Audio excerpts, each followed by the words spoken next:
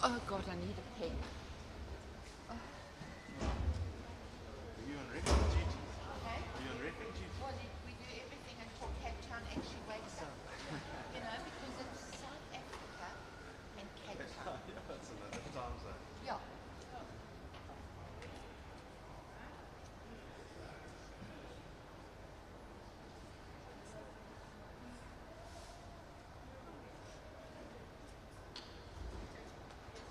So there's no rush here in Cape Town. Bit like Durban. Bit like Durban. Like everywhere on the coast. Coastal doze, they call it.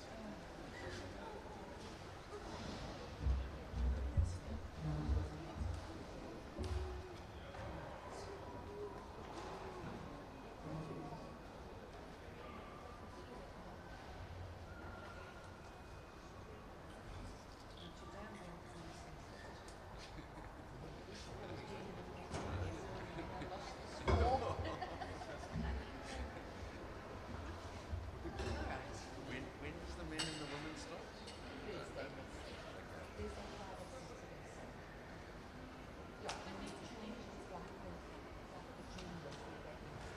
Okay, okay. Because otherwise they will come in their own way. Yeah, Easy. yeah, Out you go. yeah. But that's what he says all the time. Oh, it's tough. Yeah, it's tough. It's tough. So, yeah, yeah.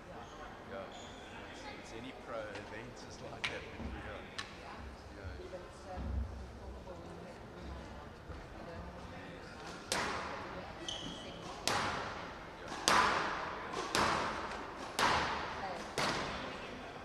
Yeah. And you've also got top 8 men, top 8 women.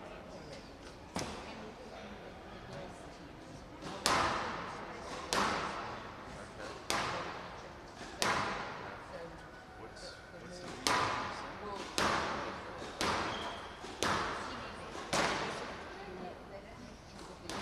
Yeah. And how many in the women's team?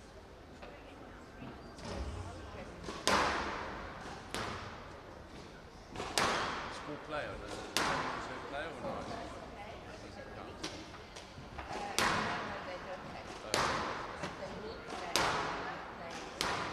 Oh, so you allowed to rotate. It doesn't have to be a genuine injury.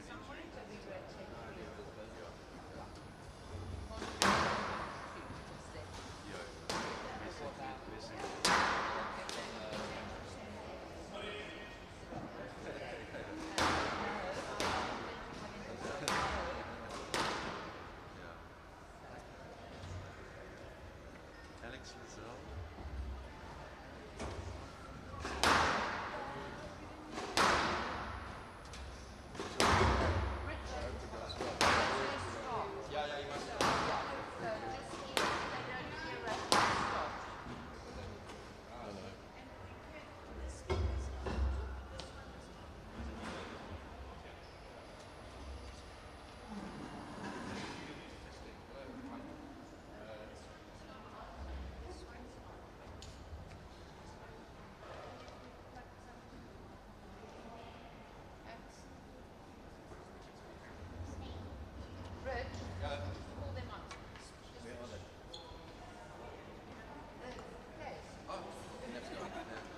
Okay, welcome. Go kill her. No, she's a singer.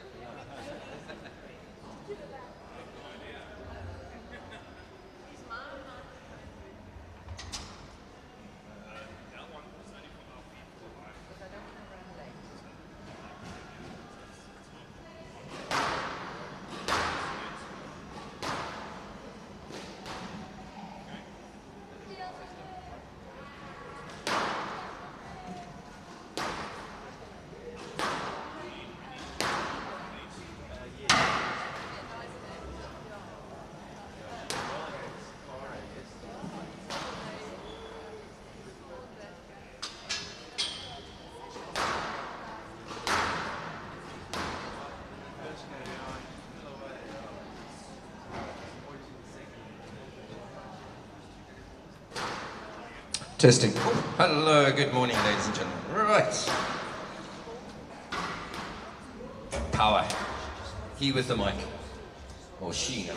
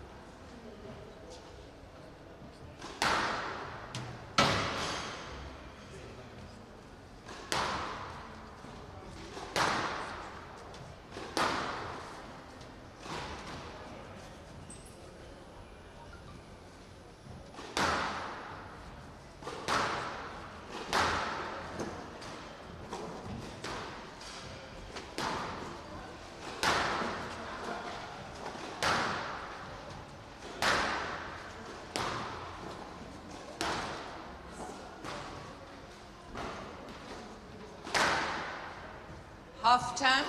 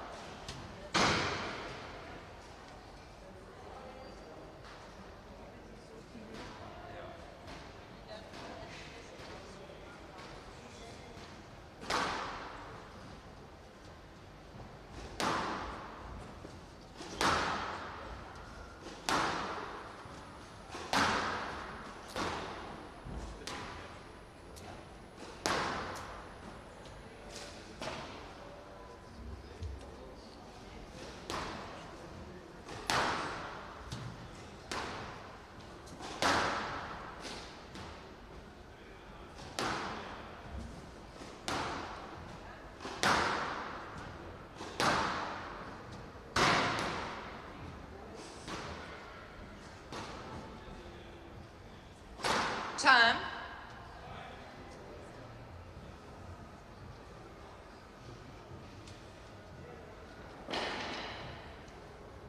Welcome to Growthpoint SA Nationals, position 5 to 8, girls under 17, Miss Leppin to serve, level.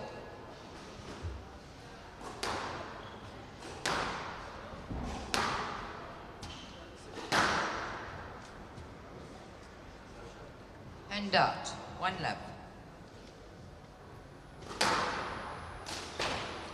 2 love.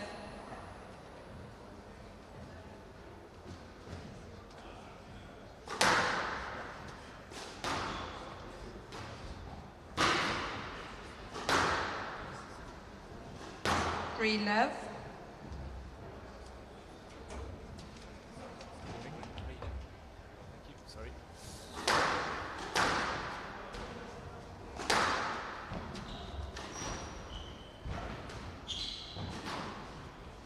'Stroke, hand out, 1-3.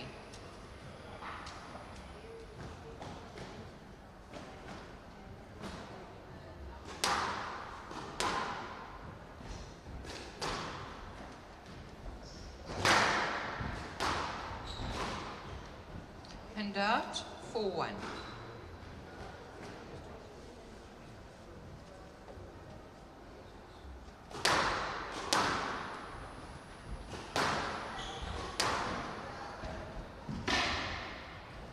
Hand out, 2-4.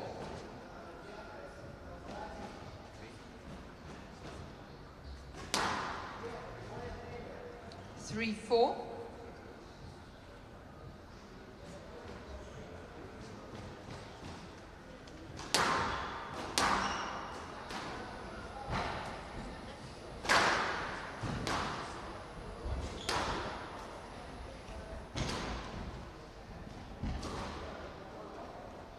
4 each.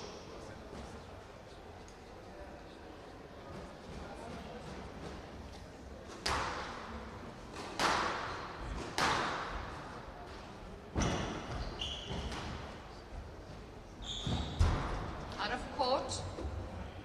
Hand out. 5-4.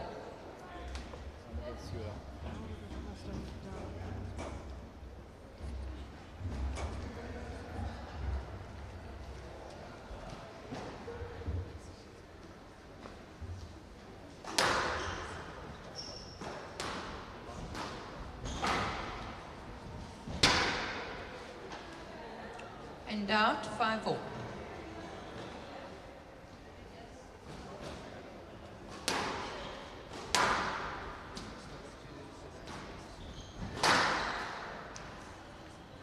And out, 6-5.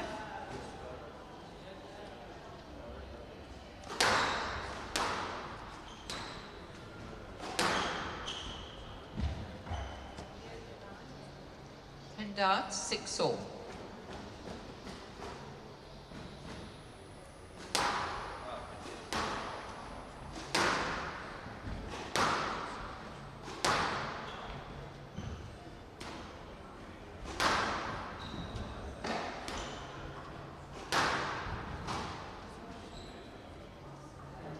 Seven, 6.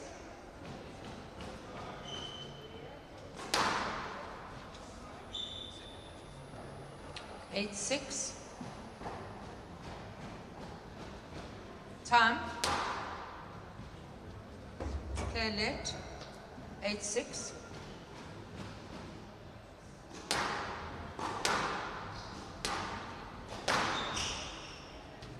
Yes, let. 8, 6.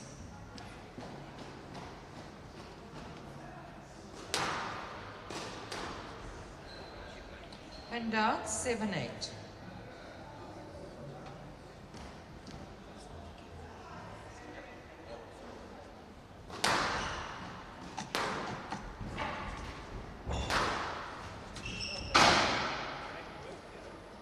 And out, 9, 7.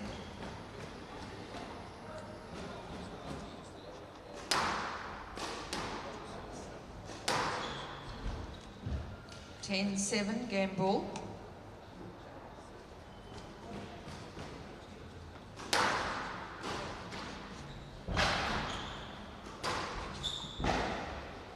And out, 8, 10, game ball.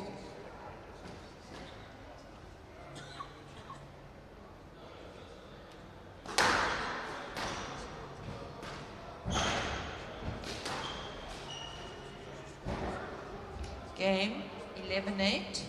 Miss Leppin needs 1 game to love.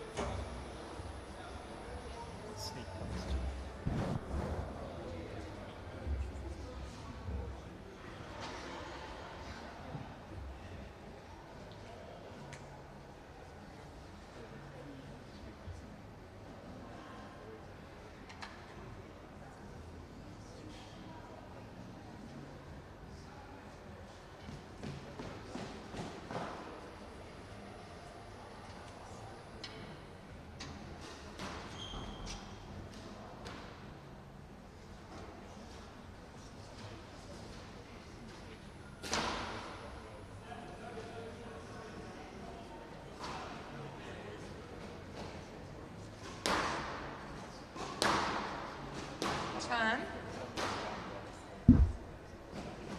Game score is 1 love, level.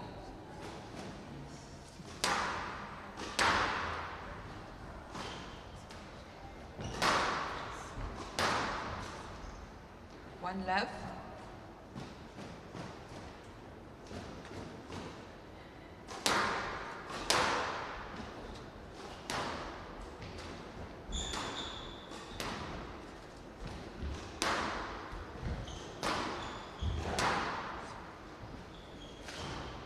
Two love.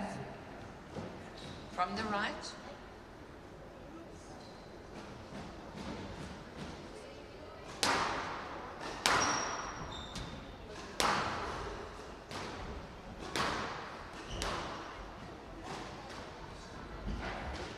Three love.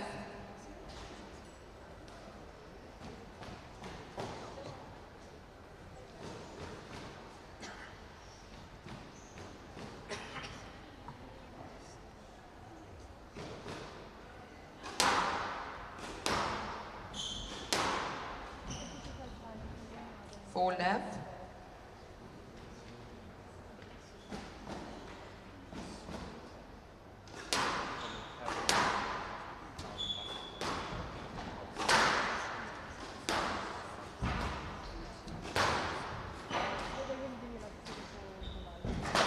5 love.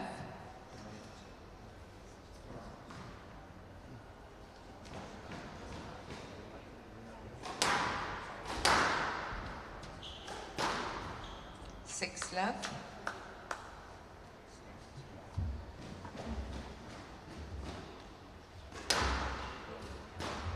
And out 1-6.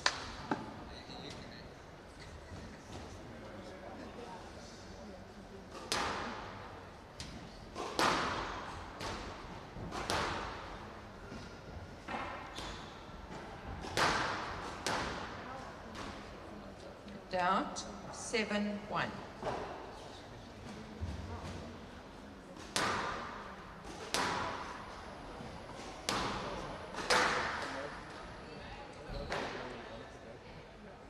H1.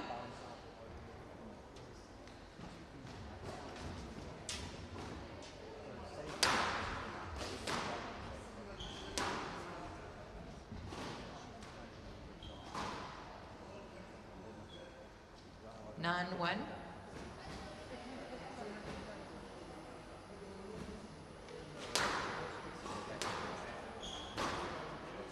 Ten one game ball.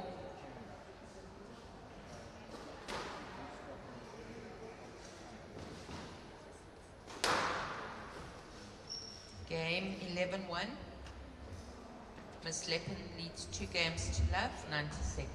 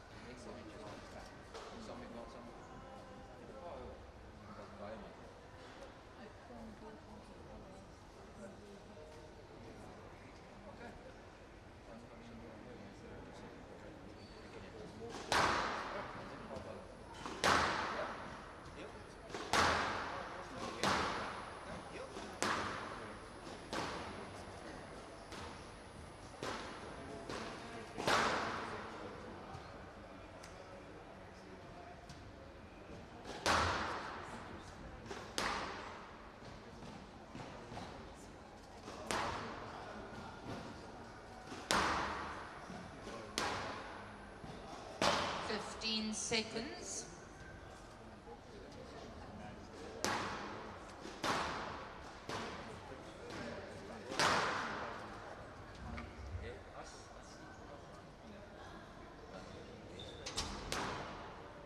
Time.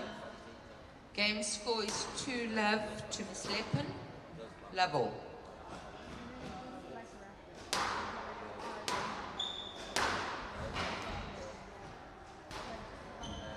One love.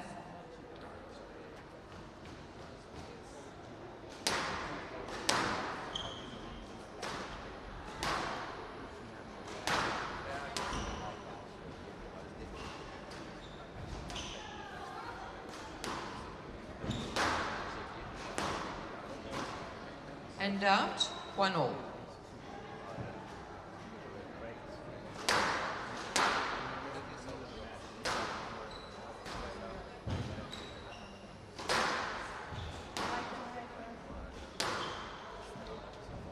And out, 2-1.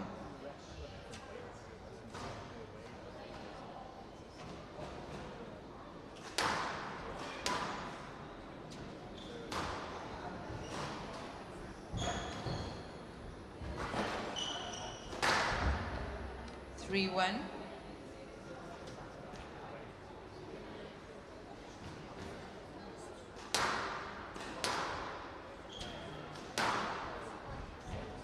Four one.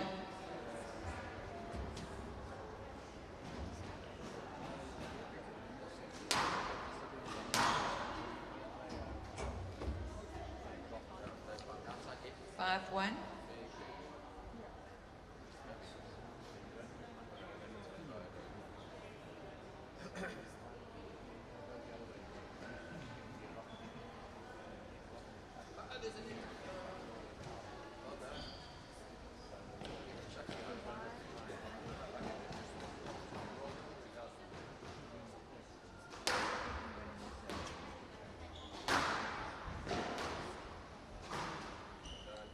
6-1.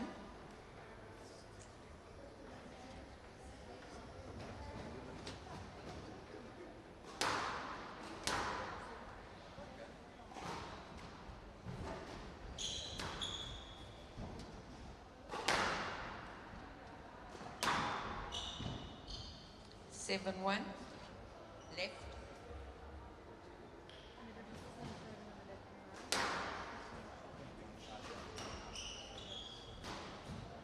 Eight one.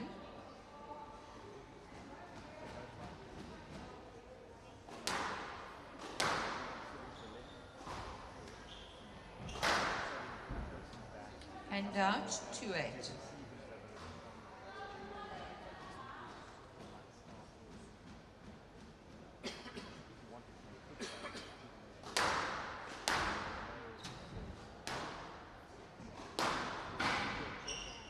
And out 9-2.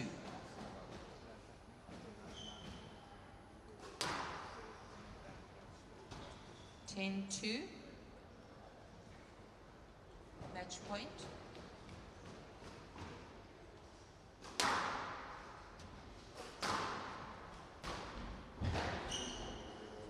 And out 3-10. Match point.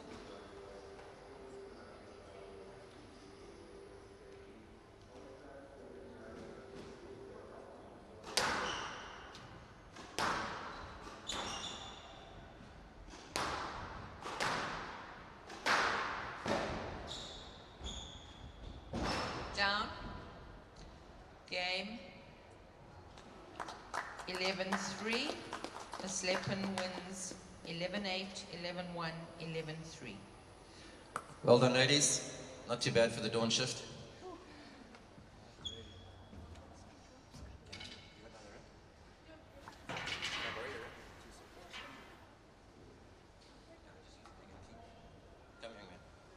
So what I'm about to do is get my ass kicked by the new under-15 champion. I wasn't kidding.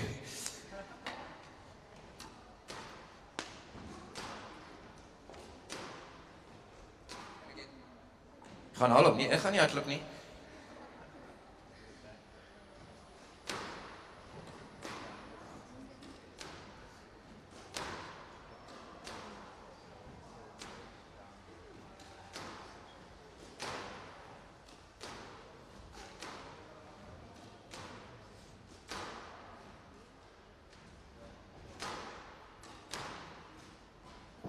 That's 4 runs, huh? Playing squash here. Paul! Nou, jy moet gaan haal.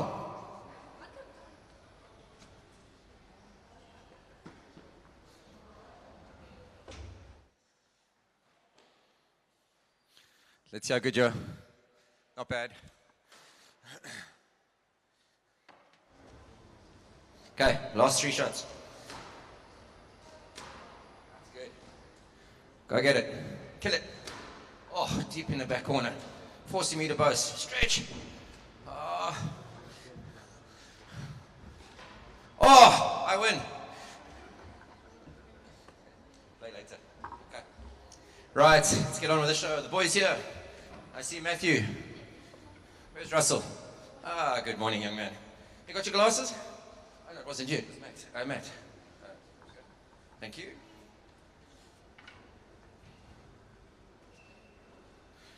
Right, match number 2, day 2. Hey, it's Friday. And there's no one at the V&A just yet. So, first onto court, a young man from Selborne College. His older brother tells me he beats him. He loses to me. So, it looks like the youngster's the up-and-coming champ. Please welcome to the court, Matthew Earl. His opponent is from St. Benedict's, and he says he wants to become a game developer. He had a tough game yesterday, but his third game was pretty good. Russell Jones.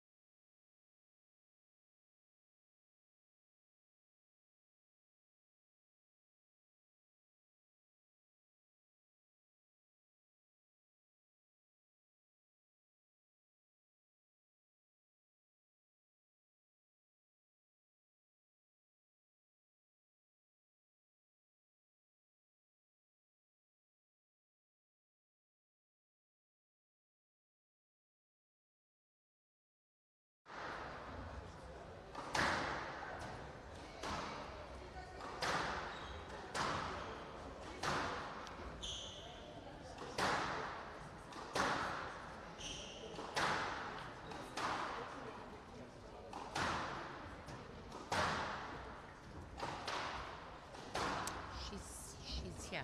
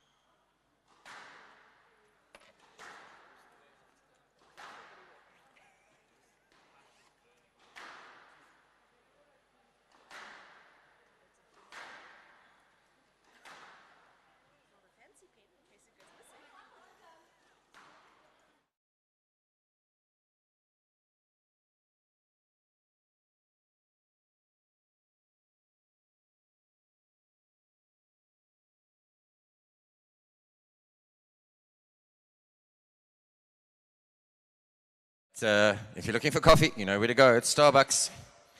Welcome everybody to the Growthpoint SA National Junior Under 15, Under 17, Under 19 regional finals, or national finals. As here on court, we have the boys under 17.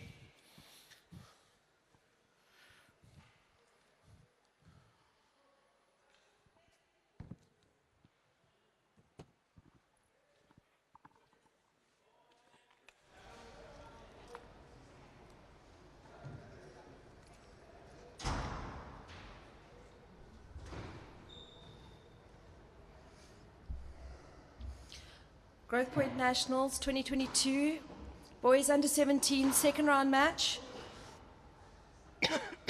Sorry. Matthew Earl to serve, Russell Jones to receive, best of 5 games, love all.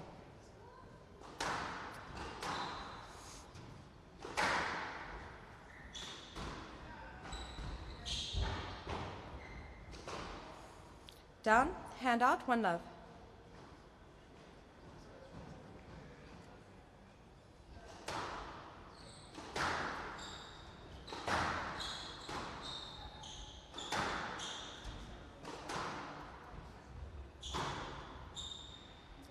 Down, hand out, one all.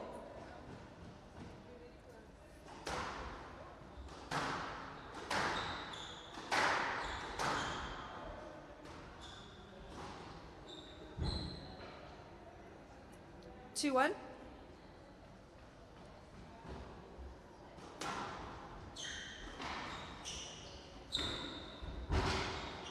Not up, 3-1.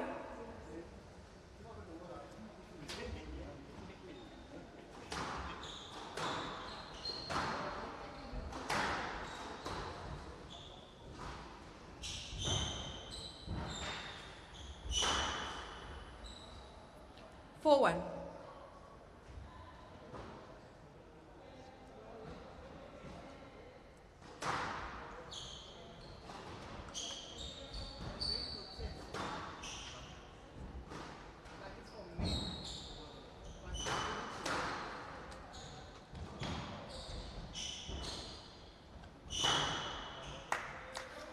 I was unsighted completely by your body, so please play let. 4-1.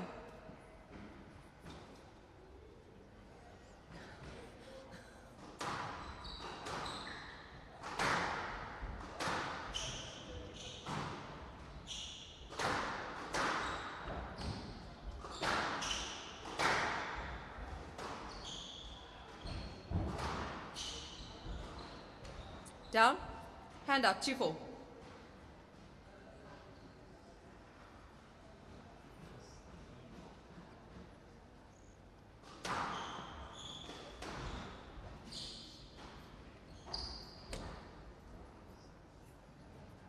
Three, 4.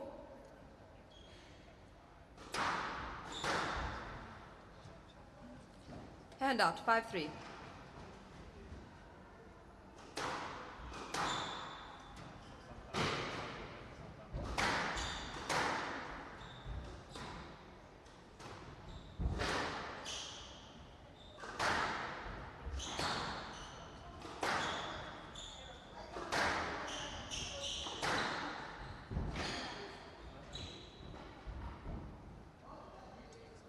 6-3.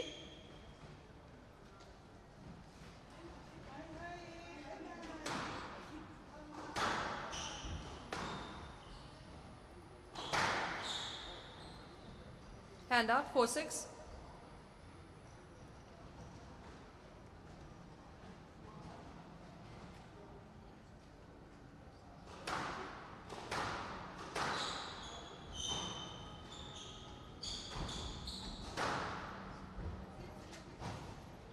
Hand out, 7-4.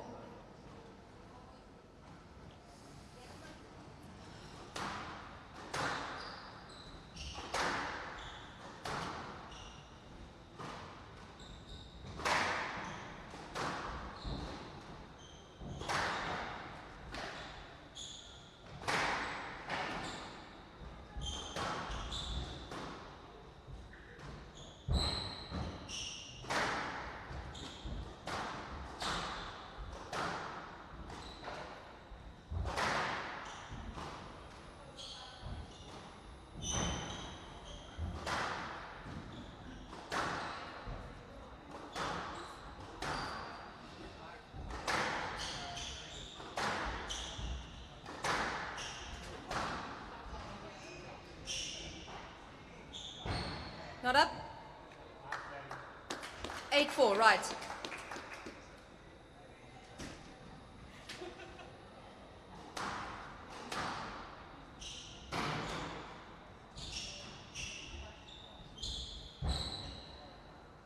Nine four.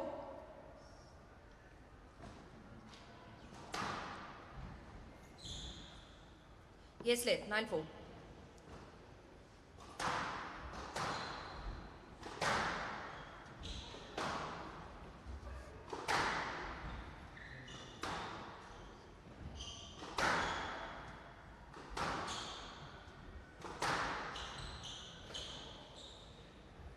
Ten four. Game ball.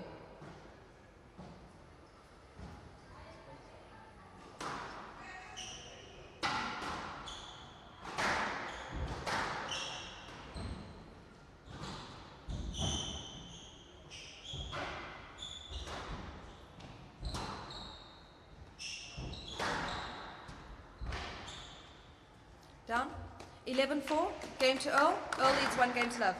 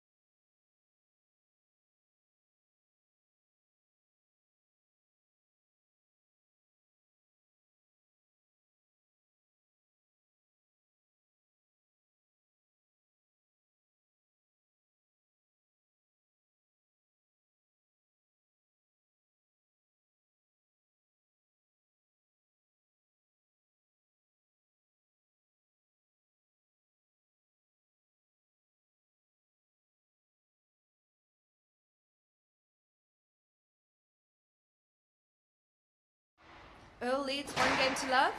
Love all.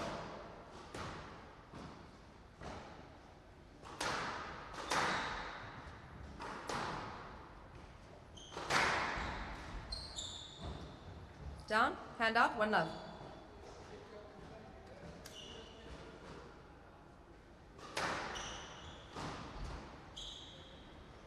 Hand out. 1 all.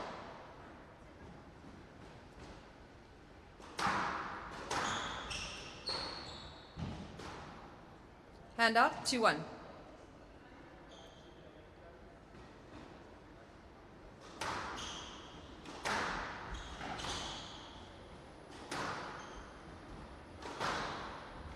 Not up. 3-1. Your pickup was not good. Yes.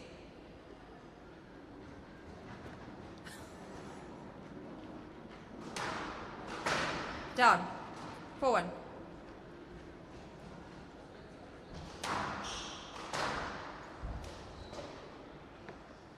Hand out, 2-4.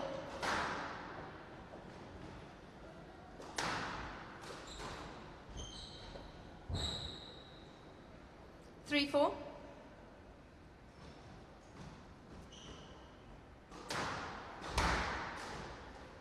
Down, hand out, 5-3.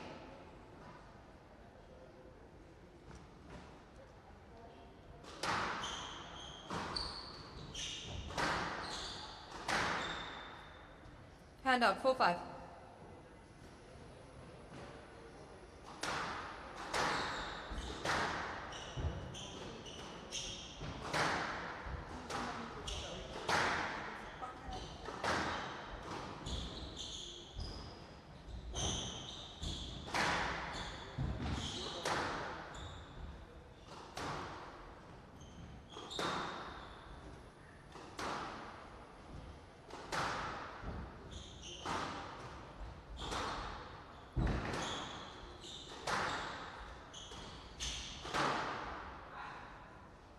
Strike to Jones, hand out, 6-4.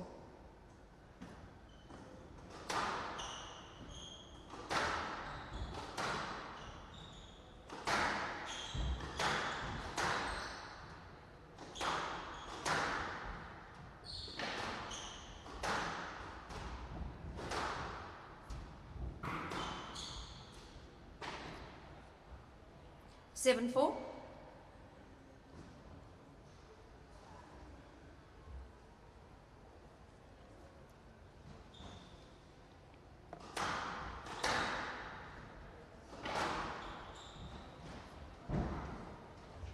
Hand out, 5-7.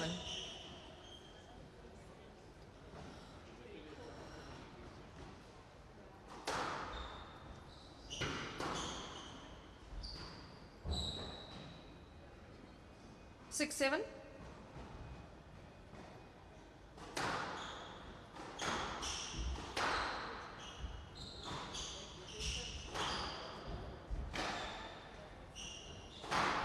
Down. Hand up, 8-6.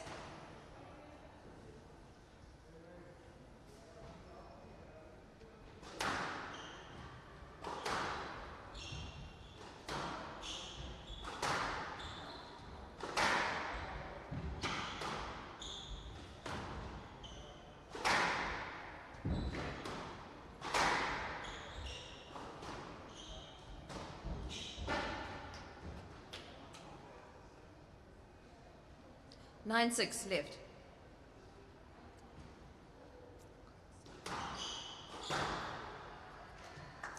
Hand out, 7-9.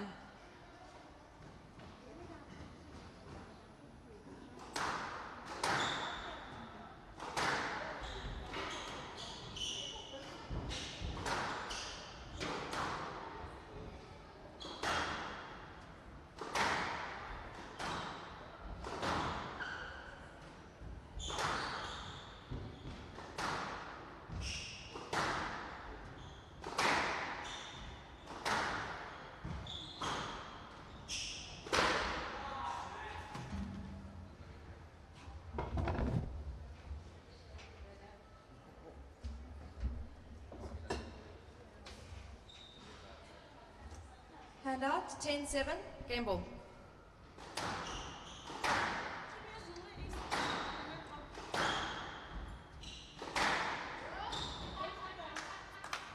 Hand out, 8-10, game ball.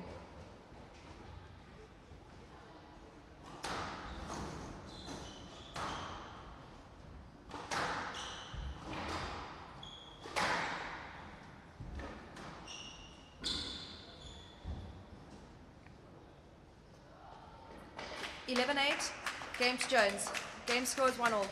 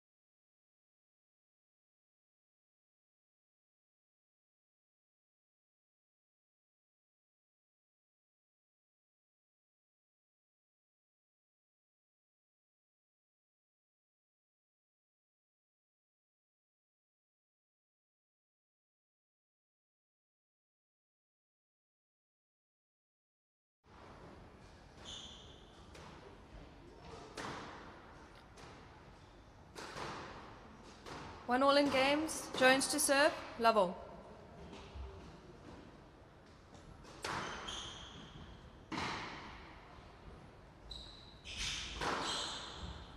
Hand out. 1 love.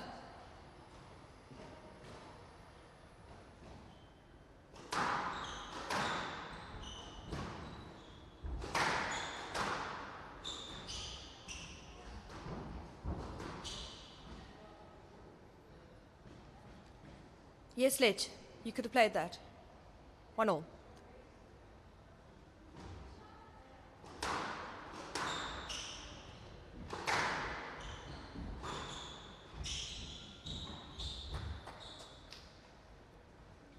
Two love.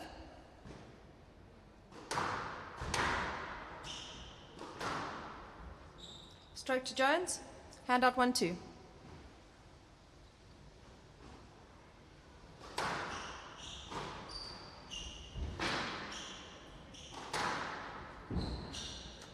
Hand out 3-1.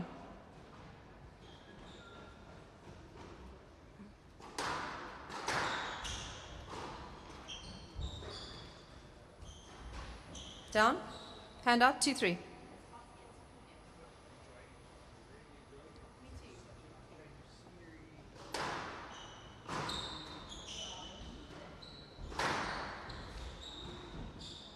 Yes, Let. 2-3.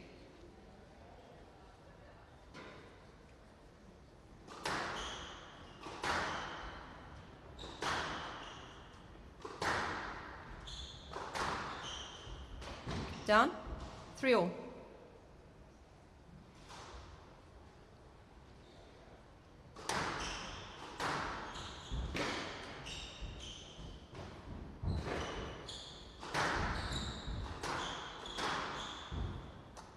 Hand out 4-3.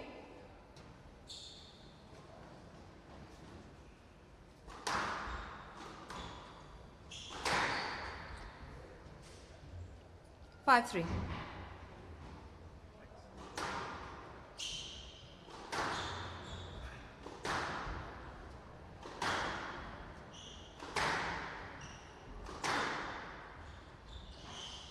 Hand out 4-5.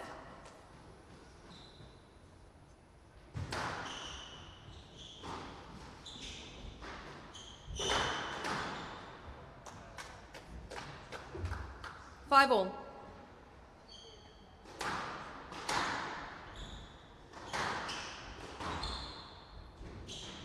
Down. Hand out 6-5.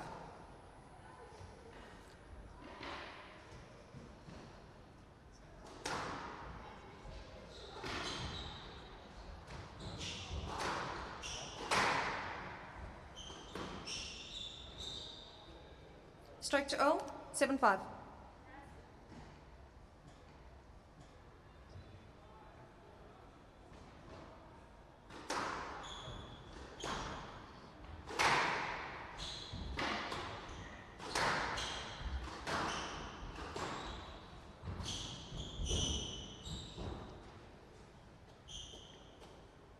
Hand out 6-7.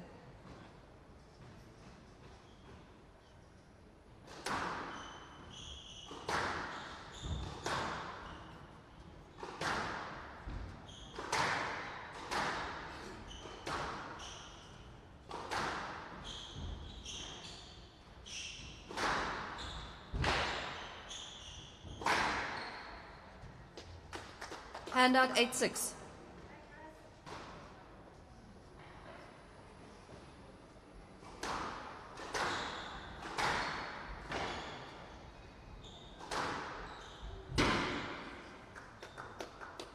Nine, 6.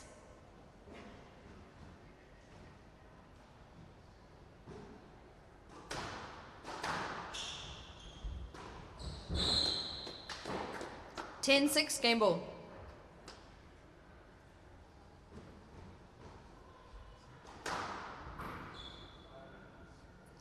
11-6, game to Earl. Earl leads 2 games to 1.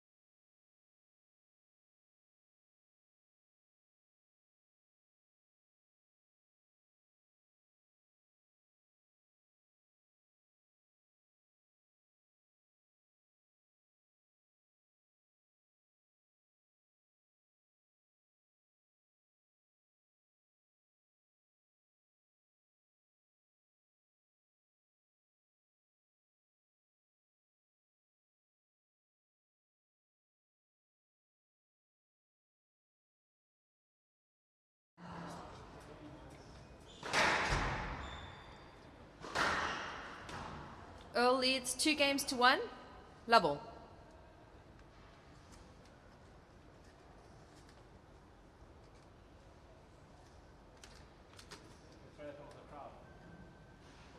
Is it dead?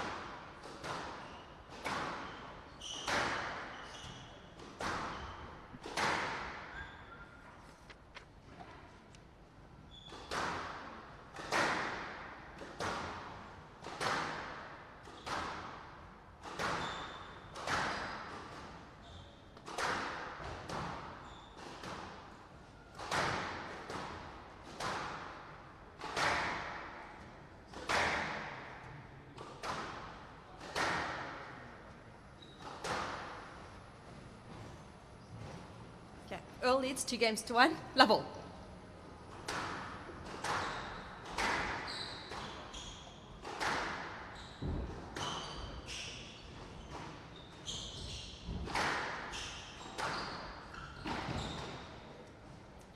One love.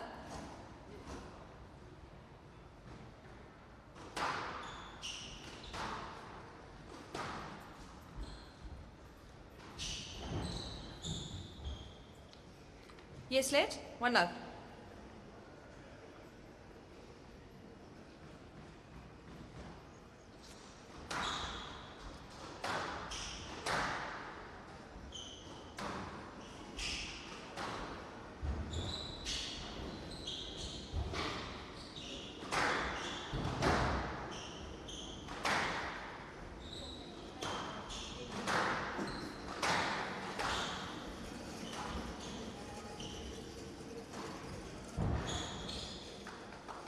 Two love.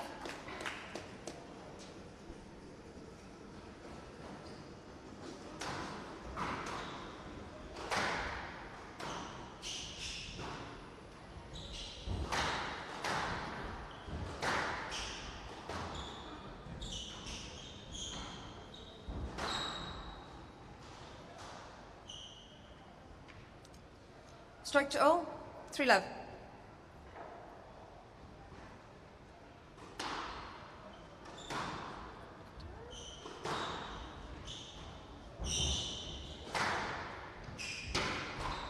Down. Hand out 1-3.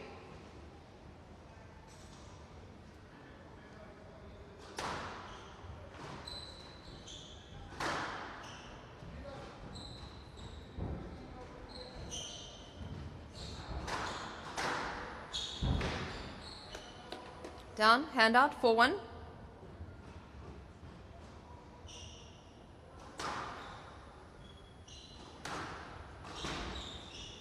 Down. Hand out 2-4.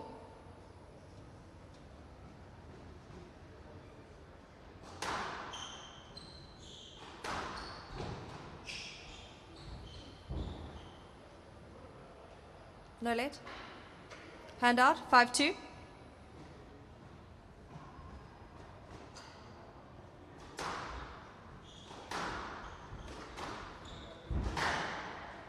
Six two.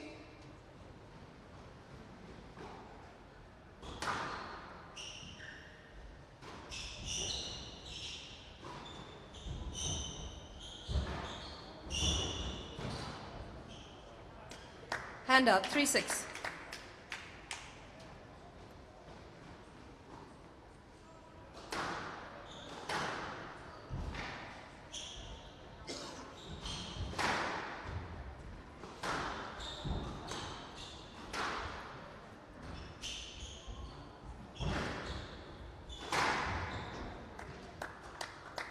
Hand out 7-3.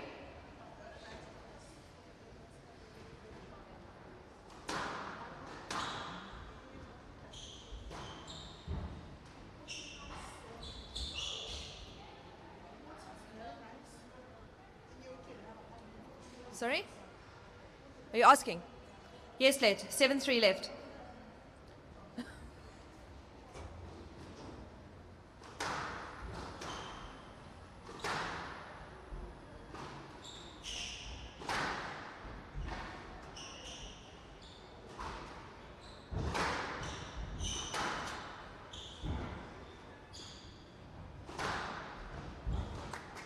Right up. 8-3. Right.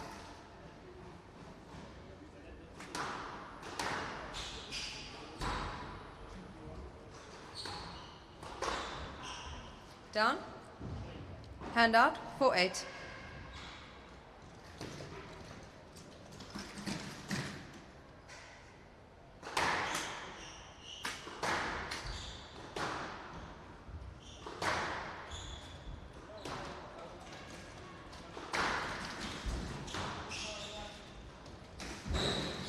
Not up. Hand out. 9-4.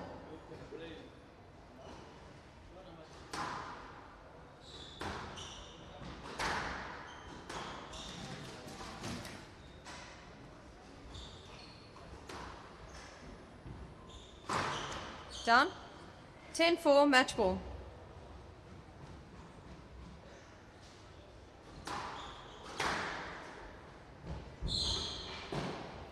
(11-4). Match to Earl. Earl wins 3 games to 1. 11-4, 8-11, 11-6, 11-4. Well played, young man. That's not bad for 8:30 in the morning, I must. Under 19. First onto court is a young lady from Grahamstown. I like your second name. Erin Sally Powers. Welcome her to the court. Her opponent, studying at UCT. She just come back from playing the Inter-University Championships, USA in Grahamstown. Rebecca Glanville.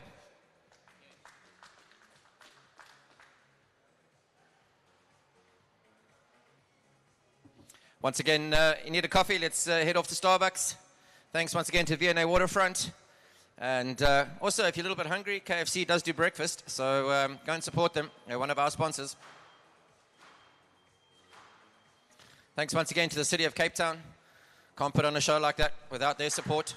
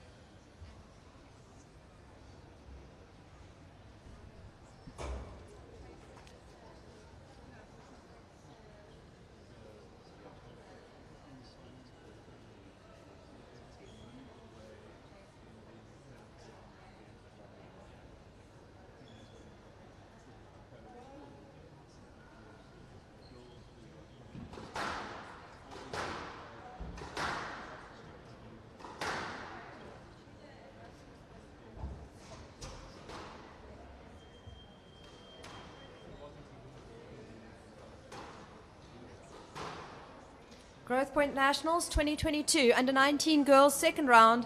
Erin Powers to serve. Rebecca Glanville to receive. Best of 5 games. Love all.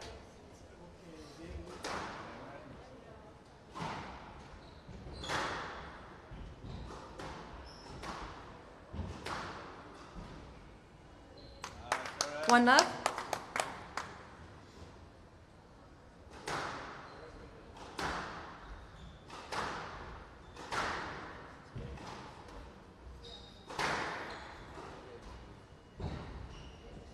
Down.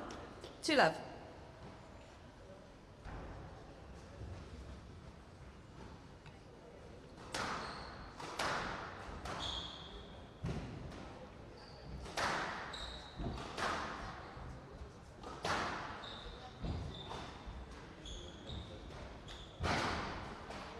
Down, hand out, 1, 2.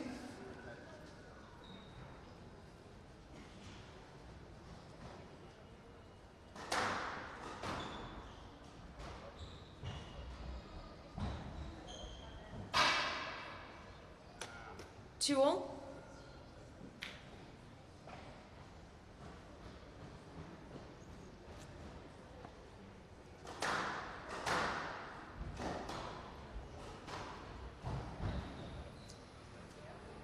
Down, hand out, 3, 2.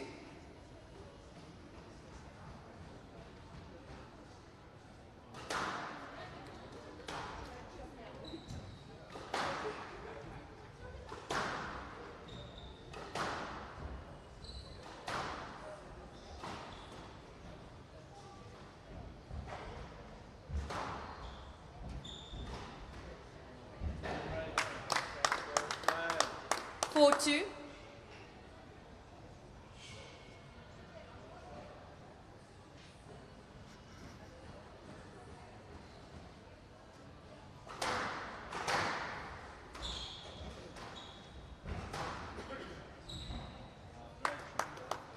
Five, 2.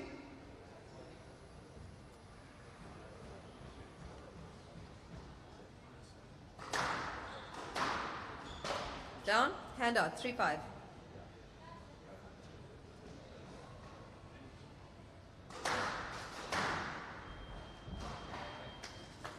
Hand out, 6, 3.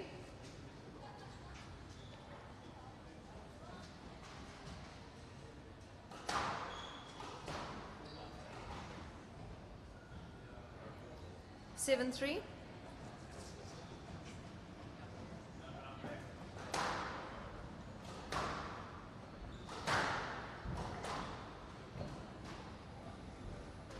Not up, 8, 3.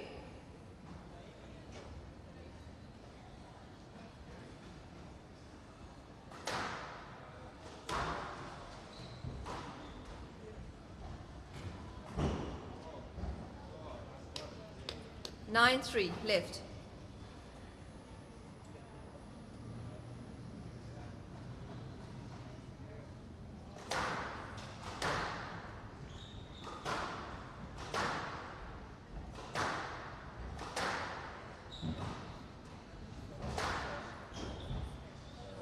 Hand up, 4, 9.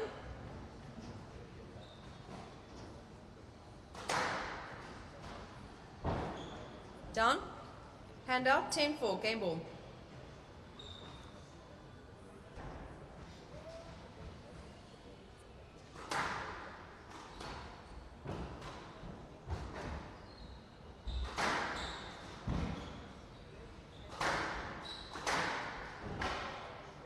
Hand up, 5, 10, game ball.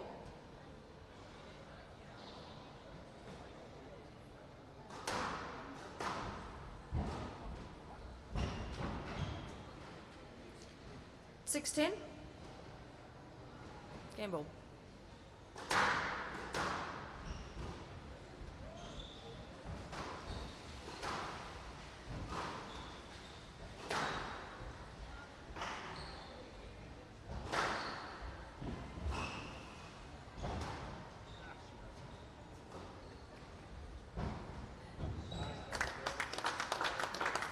Seven, 10, right.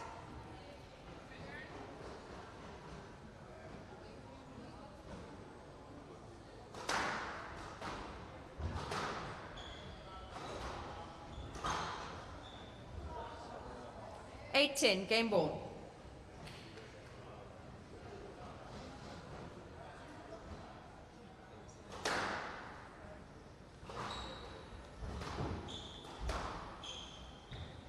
Yes, let 8-10, game ball.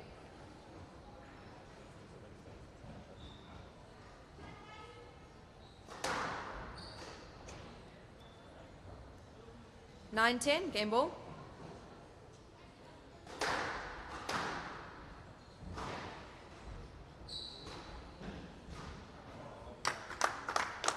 Eleven, 9, game to Powers. Powers leads, 1 game to love.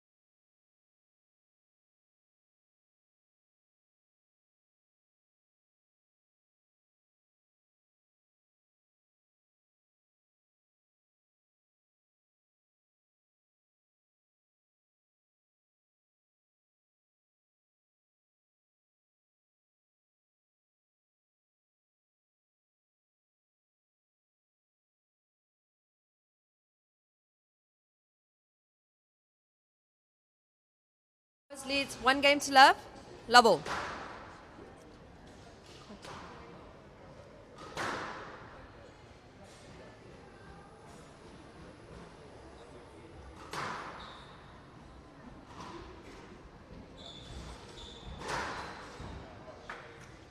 Hand out, 1 love.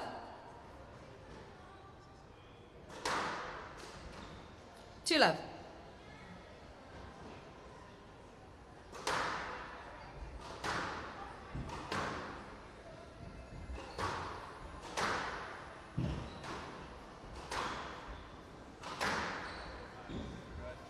Hand out, 1, 2.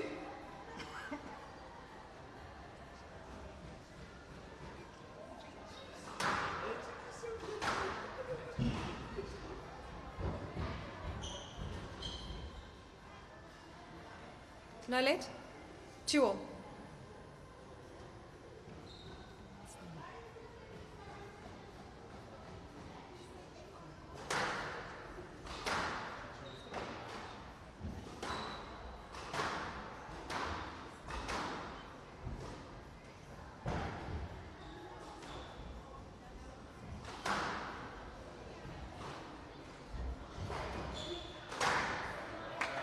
Hand out, 3, 2.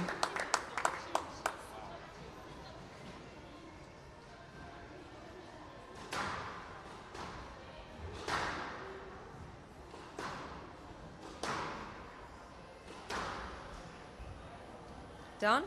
Hand out, 3 all.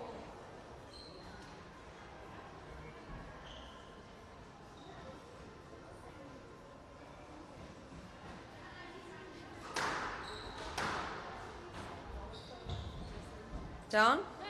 4, 3.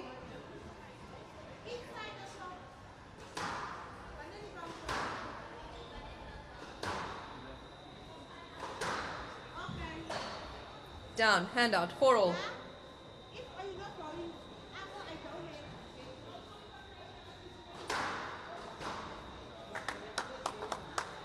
Hand out, 5, 4.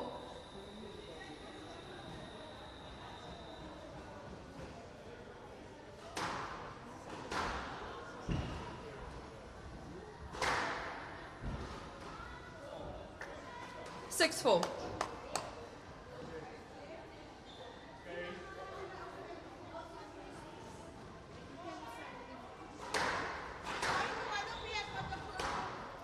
Out. Hand out, 5-6.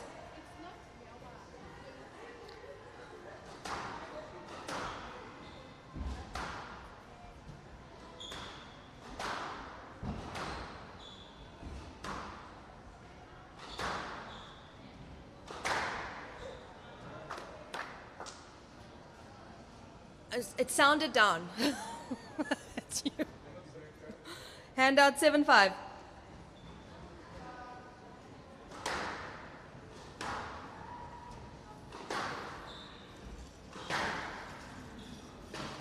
Down. Hand out, 6-7.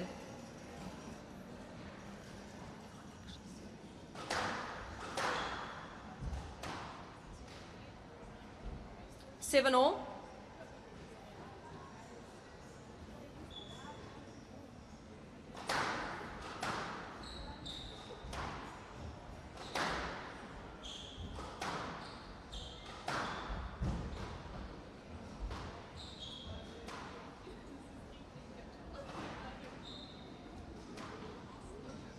Out.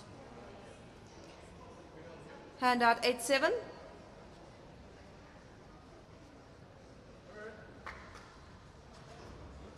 Thank you.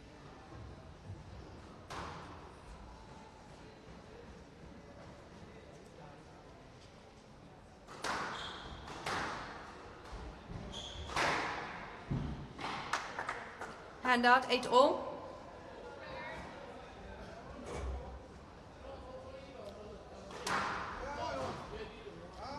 Down, 9-8.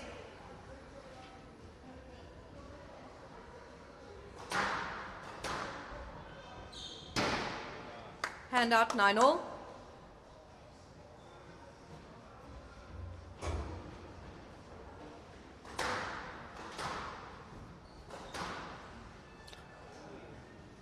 Ten nine, game ball.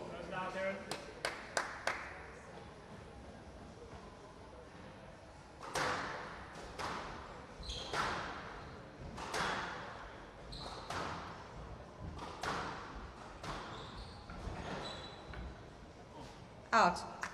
11-9, game to Powers. Powers leads 2 games to love.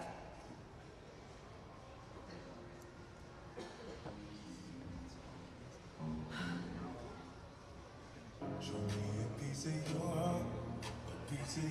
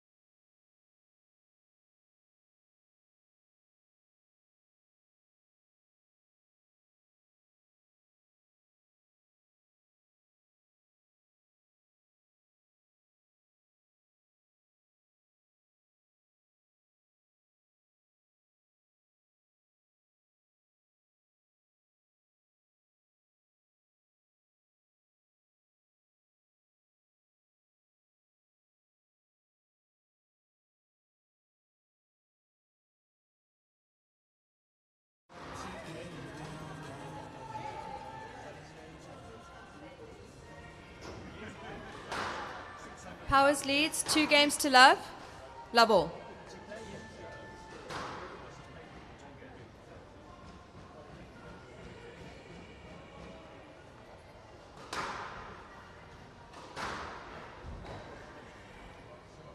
Hand out, 1 love.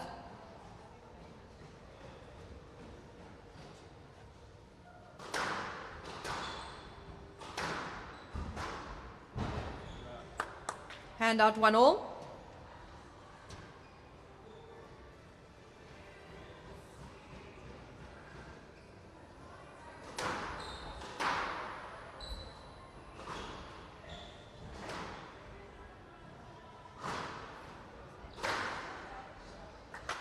Hand out 2-1.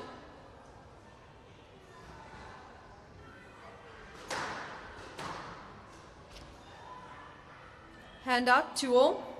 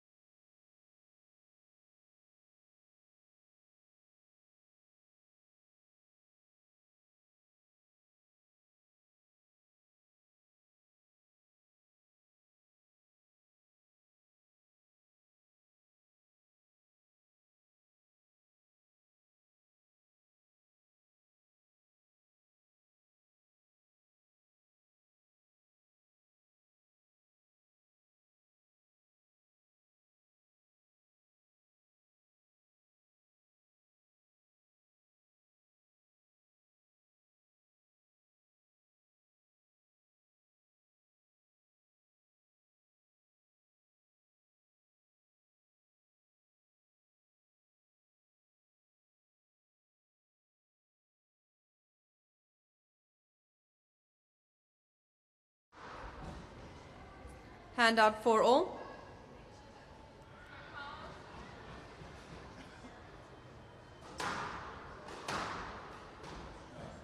Five full.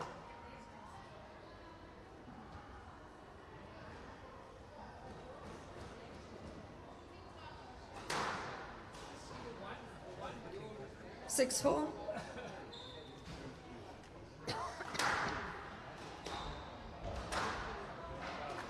Seven full.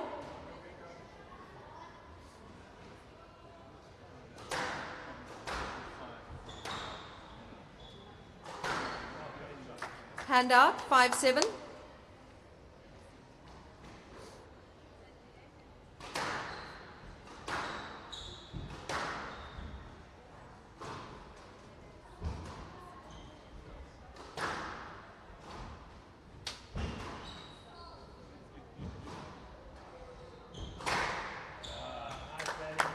Hand out 8-5.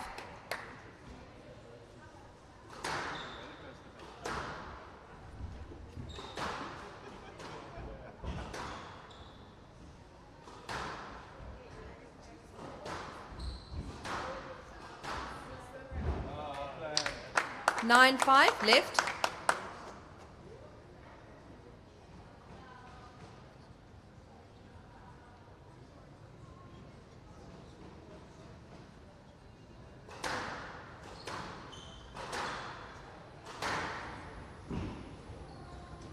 Down.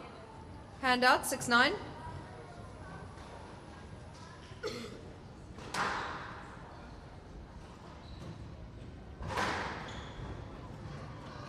Seven, 9.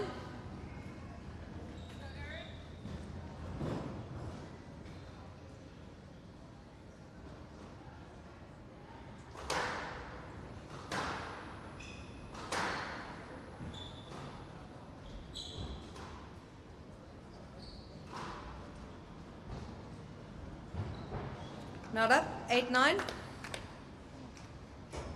Right.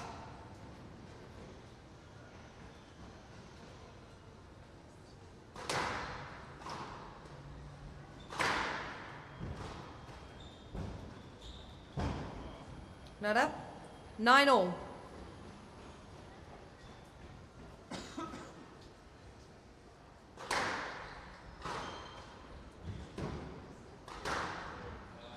Hand out 10-9. Match ball.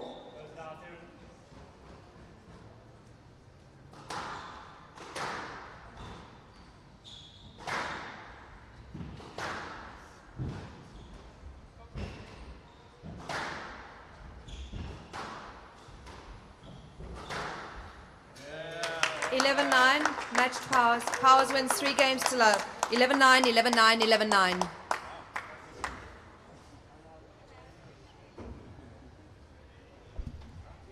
Well played, ladies.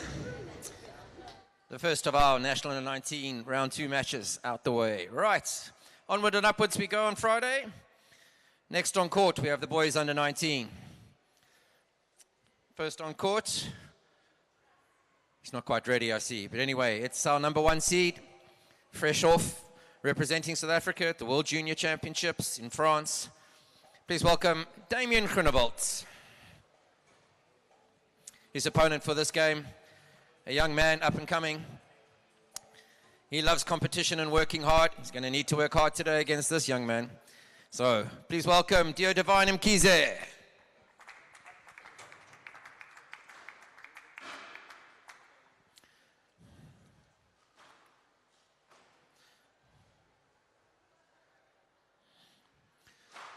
Welcome any early shoppers. For those who don't know what this is, it's a squash court. It's a sport played by over 25 million people around the world. So if you haven't seen it, I don't know where you've been hiding.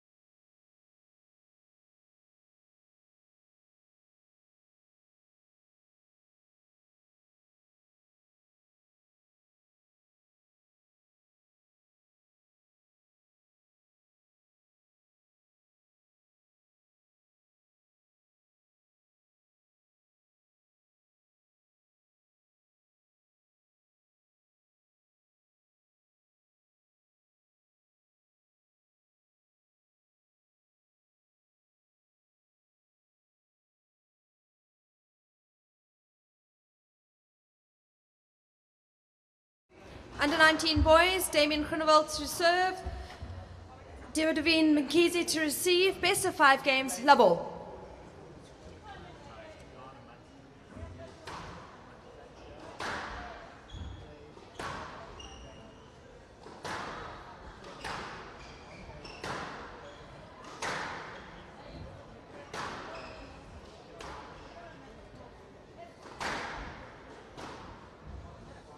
Not up, 1 love.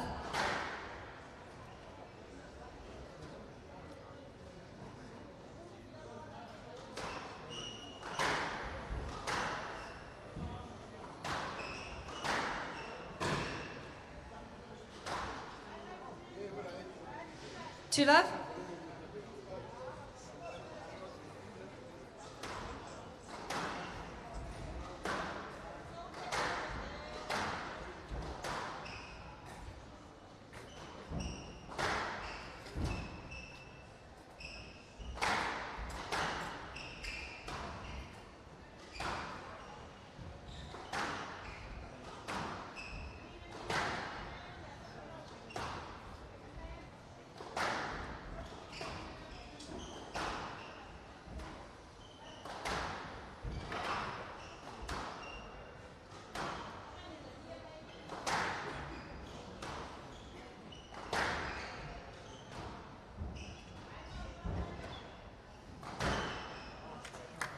Hand up, 1, 2.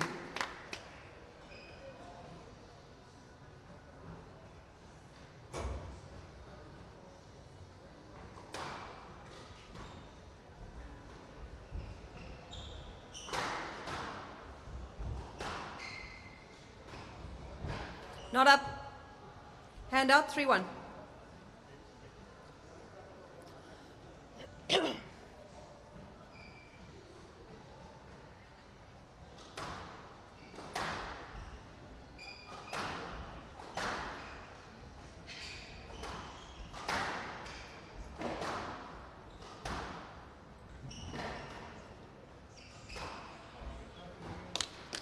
Four, 1.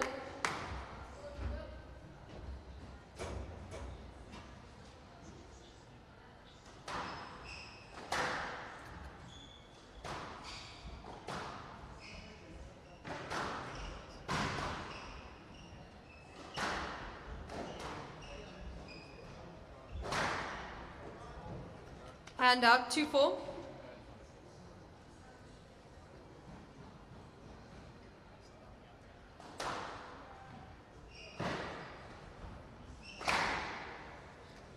Three, 4. 3, 4.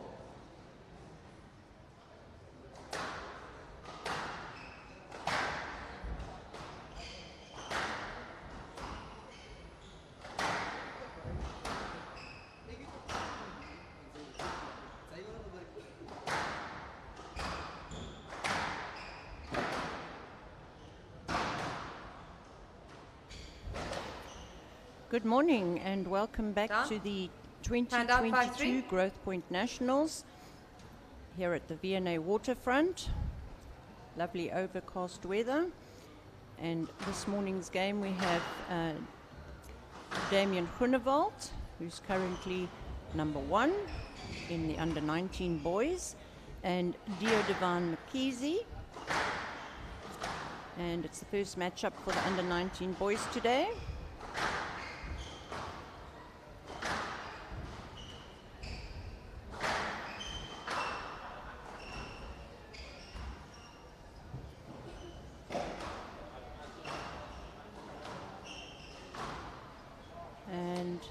Wonderful 6, shot 3. from Damien. He has that ability to just put the ball away, anything loose, and you know it's going to be a winner.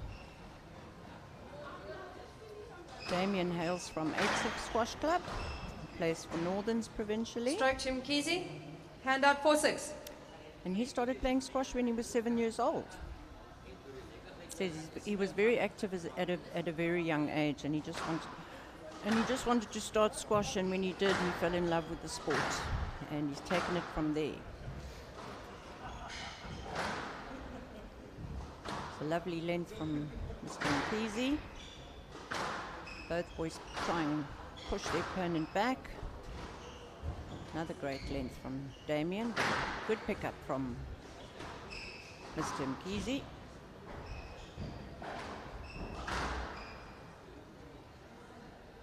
You played that. You played that. No let. No let, unfortunately. Hand He out, did 7-4. play the shot. 7-4 to Mr. Groenewald.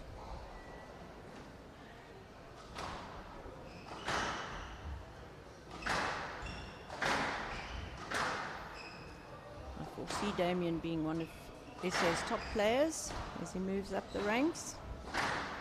Very, very dedicated young man. Great work ethic. Dedicates a lot of his time to training. Beautiful 8-4 length there, left. putting Mr. Mkhize under pressure. Damien's played provincial right through all the age groups, right up to under 19. And he's just been part of the SA team that went to France to play in the World Team and Individual Championships. It's a great experience for these youngsters, as is this.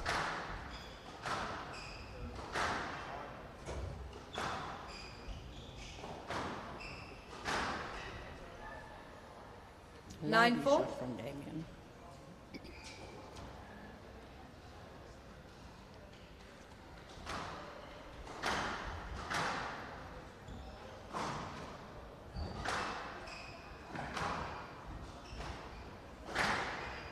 Both boys pushing really hard to get their opponent out of position. Out. Unfortunately, ball's out. Damien a little bit hard hit there, and unfortunately out of court. Hi.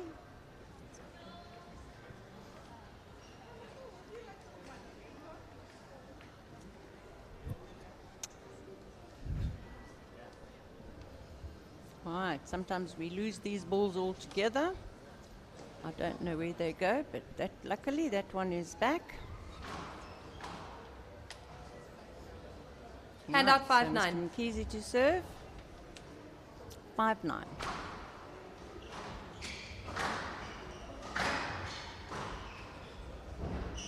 Lovely boast from Mr. Mkhize. 6-9. This glass court is very different to the ordinary courts. Not as easy to get a length, but when you do, dies in the back.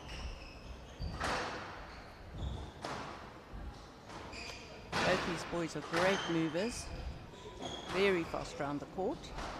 Well picked up there.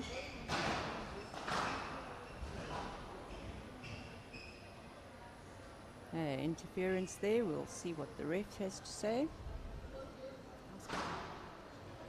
Yes, let. 6-9. Left. And it's going to be a let. There's enough interference to warrant the let. Oh, lovely little drop from Mr. Minton. 7-9.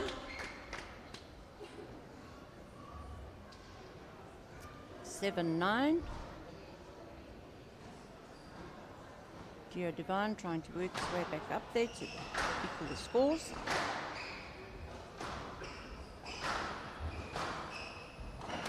Lovely tight drives from both boys. Bit of a loose one. Yes, let. 7-9. Let ball.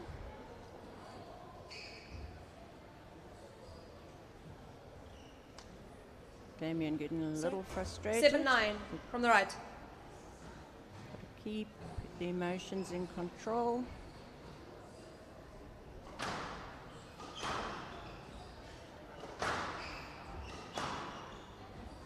Lovely tight lengths.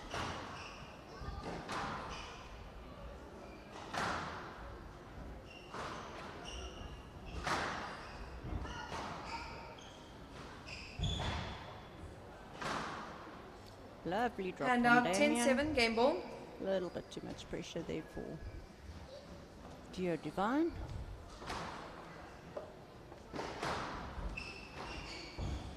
Lovely drop. 11-7, game to Groenewald. Groenewald leads 1 game to love. And that is the game. Damien Groenewald, 11-7. We shall be back.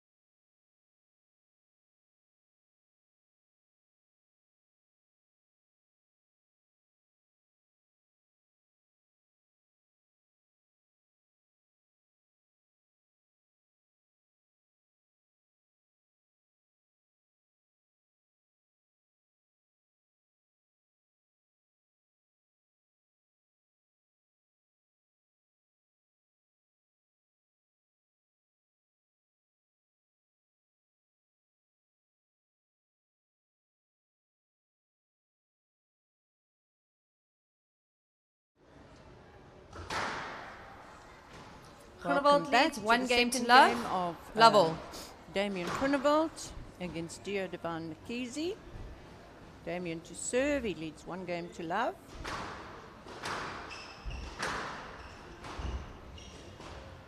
Oh, Down, hand out, 1 love. not a controlled drop there from Damien.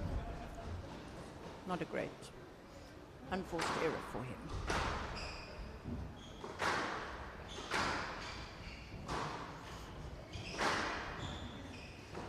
That will Stroke be to a Mkhize. stroke, 2 love. fortunately. 3 love. Nice tight serve.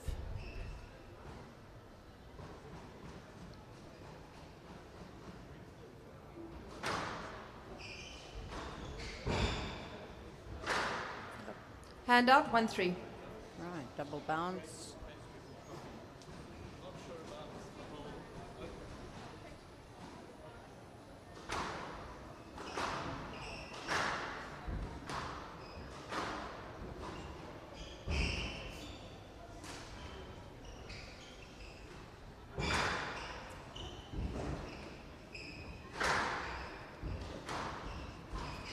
Down, 2-3.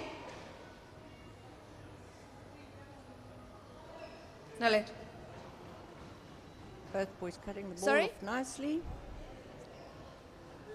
I saw it wasn't sufficient interference. No let. Sorry?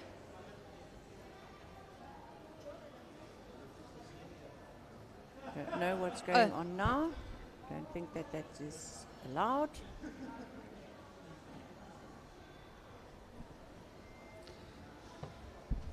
To have the tournament ref Sorry? come and sort out what's happening here. You don't know? They say his lip's bleeding, he's gone to the medic. Okay. Seems like No, Damien you is didn't. bleeding. No. Might have caught the edge of a racket or something. When someone bleeds, unfortunately, they have to come off court and sort it out. Put a plaster on or stop the bleeding. Now given time to do that. The medic is there sorting him out.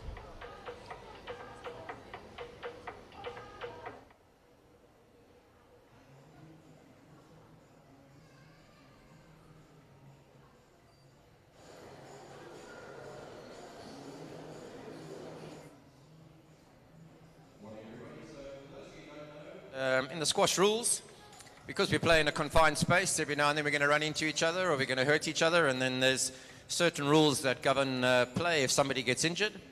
In a situation like this, it wasn't the fault of either player, but they collided, so there's bleeding, and there's not allowed to be bleeding on the actual squash court. So Damien is going to be given a certain time to recover to control the bleeding before we Richard continue with Castle, play. our MC.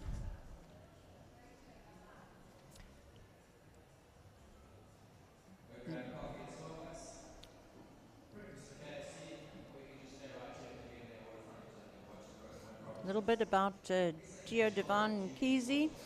He's at King Edward School in Johannesburg, and he is part of the Goli Squash organization.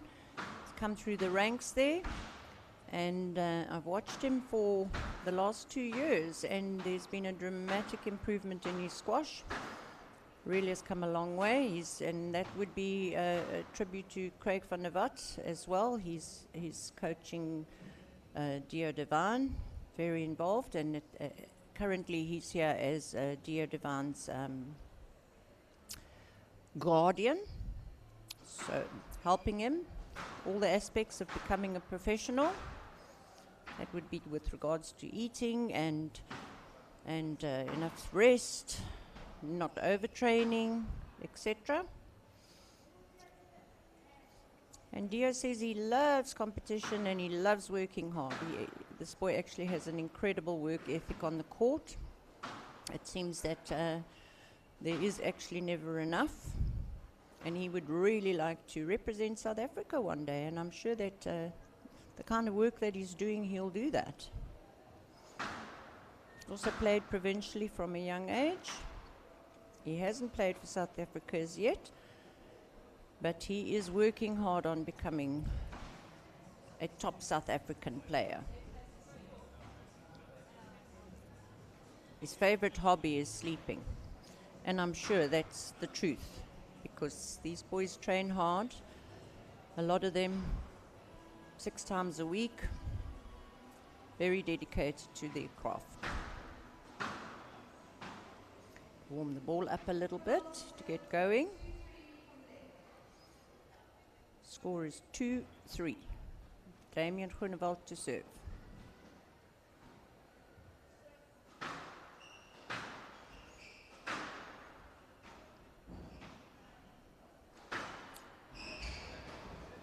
Lovely drop shot. 3-all. Damien. Very accurate. Into the neck.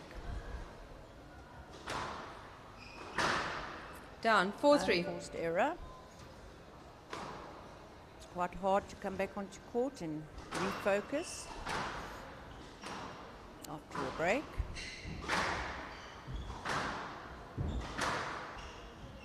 Both boys pushing hard to the back. Lovely drop again. 5-3, right. One thing about Damien, he has incredible drop shots. Right very box. accurate. When he's in a position to play a winner, he does so, and it's very accurate. 6-3. Again, super boast.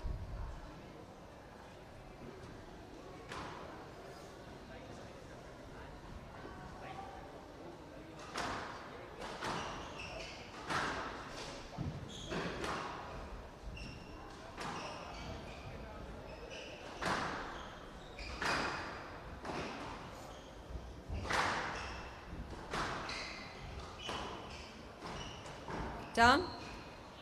7-3, right. Unforced errors creeping into Dio's game here. He can't afford that. Certainly not against Damien. Consistency here is key.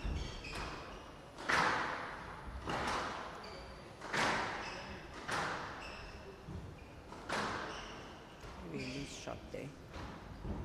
And again, very loose. 8-3. Allowing Damien to just put the ball away.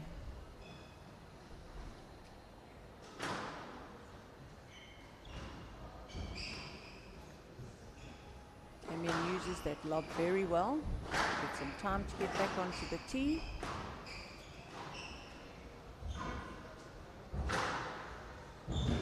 Again, loose drop 9-3. from Dio. Damien knows exactly what to do with that shot.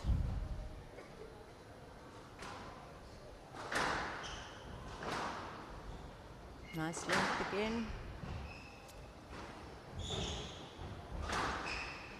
10-3, game ball left. First drop has created the pressure, put Dio out of position, and Damien puts the next shot away.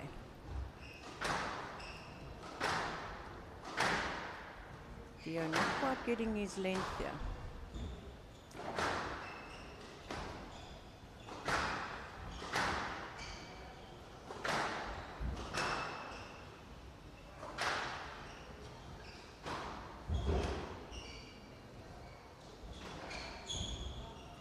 (11-3), game to Unfortunately Groenewald. slipped there, Groenewald leads 2 but a games to lovely love. drop from Damien from the back of the court.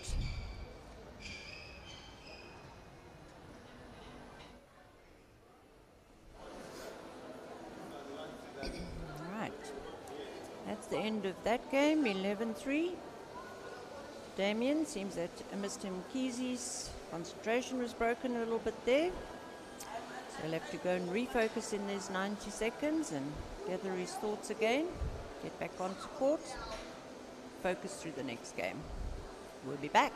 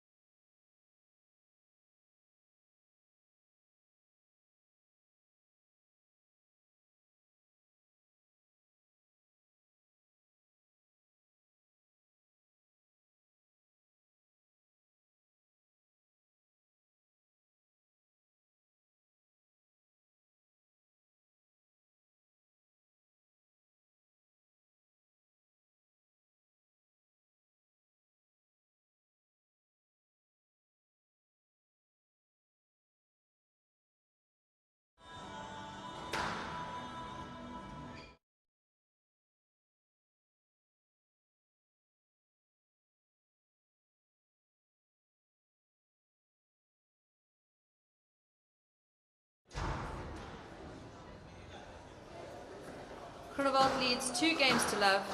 Love all. Welcome back, and we are into the third game here. Damien Groenewald leading 2 games to love. A little break in the last game, and it seemed to take its toll on Dio. Lovely length. Nice and tight. Loose ball.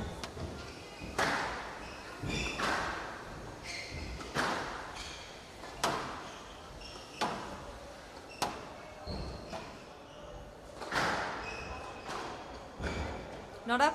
1 love. Super drop shot into the neck. Damien very accurate on his drop shots.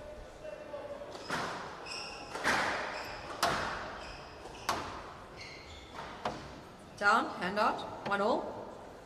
And just as I said that, he puts one into the tin. Right, 1 all. Mr. Mkhizi to serve.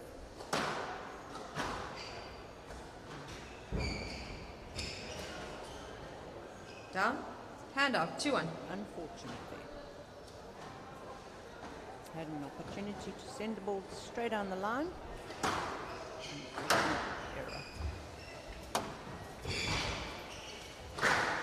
Lovely drop shot 3 from love. the back. Sorry, correction. 3-1.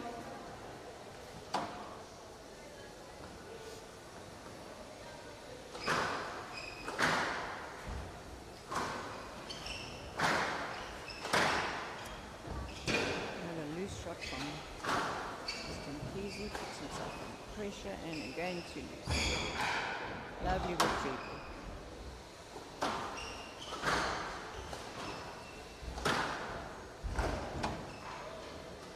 Not up. 4-1, right? Damien is definitely a man with a plan. Seems like a very, very controlled player. And his choice of shots, say on average, is 90% correct. His accuracy is 5-1. really of a very high standard. Left.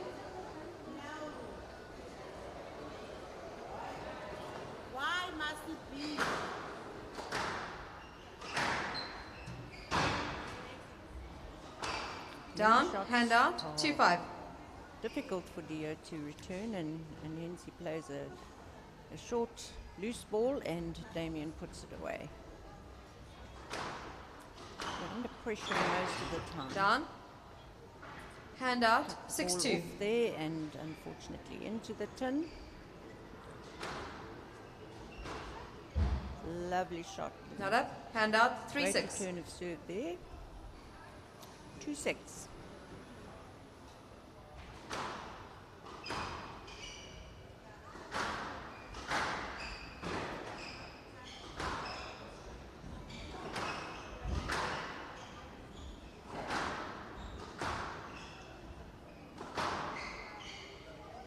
Stroke to Groenewald, hand out, 7-3. No access to the front wall. That's why Damien is awarded a stroke, which is point. Brilliant. Hand out, 4-7.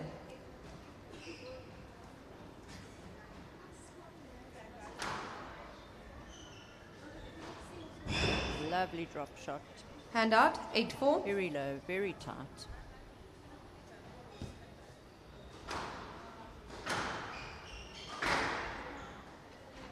Nine, 4. Nice, hard, low ball from Damien. Upright runner.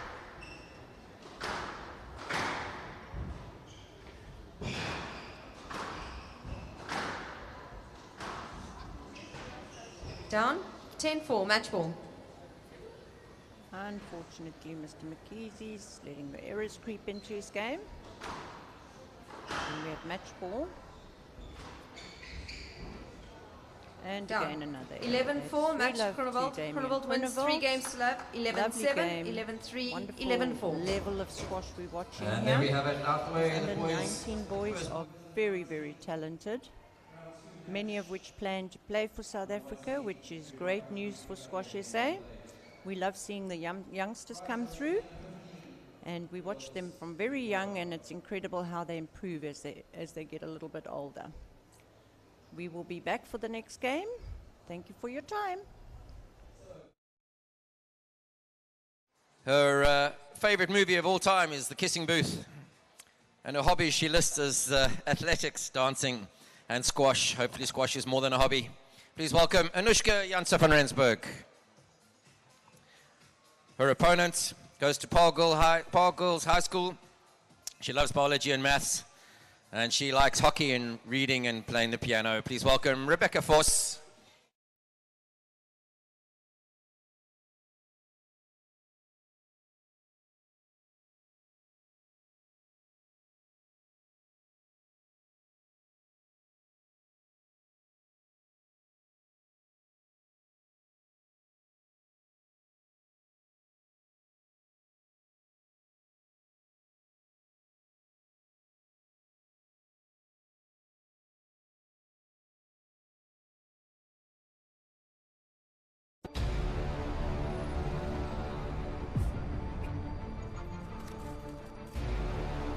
That waiting for the gun, the nerves are just too much, thinking about what is about to go down. There goes the horn to start the race. No, I think it's really amazing. And now the whole setup and people are dressed up. We're giving something, I think, to the people. It's just fantastic.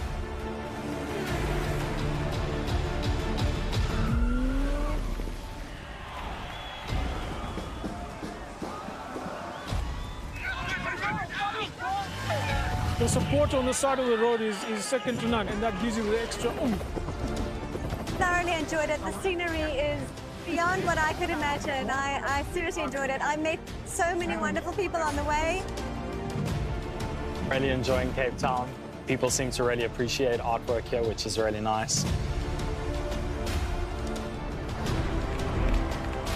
Come and visit Cape Town. We are waiting for you with open arms. We welcome you here. This will remain a city of hope and opportunity for everyone, not just in Cape Town, but around the country and the world.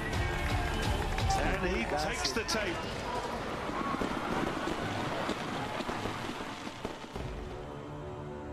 Cape Town is open, safe, and ready to host you.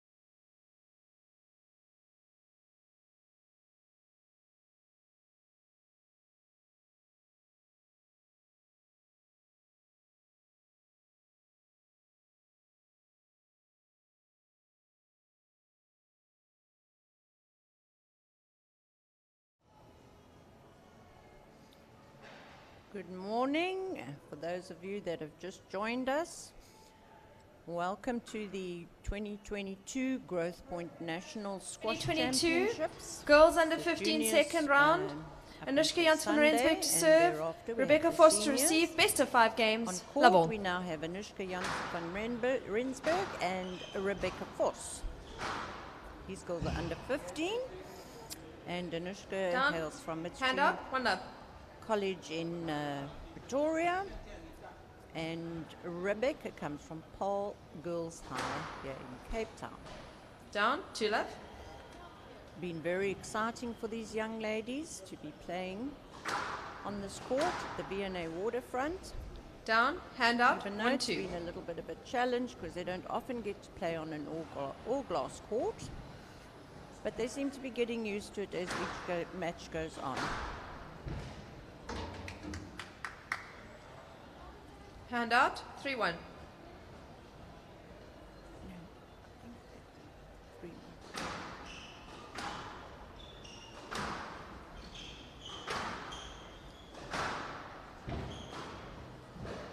Not up. Lovely shot Hand out. 2 there 3. from Rebecca Voss.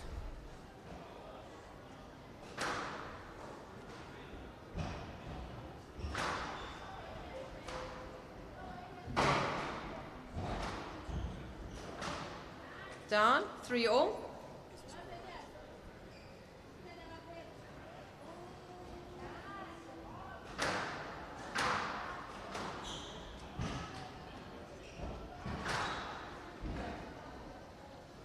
Four 3. These two young ladies seem to be fairly evenly matched. That's what happens towards the Down. end of the tournament. 5 3. As you get to your last rounds, matches can actually get a lot harder.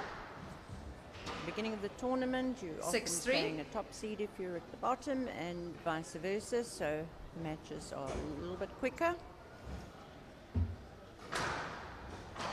Down. As the seedings 7-3. seem to sort themselves out, the matches usually get a little bit closer and a little bit harder. 8 3.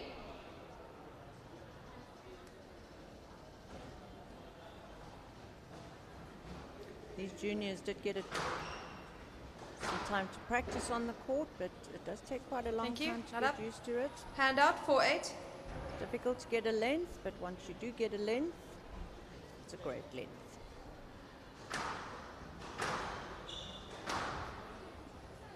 Nice and deep into the back. Down. 5 8.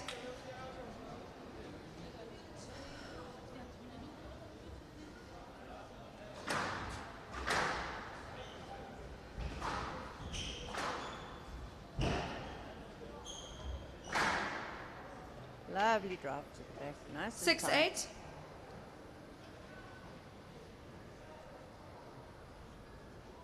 8. Fault. Hand out. 9 6.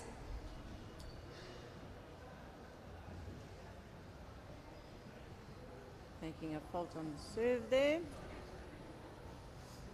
Easy point. Hand out. 7 9.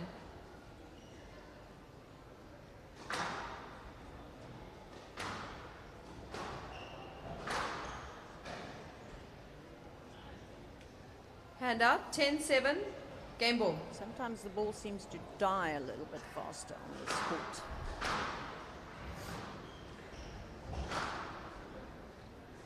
Hand out. 8 10. Game ball. Nice little drive down the side wall there. Good choice of shot.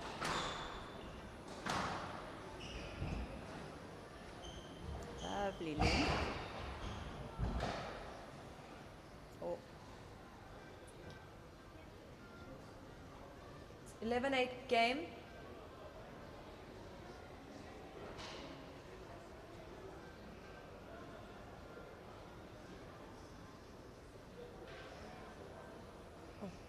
seems that she's twisted an ankle there. Hurt herself a little bit.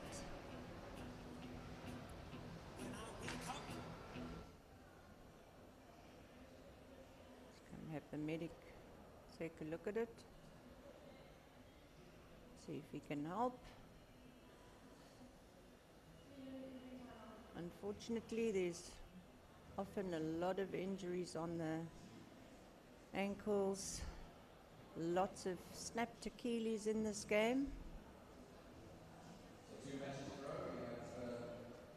we have an injury break. 3 matches in a row. 3-minute break. Two matches in a row. That's four. Yes.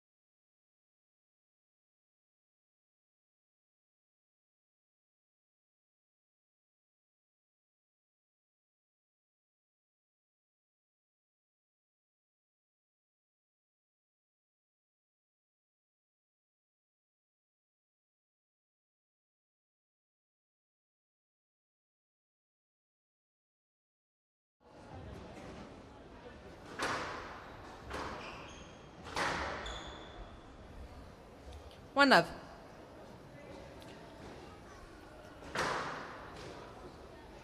Two love. Anushka served first, so she must have won that game.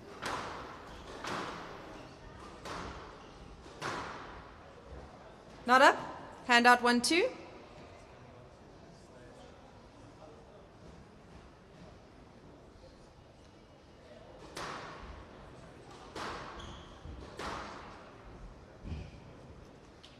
Two all.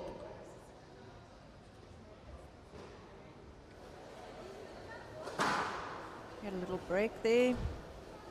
Down. 3-2. Little slip and fall. Walked it off in between. It can mess with your mind a little bit. You know you've got feeling a little bit sore and injured. Just going to have to just regroup. Lovely drive to the back. Down. Hand out. 3 all. Down. 4-3. Rebecca letting a few unforced errors creep in there. Down. 5-3. The juniors, they find it difficult to refocus, and they look back at this mistake they just made and they're inclined to make another mistake. Out. Right, that ball was out. Hand out. 4-5.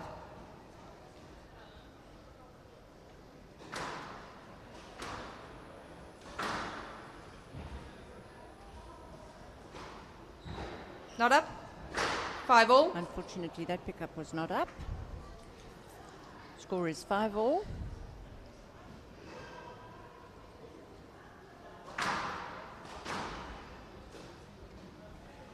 Another hand out 6-5.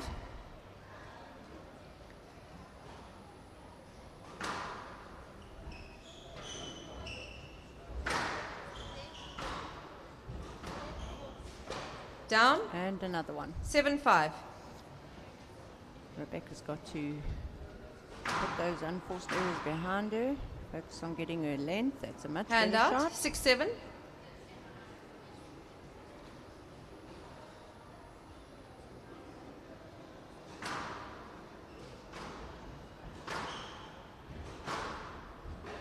Not up. Lovely drop. Hand shot. out, 8-6. Nice and tight into the neck there.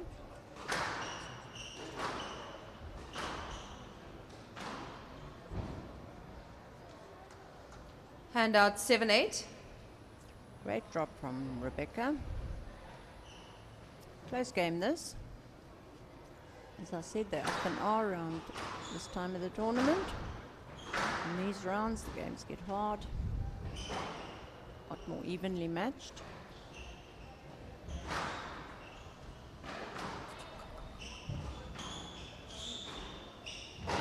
Not up. Unfortunately, that's a double bounce. 8 all. Point for point here. Yeah,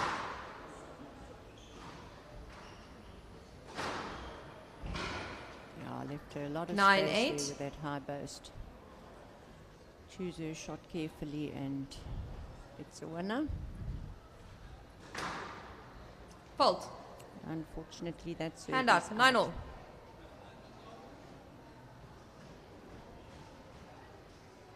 Nine all.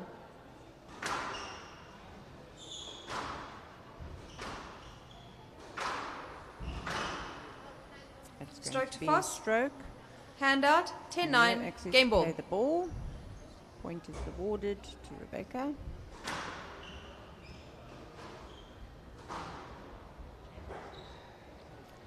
$11-9. Game to fast. Game scores 1 all. Right, game score is 1-all. So Foss keeping her focus there, evening it up. And we are at 1-all. We will see you shortly.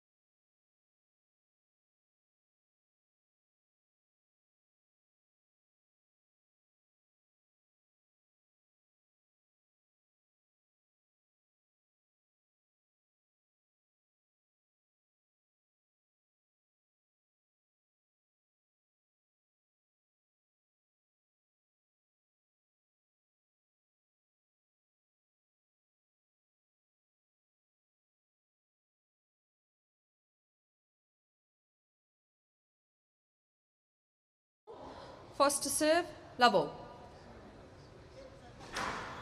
Welcome back. We're into the third game here. Boys under 15. Rebecca Voss. 1-love. Against Anushka Janse van Rensburg. Some of you might recognize the name Voss. Her father was yes, let. SA 1-love. rugby captain back in the day. That's her claim to fame. I think he's set a good example as to hand out, 1-all. how wonderful sport is. Get involved.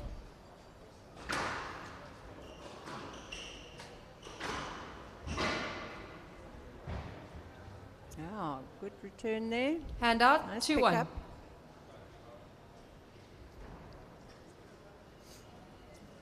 Rebecca told us she feels very free when she plays squash. She loves that adrenaline. 3-1. I think that's definitely comes from her dad, being a rugby player, being SA captain.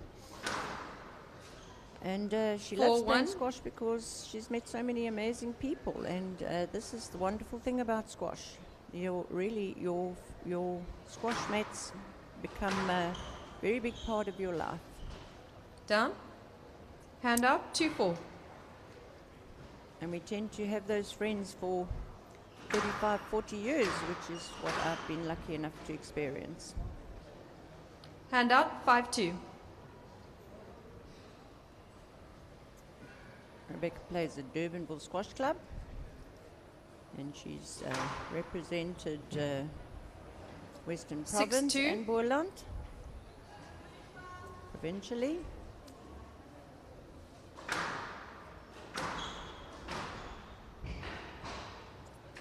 Seven two. Anushka seems to be slipping a little bit.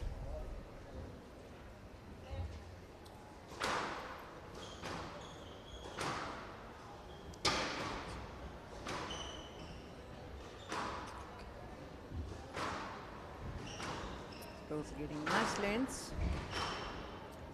Well picked up. Not up. Ref has called not up on that pickup. 8-2 left. Rebecca leading 8-2.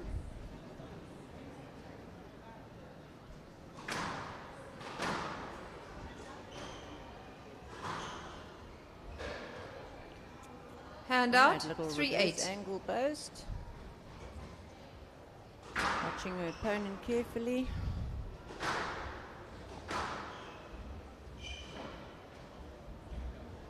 Down 4-8. Unfortunately, Rebecca had a good opportunity there, but puts it into the tin.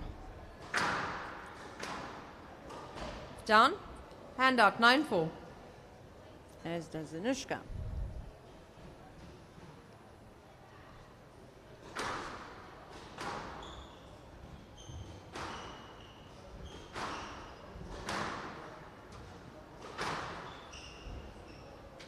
Handout 5-9. Nice angle on that cross court. Into the back, nice and deep. Down 6-9.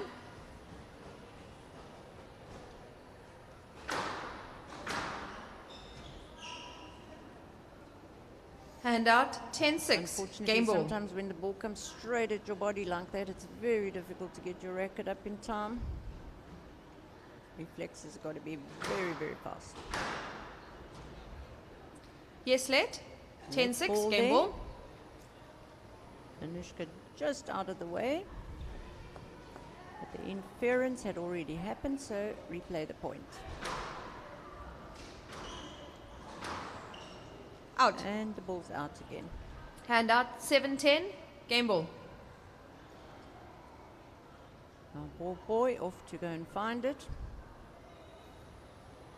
It's become a bit of a mystery here because sometimes the ball just disappears and we cannot find it. But luckily we've got this 7-10. one Game ball. back on court. Oh, nice deep serve from 8-10. Anushka. Game ball.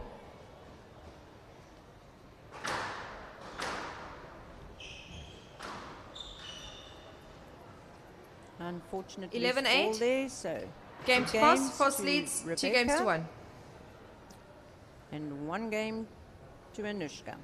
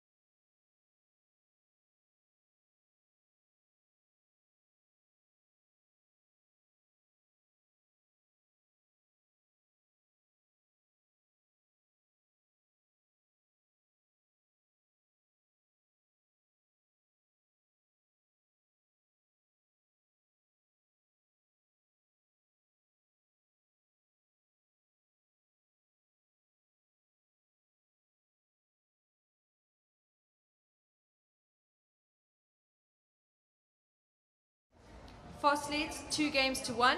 Love all. Welcome back. We're watching Anushka, Janse van Rensburg, and Rebecca Force. 1 love. Second day of play here at the V&A Waterfront. Next week will be our seniors. Hand out, SA 1 all. Nationals. Cream of the crop coming to the waterfront to give us a wonderful display of their skills. Down. Hand out, 2-1. And here we are into the 4th game. Hand out, 2 all. Lucky return, I would think I would call that. Out, 3-2. Unfortunately, that was out for Rebecca.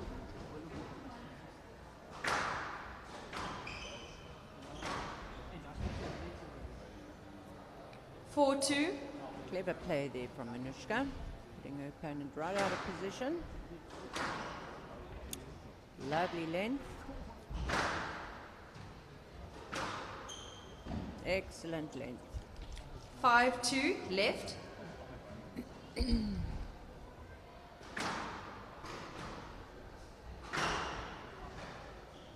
6-2. The sad thing about squash is you learn much later on that the drive, the nice tight, good length is one of the best 7-2. shots you'll ever play. Seems to get you out of trouble all the time. And creates a lot of pressure for your opponent. Get a little Yes, bit let. of a collision 7-2. there, so we'll play a let.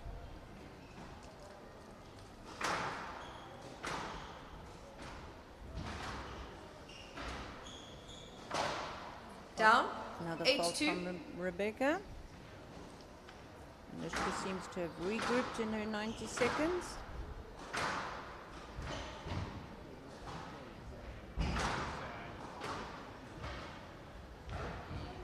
Oh, Down. good play 9-2 there from left. Anushka.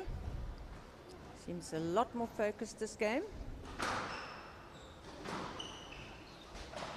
Down. Hand out. Open 3-9. opportunity there.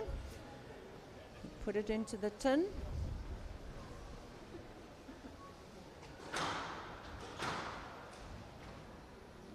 Ah. 4-9. Straight at the body, but she managed to get out the way and get her racket up.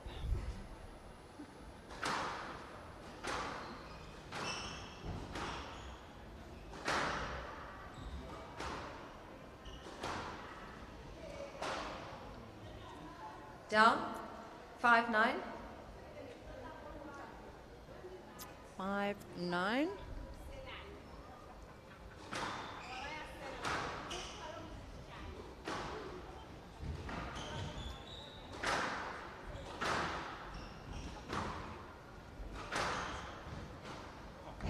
Lovely drop Not up. from Rebecca. 6-9 Great left. attempt from Anushka to pick that one up.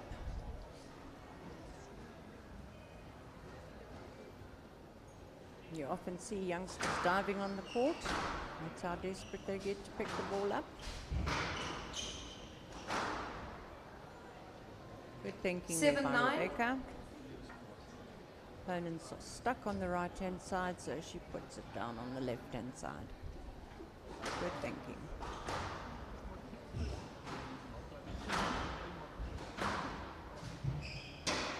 Nice length, and another good length. Hand out.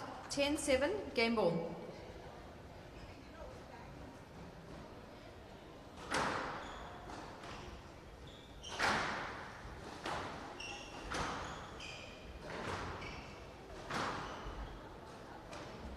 Down. 11-7. And a mistake to end the Game game. to So we are Game's now not 2-all. 2-all, and we will be back for the 5th game. Should be close again. Things are starting to hot up here. It's the first 5-setter of the day at the South African Growthpoint SA National Junior Championships for under 15s, under 17s, and under 19s. It's the best that South Africa has to offer in the junior category. If you're busy doing your shopping or you're having a look around, come have a watch at some unbelievable athleticism.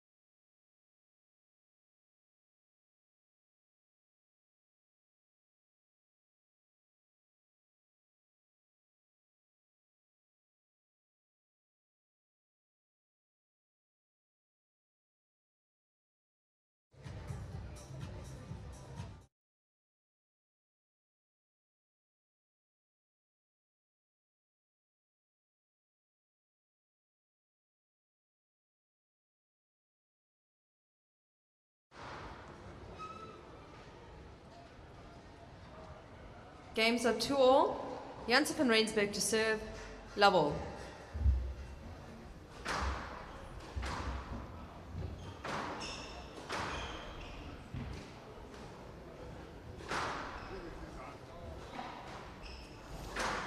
Right, welcome back for the 5th game of this match between Anushka, Hand out, Janssen van one love. Rensburg and Rebecca Voss. Been close up until now. 2 games all. And it's currently 1 love to Rebecca. And Nada. that brings us to 1 Hand out, all. 1-all.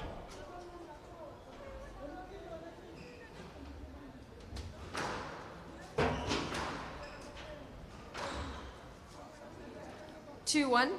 Nice tight cross court from Anushka.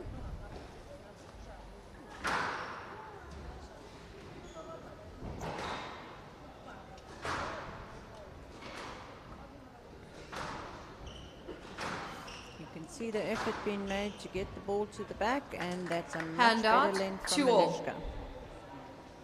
Anushka. From Rebecca, my apologies.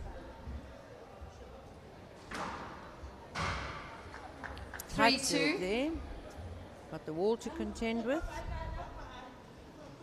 One always wants to make sure the ball hits the wall. I saw it good. 4-2. Anushka querying that ball if it's out, but the ref has seen it good. Play continues.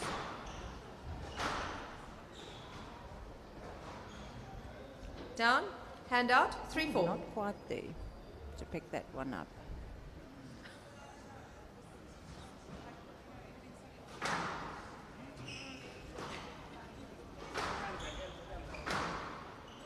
It's a nice length. Down. 4-all. That's unfortunate. She should have stopped and asked for a let at least. But she played the ball, made a mistake. She didn't have full access to the ball. Hand out. 5-4.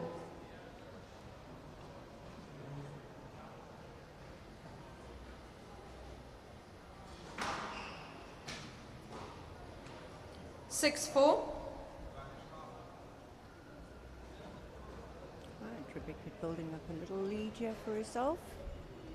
Does tend to make one feel confident. Down. 7-4. Anushka not quite getting her racket up in time for that shot.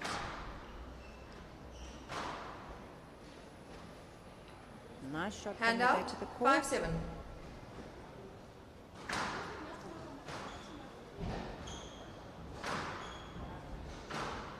Oh, lovely return there. 6-7.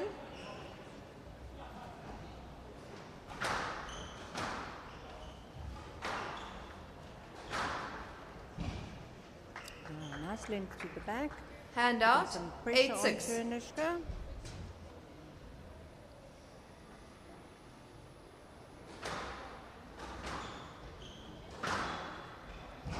That's a great length, nice and tight. 9-6.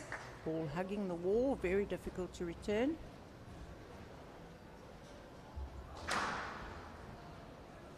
Nice 10-6. deep serve. Match ball.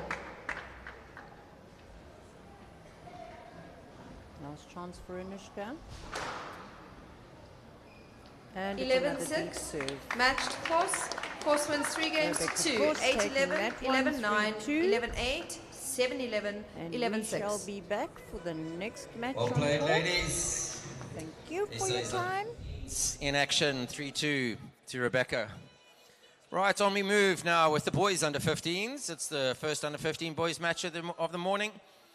Onto court is a young man. He's coached by Tulani Makumu. He is currently ranked number 1 in the Igoli Squash under 15 team. Please welcome Savata Nkuna. His opponent is currently the border number 2 in under 15s, and he's at Sterling High School.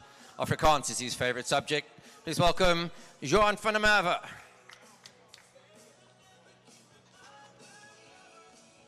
Once again, if you're needing a coffee, please support Starbucks, KFC for some food.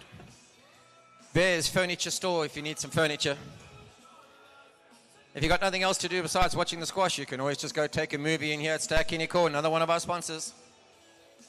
If you need some flip-flops, Havianas are there behind us, behind the front wall. Go get something from them. If you need a bit more light in your life, well, Eurolux will provide it.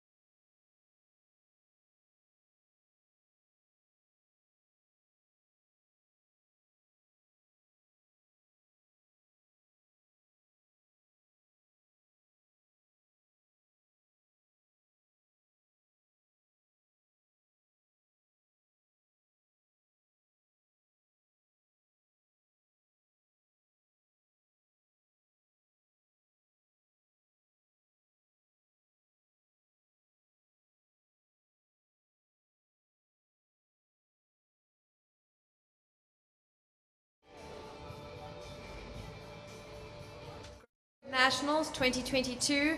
Under 15 boys, second round. Savata and Kuna to serve.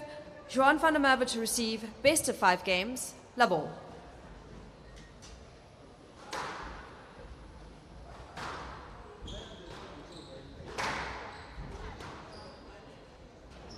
Down, 1 love.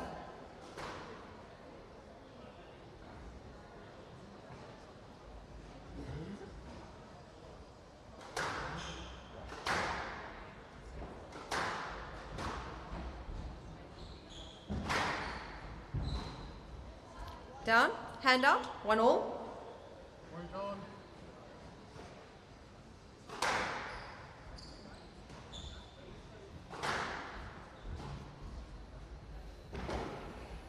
Good morning to those of you watching us live streaming from the Are you asking? Stroke ball. Growthpoint SA National. Hand out, 2-1. Here from the live from the V&A waterfront.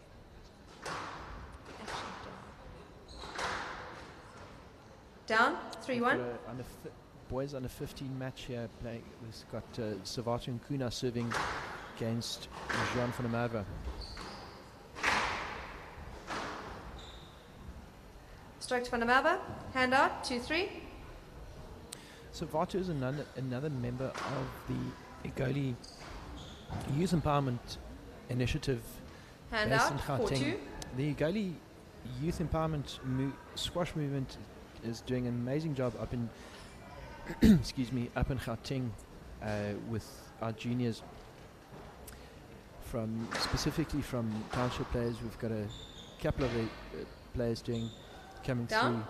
through. We've Hand even out, had 1 or 2 3-4. seniors over the years coming through from the Egoli squash. The close-up Down. angles close to 4 court all. angles, always good to watch.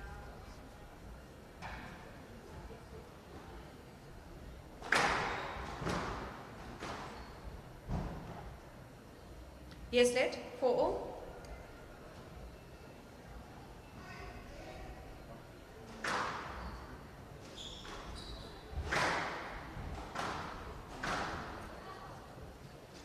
Five, 4.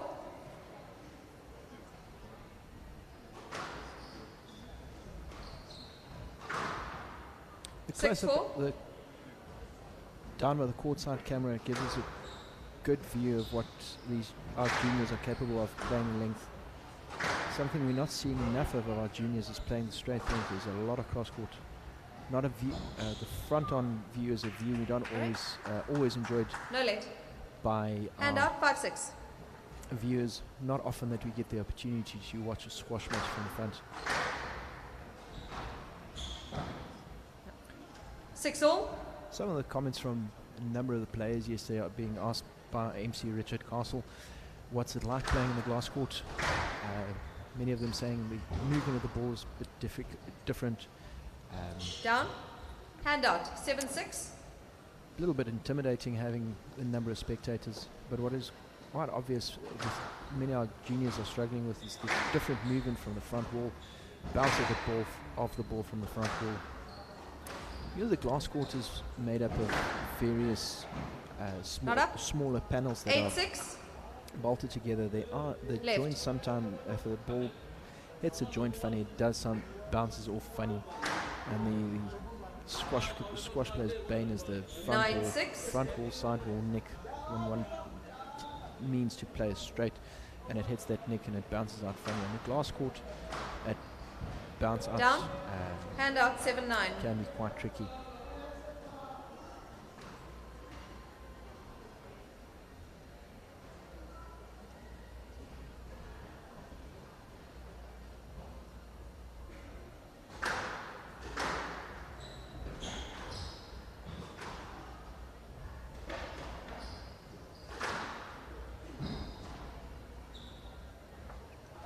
Down. Our glass court here at the V&A Hand out, favours the player 10-7, that game ball.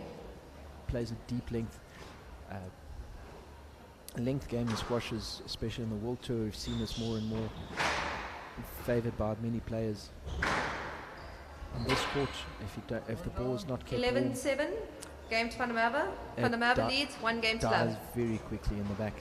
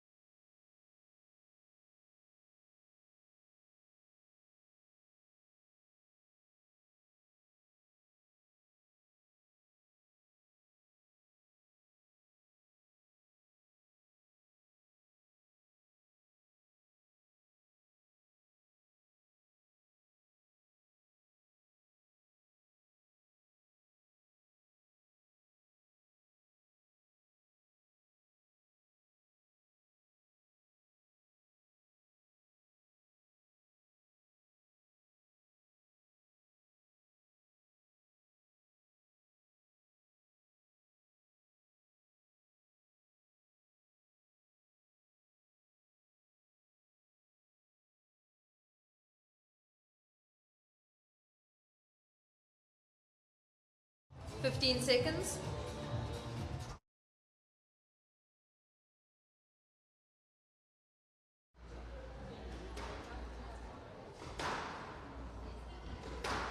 Van der Merwe leads 1 game to love. Love all. And we're back in the second game for the Merwe leads 1 game to love. Down, 1 love. Those of you that's interested and to want to know why sometimes the referee calls down and sometimes not up, the difference lies in the ball going Hand down. out, 1 all. Indicates that it either hit the tin or it was hit into the floor, whereas a not up indicates the ball bounced more than once, or the player made contact with the ball more than once with their racket.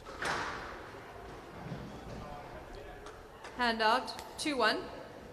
What is most decided must be another adjustment for the players to the court, as our glass court is made built according to the PSA standards, with a slightly lower tin.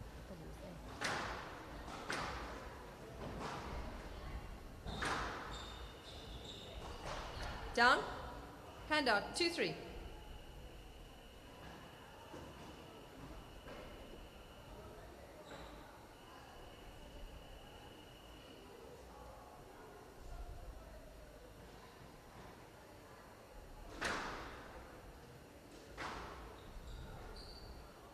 Down. Both players have Hand quite out, a 4-2. strict training regime and training 3 or 4 times a week. Young Jean states that his aspirations for improving his game is getting fitter and faster. A misconception people have about squash often is that you play squash to be fit. At this level, these players are fit in order to train their fitness in order to improve their squash.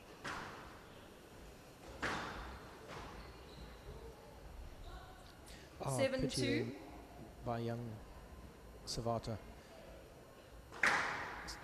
Dropping pace there on the ball instead of wanting to straight drive going down. Oh, what an effort there. 8-2. Cross court there, just too wide.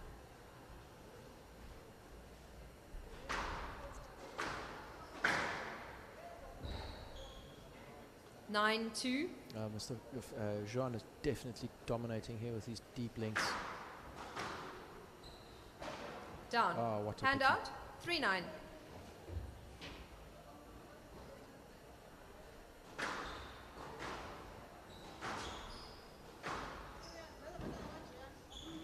Down, hand out, 10-3, game ball.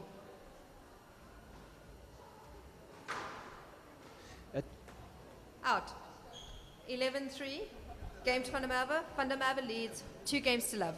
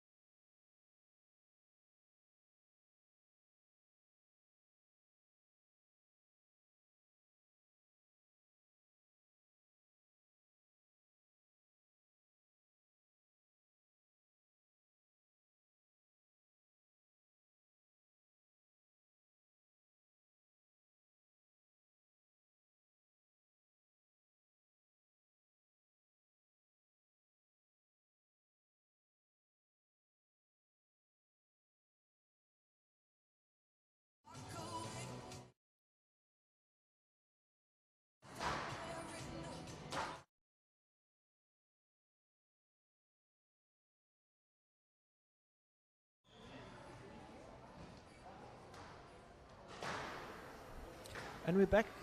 Van der Merwe leads 2-0. And see if he's going to continue his dominating streak here and finish up in 3.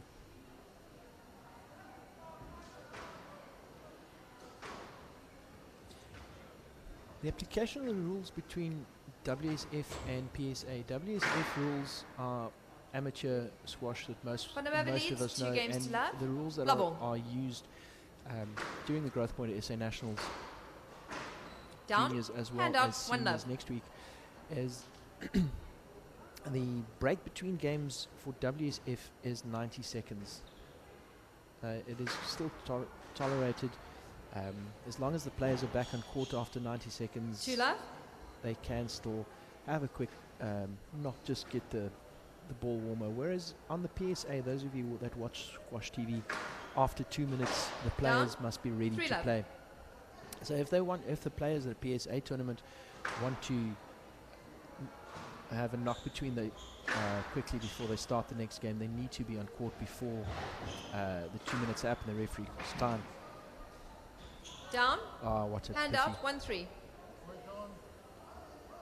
It's good to see the juniors volleying this much. Volley is such a strategic 2-3. shot in a squash player's arsenal.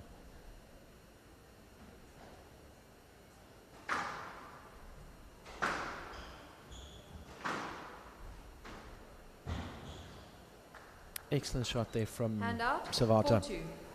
And taking the ball on the half volley, taking all the pace off and forcing the drop there.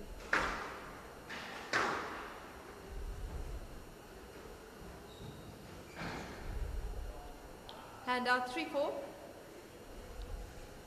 Strategic drop there from Yang Zhuan.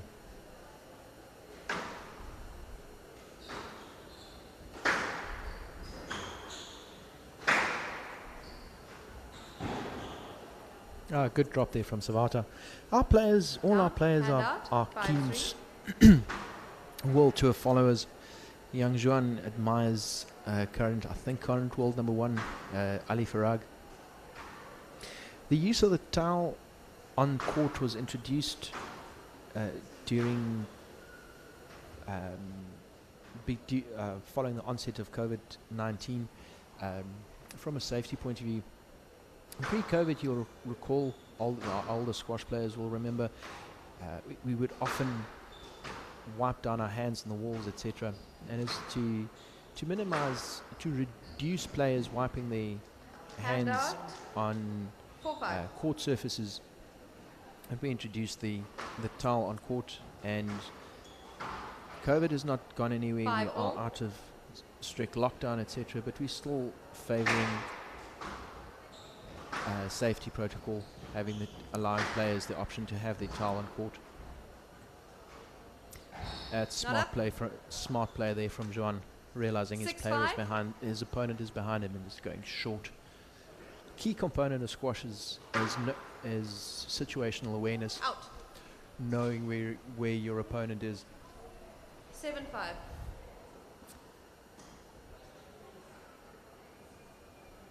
Side entertainment here with playing with squash here at the V&A waterfront with our open glass court. Every now and then it does happen that a player mistimes it and the ball disappears up into the gallery.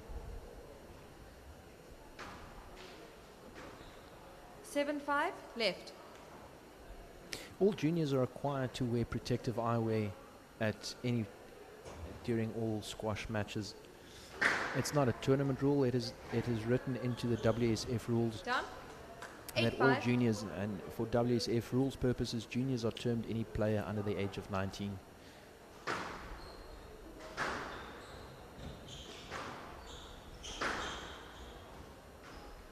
So far in the tournament, we've had good running squash. Van der Merwe, 9-5. Van der Merwe asking there for a late stroke awarded due to him. The reason for the stroke is he did not have access to the entire front wall. Down. Hand out. 6-9. Really good pickup. Sadly, the ball just didn't make it to the front wall. The entire tournament so far, we've seen really good What amazing Handout, volley, 10-6 match volley ball. there from young Juan. So far this tournament, we've seen really good running with very little players asking very little Down. from the referee Handout, other 7-10, than keeping match score. ball.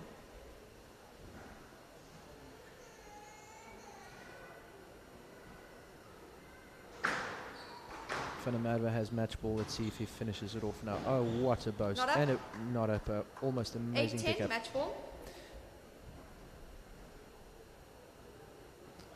And Kuna taking back another match ball from Van der Merwe. Oh dear. Stroke to Van der Merwe. 11-8. And game. It's never and match. pleasant to Van der Merwe wins 3 games to love. 11-7, 11-3, 11-8. Well done, And Mr. that Van der concludes Merwe. our first under 15 boys game. What we do here, Growthpoint National Finals, round 2 match. Please help me welcome onto court a young lady. She comes from Border.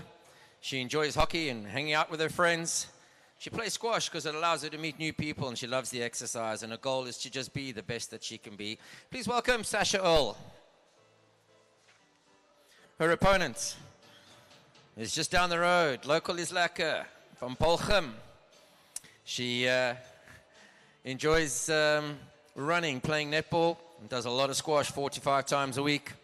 Her favorite movie is Pitch Perfect 1, 2, and 3. That's not bad, didn't get bored after the first one. Please welcome Anel Marais.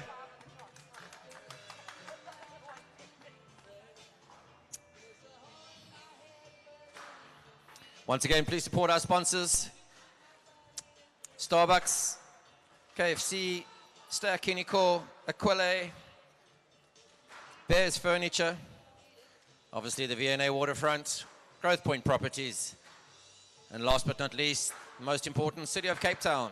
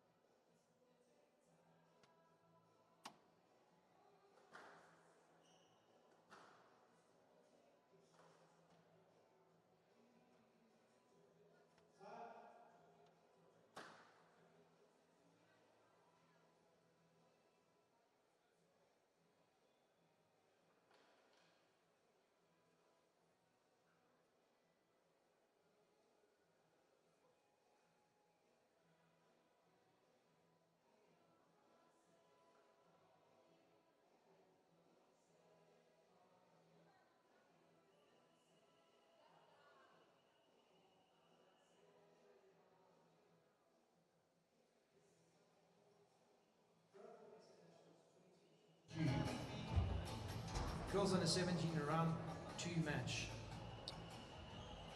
Anel Murray to serve, Sasha Earl to receive. Best of 5 games, love all. Welcome everybody back to the 2022 Growthpoint National Junior Championships. This is round 2 of the under 17 girls between Sasha Earl and Anel Murray, which you might have heard the referee say. Anel's got off to a fast start. She's 1-love. Anel's in yellow. Down 2-love. I'm hoping that all the players today have got over their nerves of first round matches and being on the big fishbowl all glass court and having people around. So hopefully matches will settle down a little bit better and the quality will improve day by day.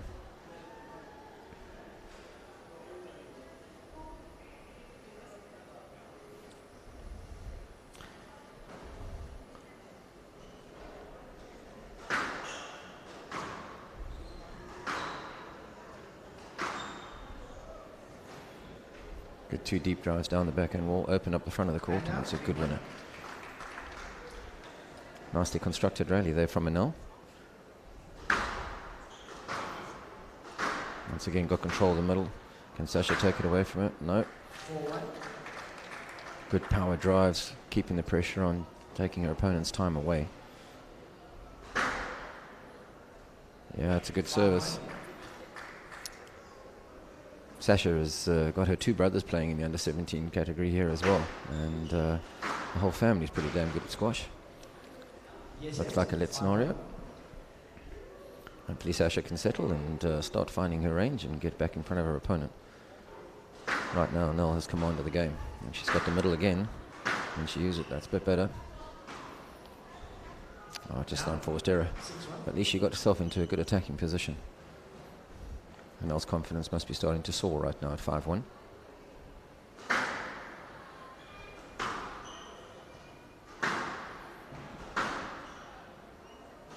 This is good. 4 balls in a row down the forehand wall, taking each other off the wall, and that's good power. Anel can really hit a really hard ball, and she's given the opportunity to. And she can really power her opponents off the court if she's given the opportunity. Yeah, it's a lovely little backhand volley drop. This one finding the right target rather than the tin like the one before, so that's awesome.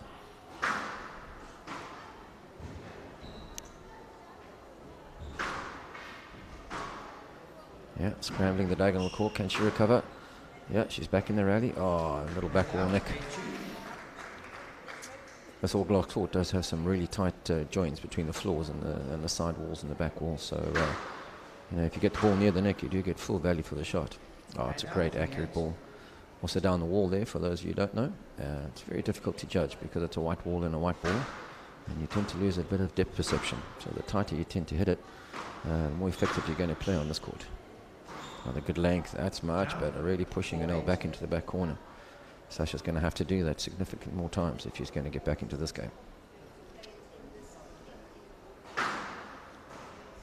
Down 5-8. One more free point for an unforced error.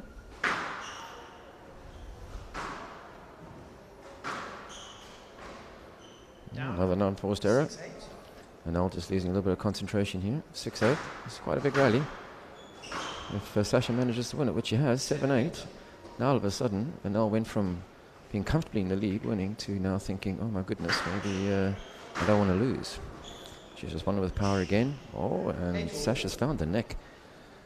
Now we have a fight in our hands. Really understanding where the one player's brain is currently at from a pressure perspective than the other. So 8-all. And she's got the middle of the court again, and she's hit another good drive. She's got control of the middle. Nice response from Anel. This is looking better. Anel working for the middle. Can Sasha respond? Yes, she has. That's a great straight winner.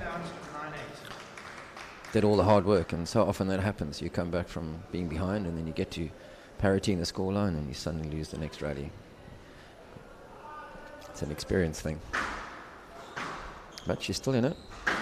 That's good power. 9-8, a little bit short. Yeah, and gone to the volley. I'll play again, lady. That gives her game ball. Can she close it out? First time of asking. A little bit short. Yeah, that's an let. I'm pretty sure that's game for first match. First game. Oh, she's been given a let. I think that's a little bit fortuitous. But I'm not the one refereeing. So it makes no difference. That's a good ball to the back corner. Nell's hit it down the middle. Oh, she could have held the shot there. Maybe got a stroke. She's got control of the middle again. And Nell's fighting to get back in. Stretching her. Nice change of direction. And that's caught her out. Well played, Sasha. Still game ball. All to play for. Unforced errors at this stage are critical. So let's hope it's one with a winner. Got control of the middle. Sasha's in the middle. Oh, that's a good volley. She's got to get that cross court wider. She's scrambling. There's the power from Anel.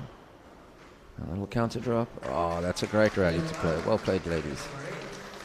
Well done to Anel from coming back there. She had a huge lead and nearly lost it, but she found the mental capacity and concentration to win. She leads 1-love.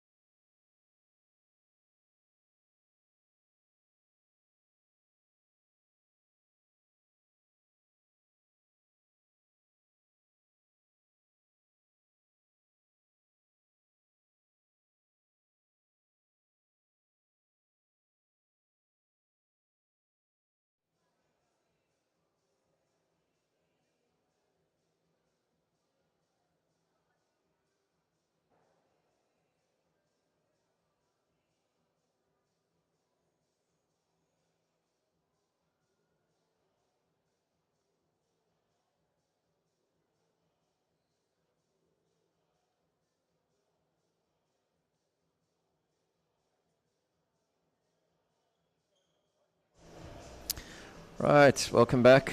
My name's Richard Castle, and we have a nice under-17 ladies national, Growthpoint national championship match going on here. Nell Murray has won the first game 11-9. Will be very interesting to see if Sasha can come and win the start the first game, the second game, the way she played the middle part of the first game. And if she can do that, then she'll get off to a good start, and then maybe the pressure will be turned on Anel, or whether Anel can start the way she started. So that's going to be the challenge at the beginning of this game. Yeah, straight away a little bit loose down the wall, giving Anel a volley, and she took full advantage with a quality volley drop, backhand volley drop.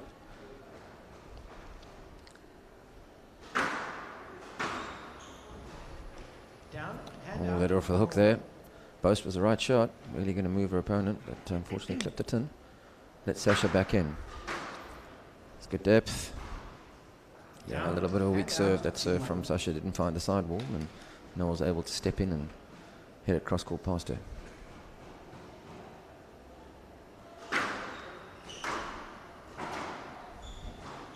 That's a good change of direction. She needs to do that more. That's very good. And once again, she did it from the middle of the court, so her returner serve gave her the tee. That's a better serve.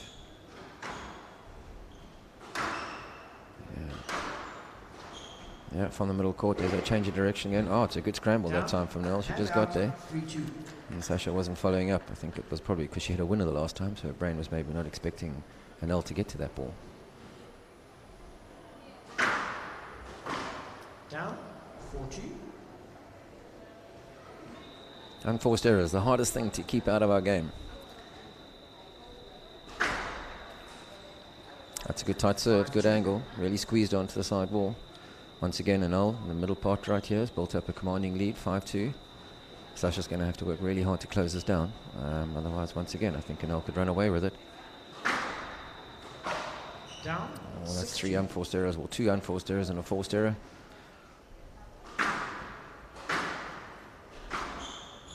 That looks like a let. Yes, let. 6-2.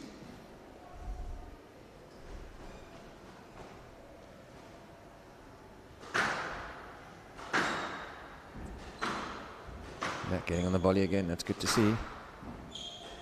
Yeah, all the way into the back corner, pushing opponent deep, good in the middle, that's a good high cross court. Now she's got an attacking opportunity, it's good power, it's well covered. These girls are scrambling, she's won the point, well done Sasha. Very, very important that she had to win that. 7-2 is starting to once again feel like a Mount Everest climb. At 3-6, she still feels like she's in it. Oh, an unforced error from up in the Anel. Just goes to show just how important that last rally was. Because Anel hasn't missed a backhand volley this game yet.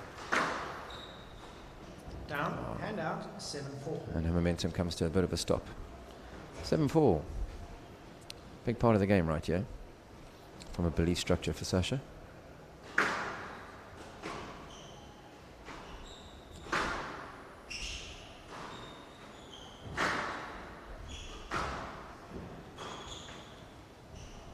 Yeah, it's a good counter drop of the off the post. That's well played. She had to do some work there, but once again she's building her lead and really building a huge advantage in this game now. Down the middle again. Oh, that's a nice little counter drop. Oh, she got there. Well done, Anil, using those long legs and arms of hers. Yeah, that's a good accurate ball into the back corner. Well done, Sasha. Might sound like I'm rooting for Sasha, but I'm actually just rooting for a high-quality game of squash where these girls really push each other. And there's certain rallies where that's happened. Oh, it's a wonderful little line and depth and control the speed down the wall. Well played, Anil. 9-5.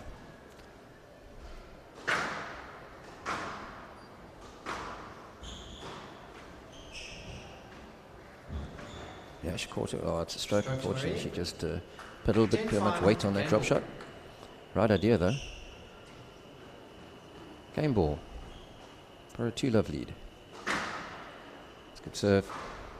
Yeah, she's got an opportunity. Yeah, and she puts it away. Well done. No mistake. Well played, Anil Marais. Very, very good. 2-love. She leads.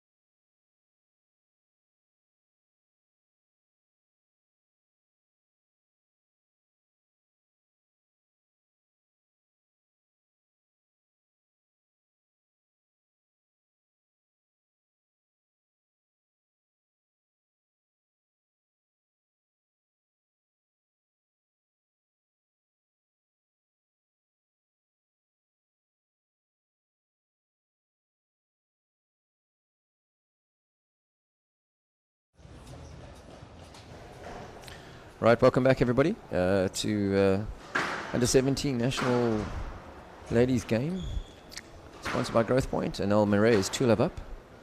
I was having a look at Sasha Earl, her opponent. She says her favorite movie of all time is Titanic. And the Titanic sunk. But there was a squash court on board. True story. It's a good boast. Can she cover it? Is that up or down?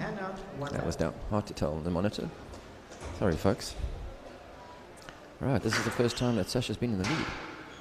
2-love. Can this be a turnaround? It's a great start. Down. Oh, that's a good return of serve. Once again, that serve didn't quite catch the side wall or put Anil under pressure, enough pressure. She came booming back with that power that she possesses. And that rushed Sasha. Down, 2-all. Every squash player's nemesis, as I said, those unforced errors. Back to parity. That's a good return of serve. Now she's got the middle. Can she work her opponent? Oh, she's giving it away. Is that power going to hurt again? No, she's still in it. That's a good high lob. Pushed her opponent back. Down, 3-2. Well done for staying in the rally there. Right box. And no, 2-love and 3-2. Once again, slowly building a lead.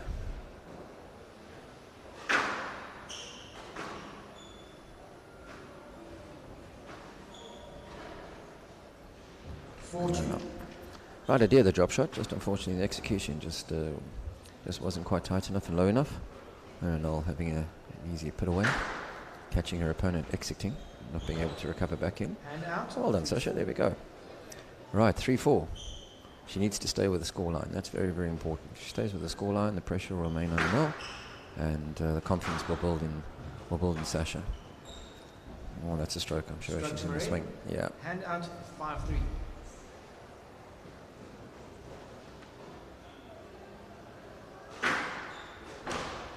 Down 6-3.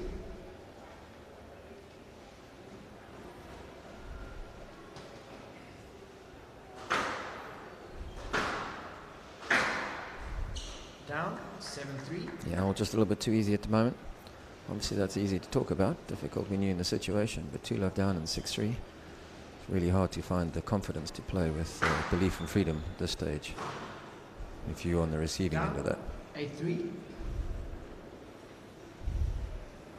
Right now, Noel is on auto drive, auto cruise control, 8-3.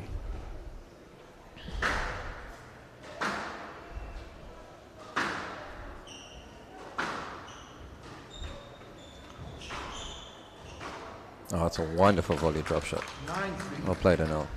9-3, 2 points away from a commanding victory.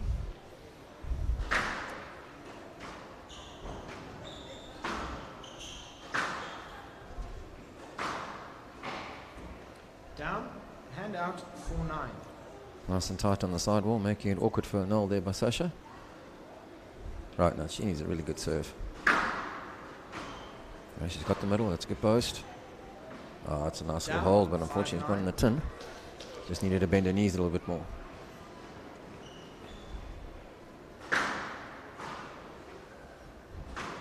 Once again, Sasha's got control of the middle. Can she win it from here?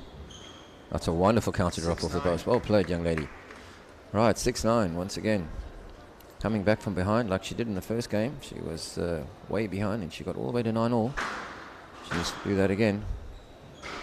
Oh, it's a good return to serve. And that brings up match ball.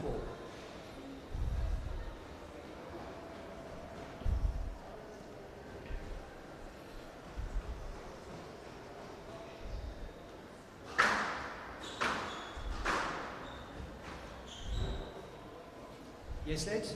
10-6, match Oh, ball. just a let. Some referees might have said that was a stroke for not giving her direct access to the ball.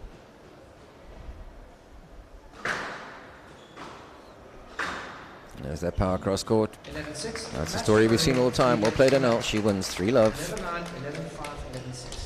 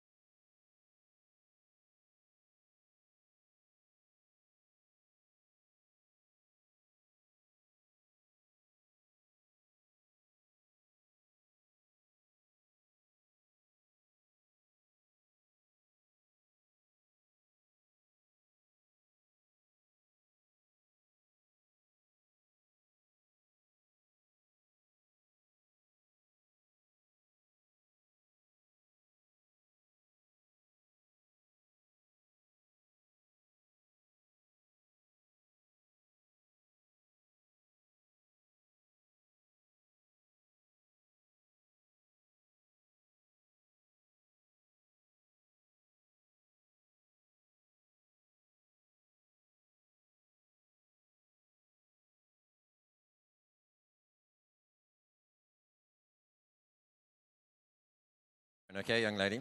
So how are you enjoying the experience of playing on an all-glass court from normal where you're always playing on a walled court? Well, it's very nice. It's an experience. Yeah, it's a little bit different. The ball gets lost in the sky. It is quite difficult. A lot of people don't know that. It's really difficult when the ball goes up. What about when it gets tight on the side wall? Is it just as easy to see? It's okay to see, but when you must get it off the sidewall, it like sticks on the sidewall, and it's a little bit hard then to get it off. So you're at school at Polcham, and do you play any other sports besides squash for the school? Yes, I play netball and I do athletics. Okay, and what do you do in athletics? What afstand or? I do gewichten. Okay. Yeah, and spiesgooi. You throw this? Okay. Excuse me. All right. So from a squash perspective, your plans for the rest of the year and for next year and your goals and your aspirations, what do you want to achieve? I want to be in the top 10 next year, but I also want to just have fun and get my stress off the way. Okay, so it sounds to me like stress gets in the way of having fun. Yeah, a lot. Did you feel stressed on the squash court today? Yeah, because she's a very good player. But yeah, my stress level is just, it went a little bit down because I got a little bit more like confidence. So yeah, it was very nice. Well played, young lady. Good luck for the rest, and it's lovely to get to know you. And Marie, everybody. All right, we're going to move on with the next matches. Once we find a referee, I don't know who it's going to be or where they've gone. Oh, there he is. Marius is back. He only did about 11 matches yesterday.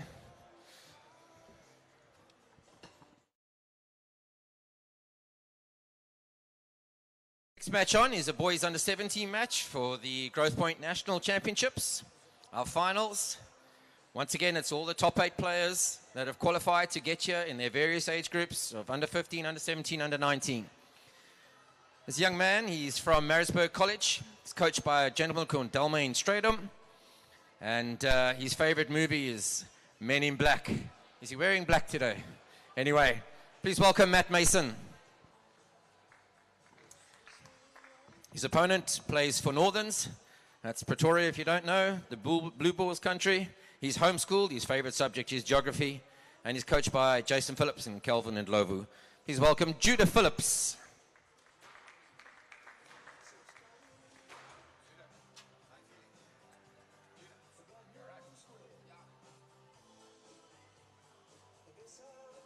The referee for this match, as I said, is a young man by the name of Marius Stoltz. And yes, Marius did pay me to use the word young.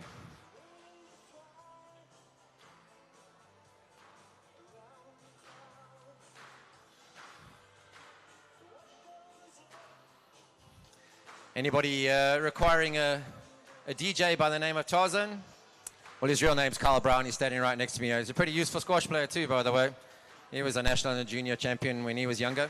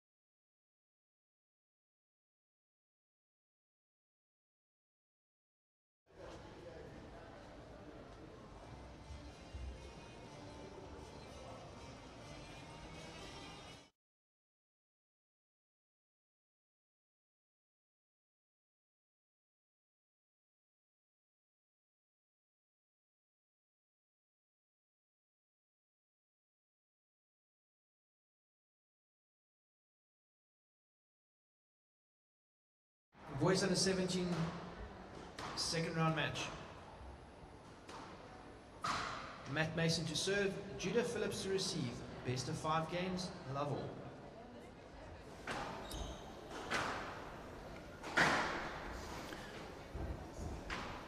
Good morning, everyone, and welcome back to the 2022 Growthpoint Nationals. Our juniors are playing this week and our seniors are playing next week. And this morning we have on court in their second round match, it's Judah Phillips and Matt Mason. They are both under 17 boys. And this is going to be a great spectacle of squash. We look forward to this match. One love to Mr. Phillips.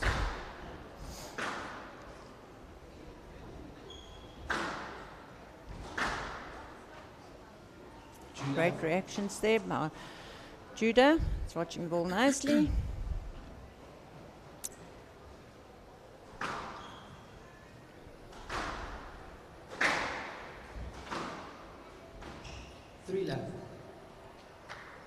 Great reactions again. In the middle of the court, ball coming straight at him. Manages to get his racket up.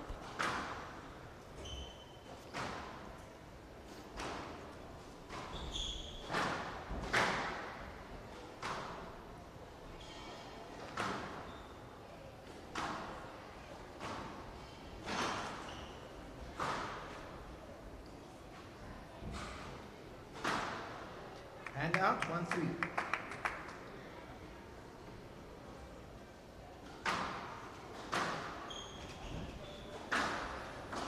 Down, 2-3.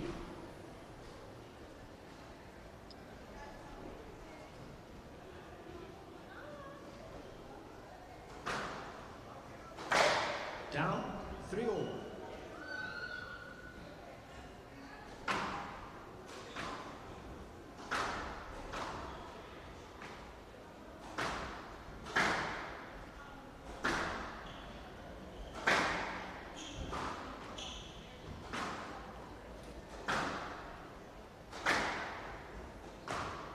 Both trying really hard Down, to push their opponents and to out. the back. 4-3.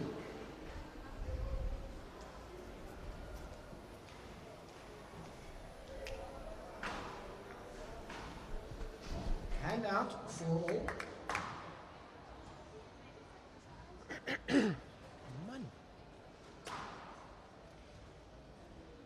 Down, 5-4.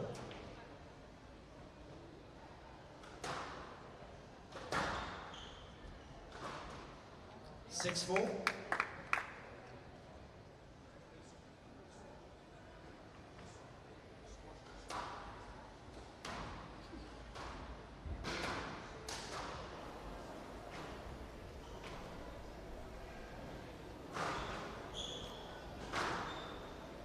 Matt almost leaving that shot a little bit too long. Managed to get Hand it. out. Lovely little ball 5-6. in the front there.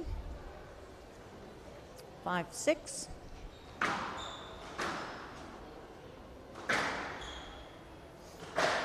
Down, 6-all. Unfortunate error.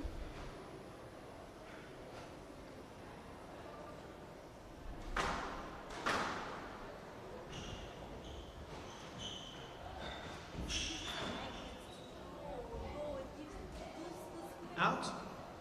Hand out. And we've 7-6. lost another ball out.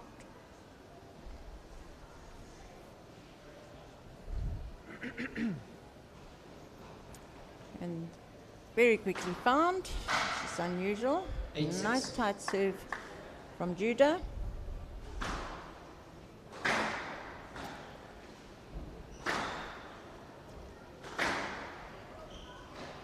Nice and deep, change in direction there. Down. Lovely drop shot from Hand Matt. out. 7-8. Nice close game. Point for point here.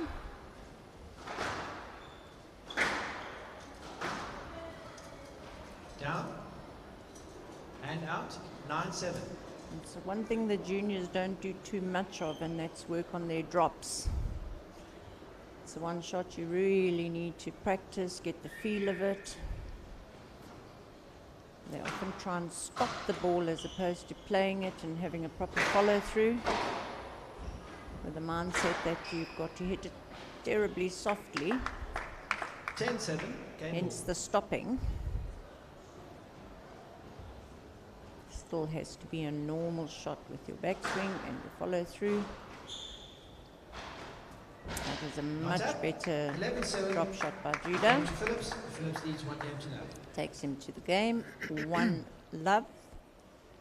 Boys under 17. We'll be back for the second game.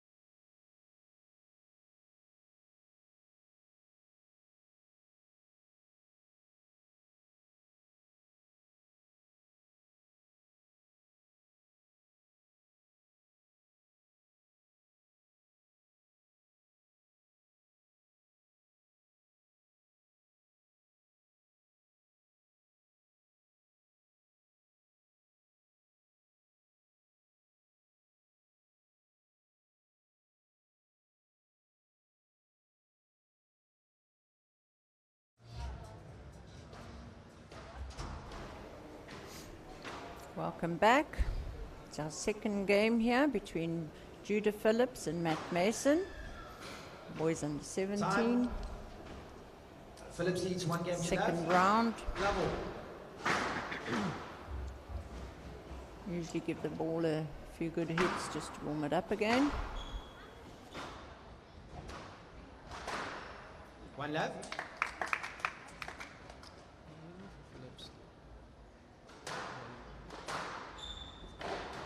Not up. Hand out. 1 all.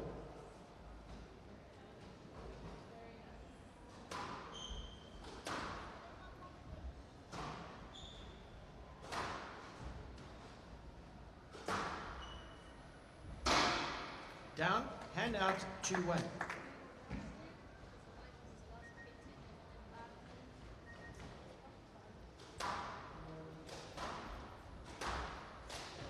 Down.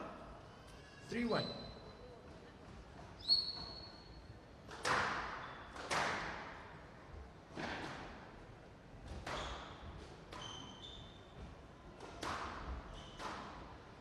Four one.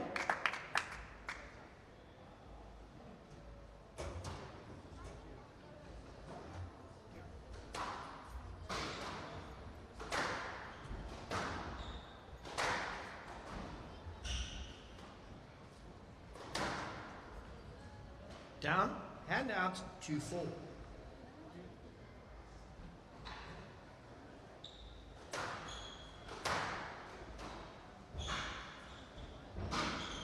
Hand out, 5-2.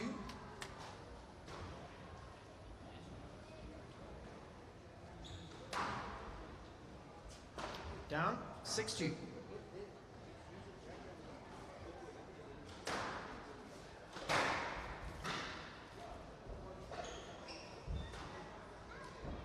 Down, 7-2.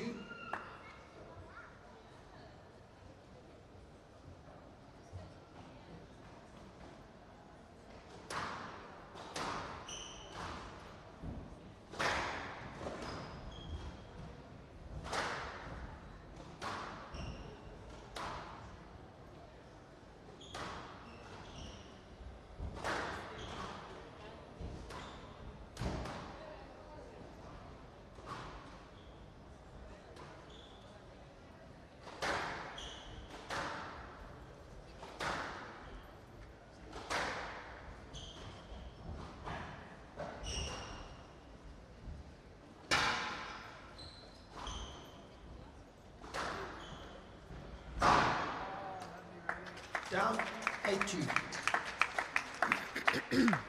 Left box.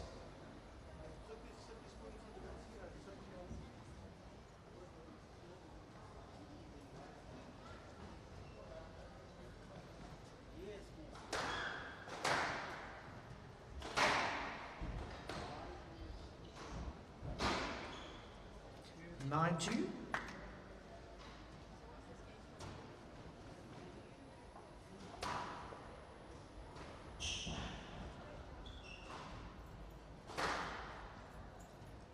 Game ball.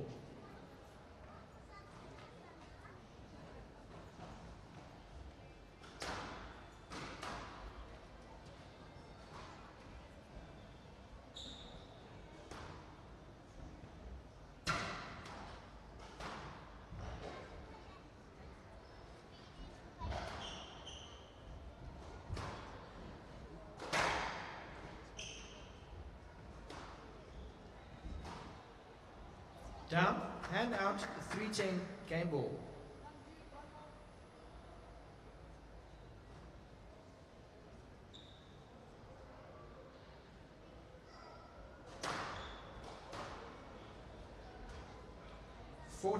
Game Ball there.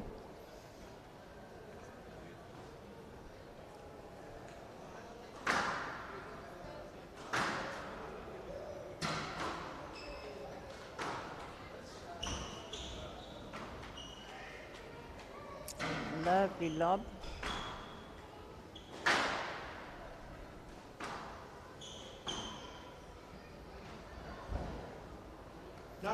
Superb drop into the corner. Game to Phillips. Phillips leads 2 games to love. And that's 2 games to love to Judah Phillips. We'll be back for the third.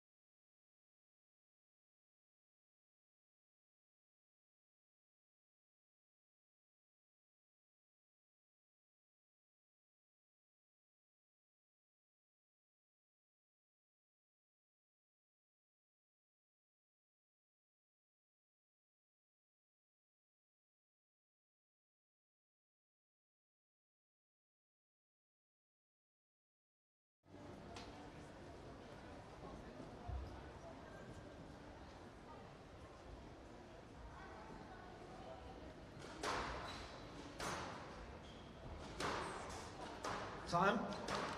Phillips leads 2 games to love.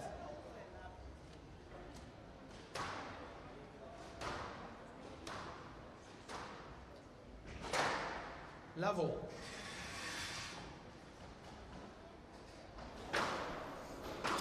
Welcome back. This third game, boys under 17, second round match.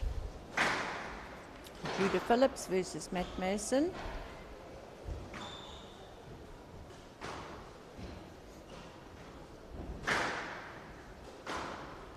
That boy's moving very well on the court here. Lovely drive. Opens up the opportunity to play that little trickle boast.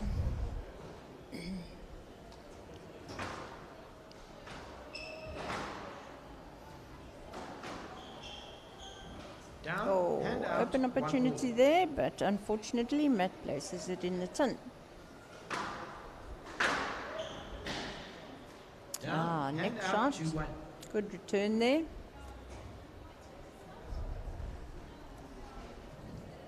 We are 1-1.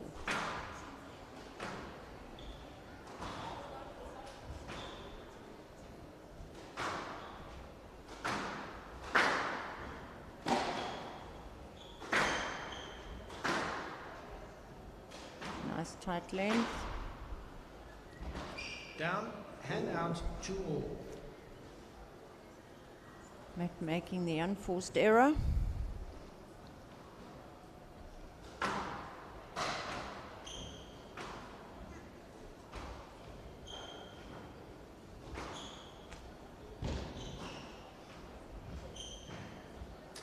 Hand out, 3-2. Right, lovely length to the back, sets himself up. gets his opponent out of position and puts the ball away.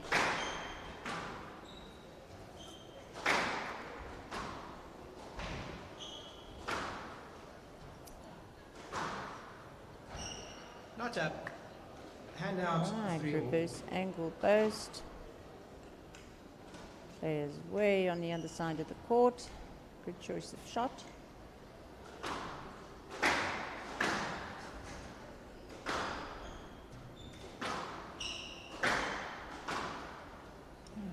Both boys hitting the ball right down the middle, making it really difficult for themselves. Good pickup Out. there. Unfortunately, 4-3. out.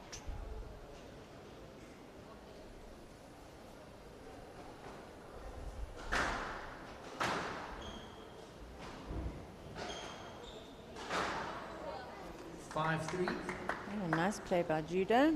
Lifts the ball, makes it difficult, and then next week shot Down, puts it hand away. out, 4-5. Just couldn't get it that right that time.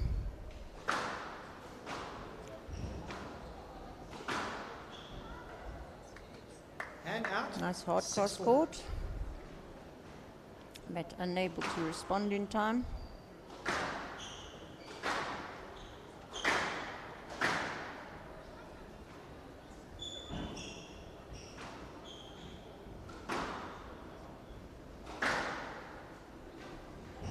Just trying really hard to get Matt moving, and he manages to do that, get him right out of position, and then chooses his shot.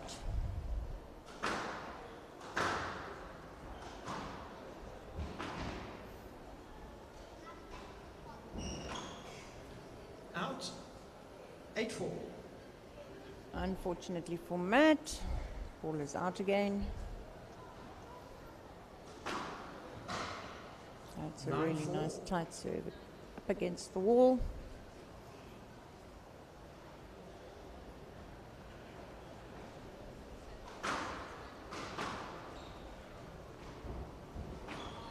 Great job, drop from Judah. Match ball.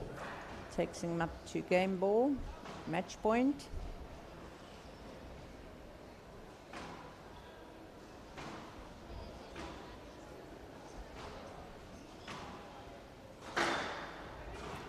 Down. Judah Hand out, using his lob 5-10. to try and get Match back ball. onto the tee. A little bit short that time.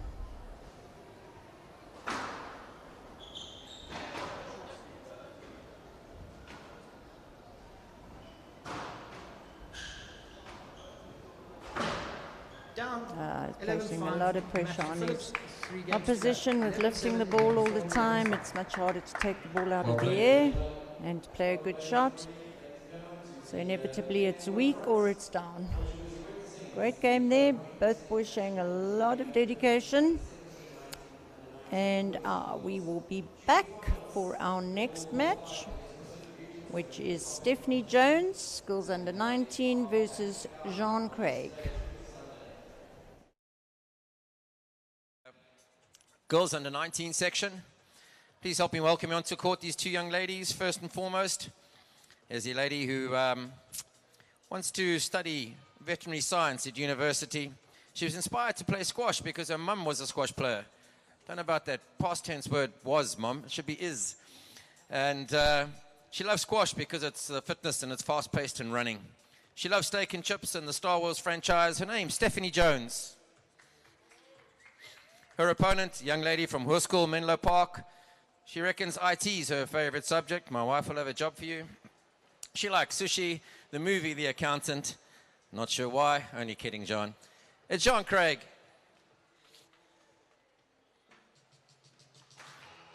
And Marius, our referee.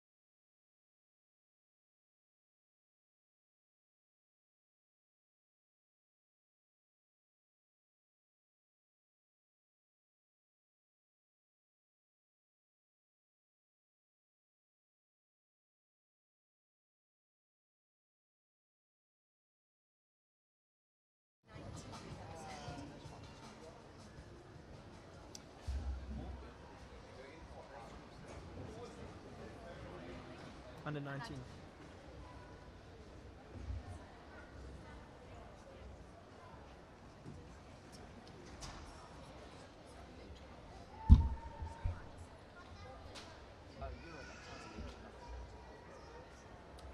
Growthpoint SA Nationals 2022, girls under 19, second round match.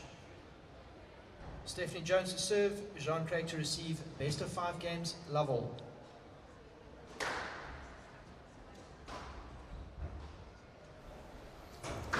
Right, welcome back to the V&A Waterfront, where we're having the Growthpoint Junior Nationals 2022.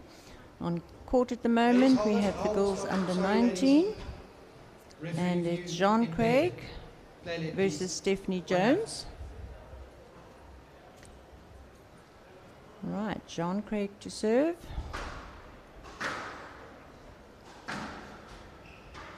These are second round matches. Tournament started yesterday. Two left.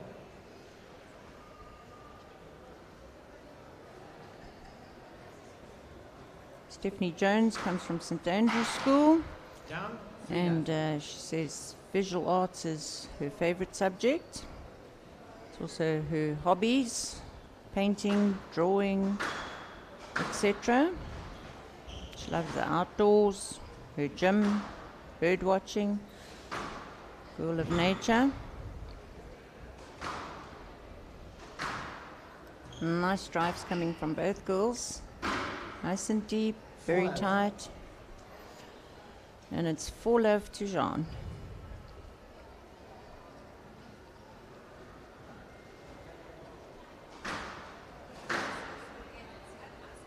Yes, let 4-love. Jean is also from Gauteng. She's currently at Menlo Park, Hoërskool. And she loves studying computers, and she'd like to further her career in that and be a computer engineer. And she's going to carry on with her squash while she's there and keep dancing. It's one of her hobbies, loves dancing. Yes, let 2-4. A little bit loose there coming from Jean. And again. Yes, let 2-4.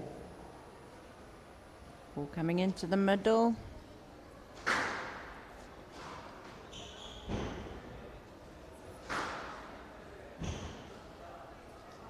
Nice drive down the back ball.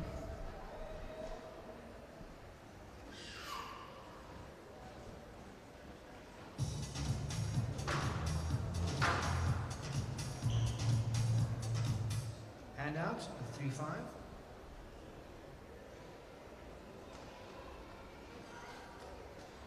A bit of interference there with the music. I know what happened there.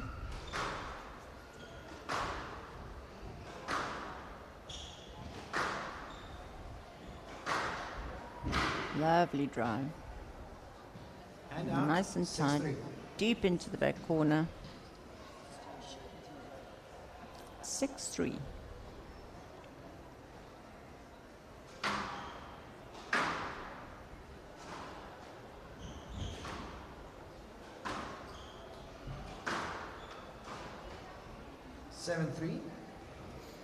Lovely tight little burst.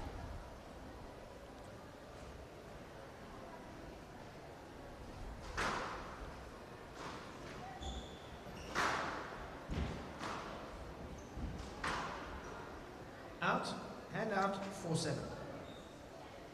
Unfortunately, she's opening her racket face just a little bit too much, and out the ball goes.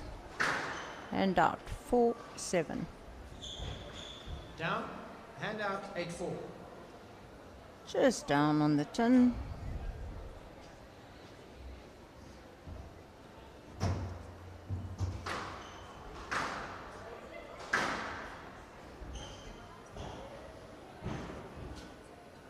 Great drop.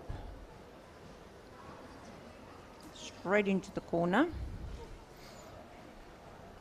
That's what we call a nick. I'd actually like to know where that name originated from.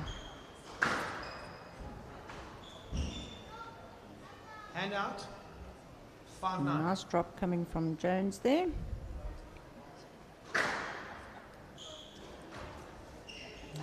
Very loose into the middle. Stroke to Jones. 6-9. And that'll be a stroke. To Stephanie, no access to the front wall, so the point is awarded.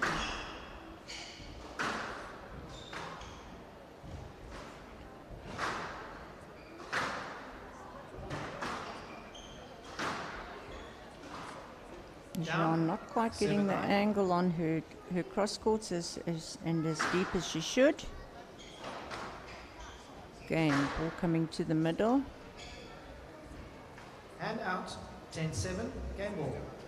Clever little trickle base there. While the opponent's not watching her, you've got to watch your opponent. You can very often tell what they're going to do with the ball depending on their body position. So, good to watch them.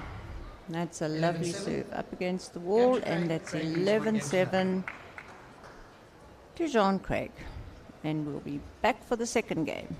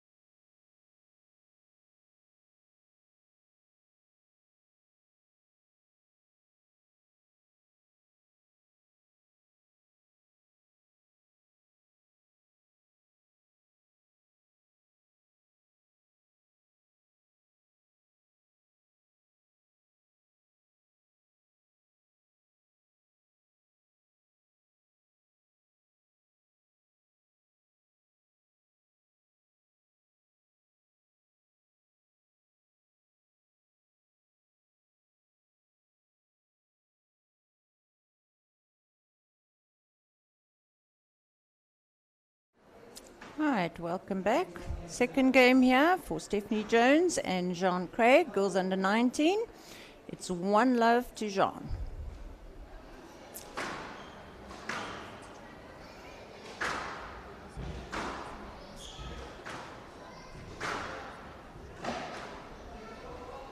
Down, 1-love. Oh, cut off, not quite working there. Not quite in position to play the ball accurately.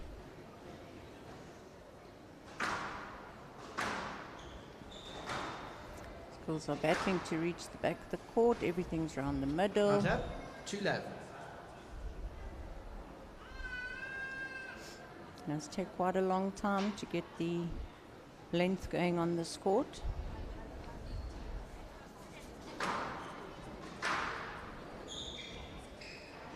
Oh, And out, unfortunate 1-2. there. Directly down the middle. One thing we do find with juniors is it takes them a long time to ask for lets and to get used And to out, knowing that 3-1. if they are impeded with their shot, they are entitled to ask for a let.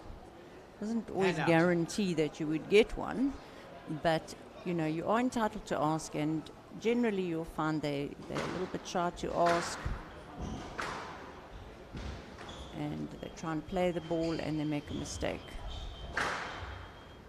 4-1. A nice hard cross court there. Stephanie unable to turn her body to get her racket up to play that shot.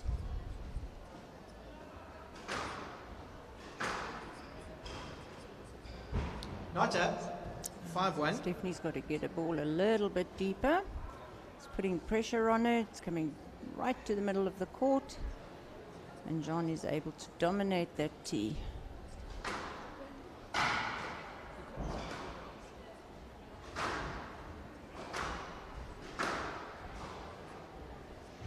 Stephanie cutting the ball off nicely, taking time away from her opponent. Down. Unfortunately puts the drop 2-5. shot into the tin.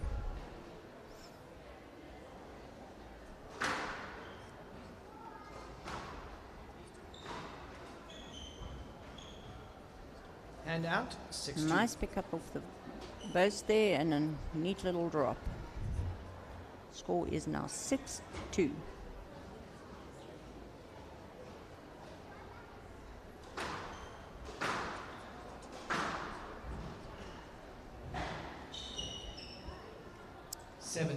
Great boast, very wide. And completely out of position to pick that one up.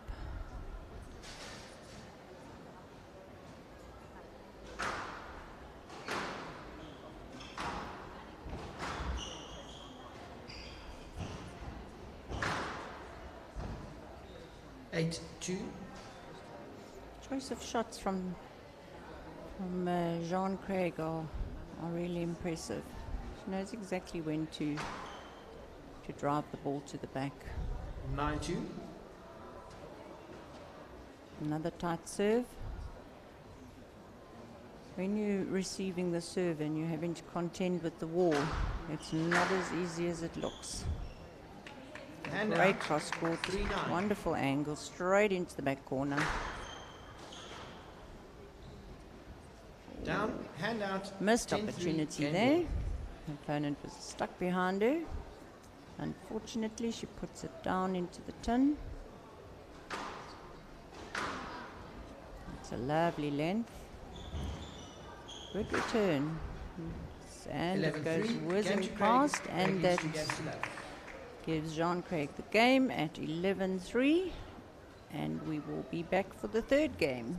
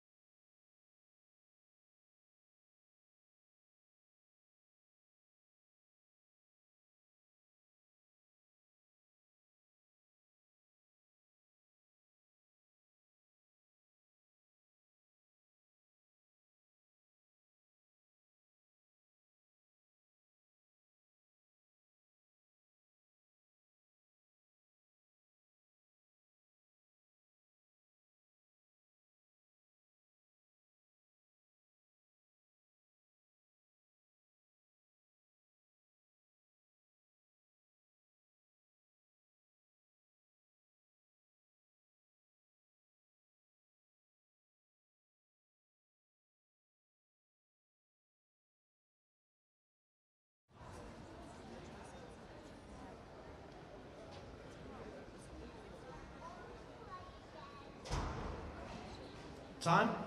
Craig leads 2 games to level. Right, so we're having Jean Craig and Stephanie Jones here.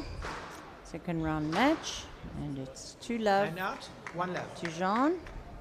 It's a nice deep cross court from Stephanie Jones, and they will play late there because her opposition wasn't ready.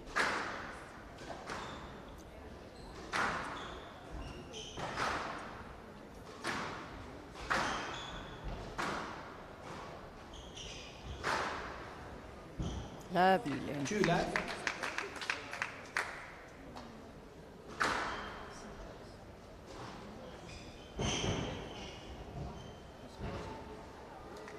Three love.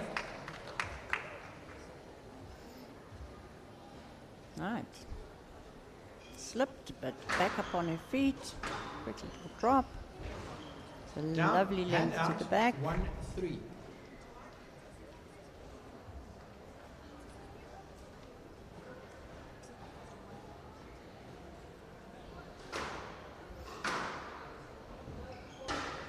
Oh, Down, nice deep. hand out, 4-1. Ball slows right down in the back corners. Very difficult to return those.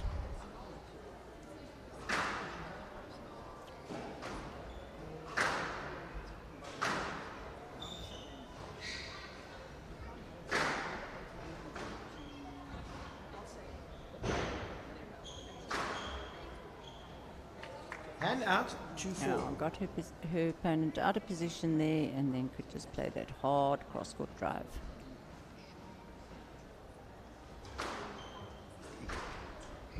Not up. Hand out, 5-2. A little slow to react to the return there.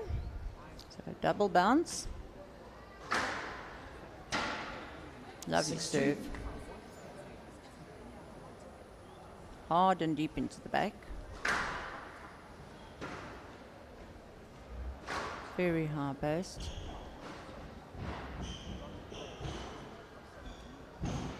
That's an excellent pickup Hand out, and nice 3-6. length to the back.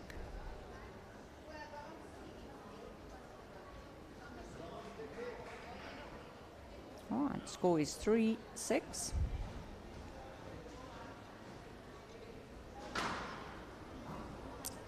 a lovely serve 4-6. onto the wall.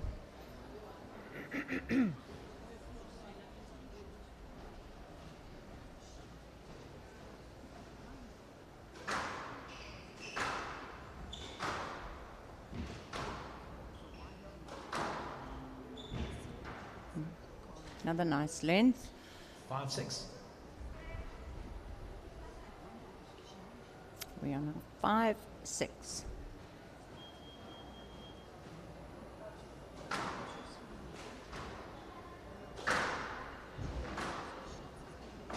Down. Oh. Hand out, 7-5. Right shot, just not executed well enough. And that's a 8-5. lovely serve. 9-5. All right, Stephanie Jones steaming ahead, yeah? 10-5. Game Another ball. error from Jean. Left box. And it is game ball for Stephanie Jones.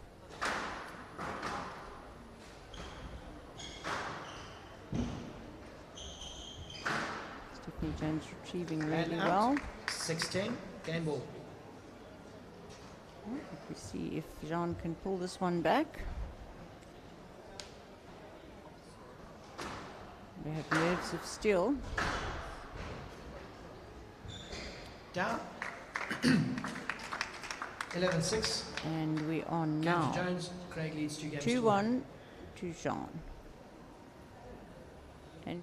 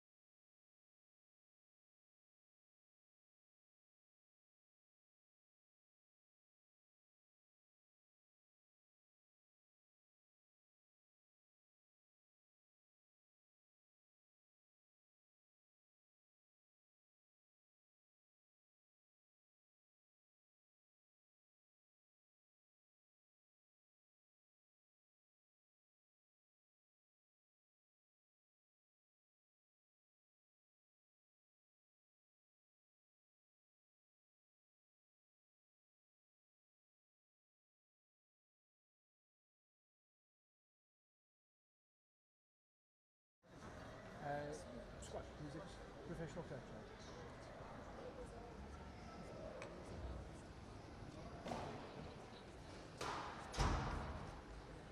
Time. Craig leads 2 games to 1. Jones to serve, level. all right, welcome back.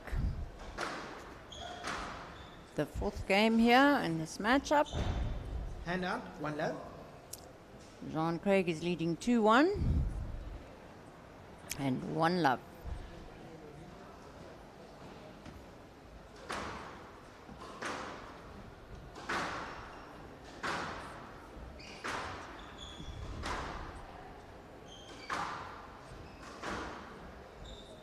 A nice little drop into Hand the out, right-hand 1 corner by Stephanie. 1-1. 2-1. Jean not watching the ball as well as she was just now, making the odd mistake.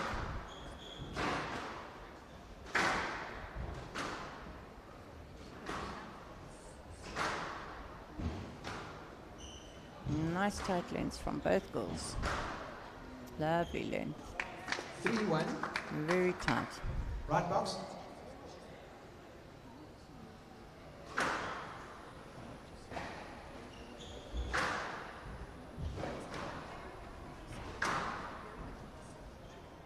Four-one. Again, lovely length into the back, comes rolling out. 5-1. And that's a great winner.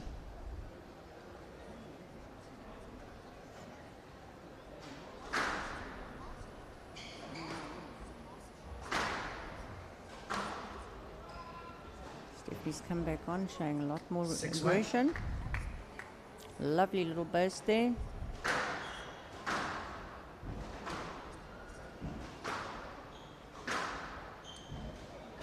Down. Playing with a lot of purpose 7-1. here. 7-1.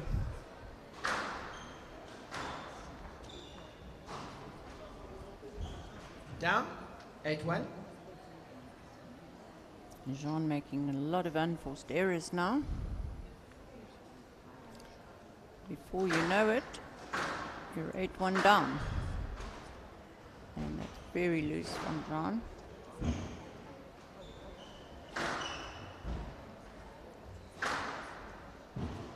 Stephanie really stretching herself here. Very determined.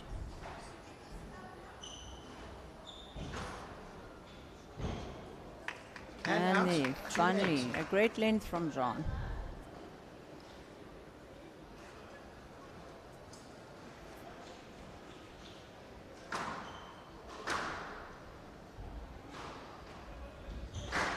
Oh, straight at herself, 3-8. very unfortunate.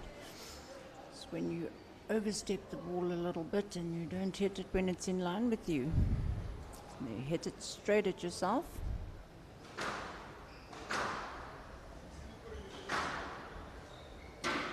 And that's a super 4-8. length.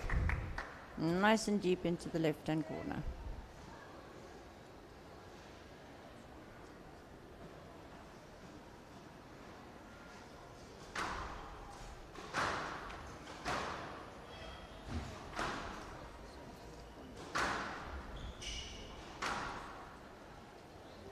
Unfortunately, a little bit of an overhit and ball is out. Score is now 5-8.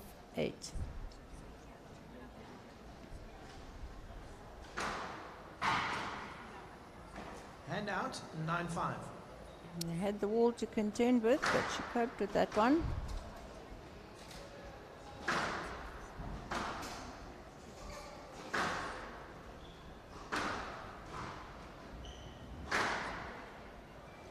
Oh, nice hard cross court. Left box. Jean not able to get her racket up for that one.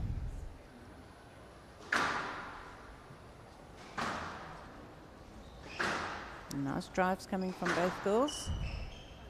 Pushing opponent back, and that's Hand a out. lovely drive. 6-10. Game ball. Stephanie just unable to get the boast up.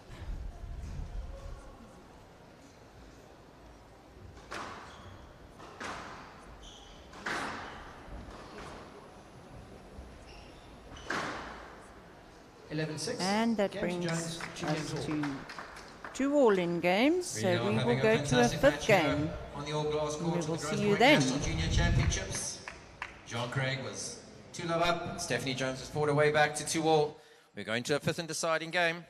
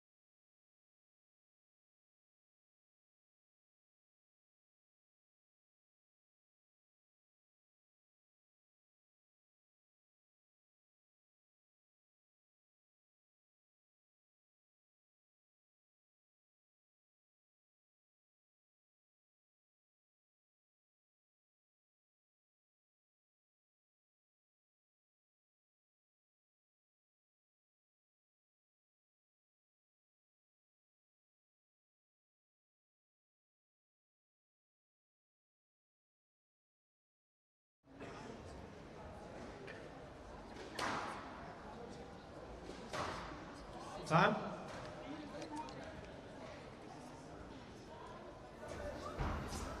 Right.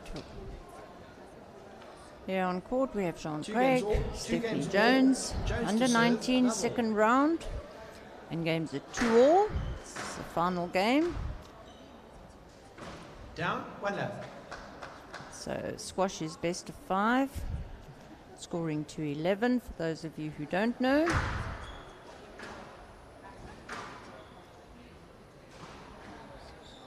Lovely Hand out, burst. 1-all.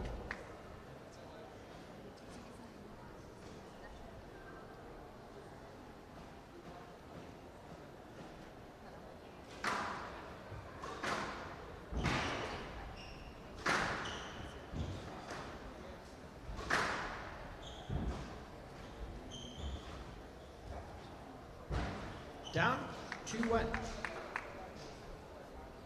Right, you tend to find with the juniors, they love the burst. As you get a little bit older, you realize how ineffective it is unless you have to play it. At junior level, it seems like a spectacular shot, so we play it often when we're juniors. But you learn it's a shot that really only needs to be played when you are digging the ball out the back corners, and every now and then it can be used as a winning shot. Not up, 4-1.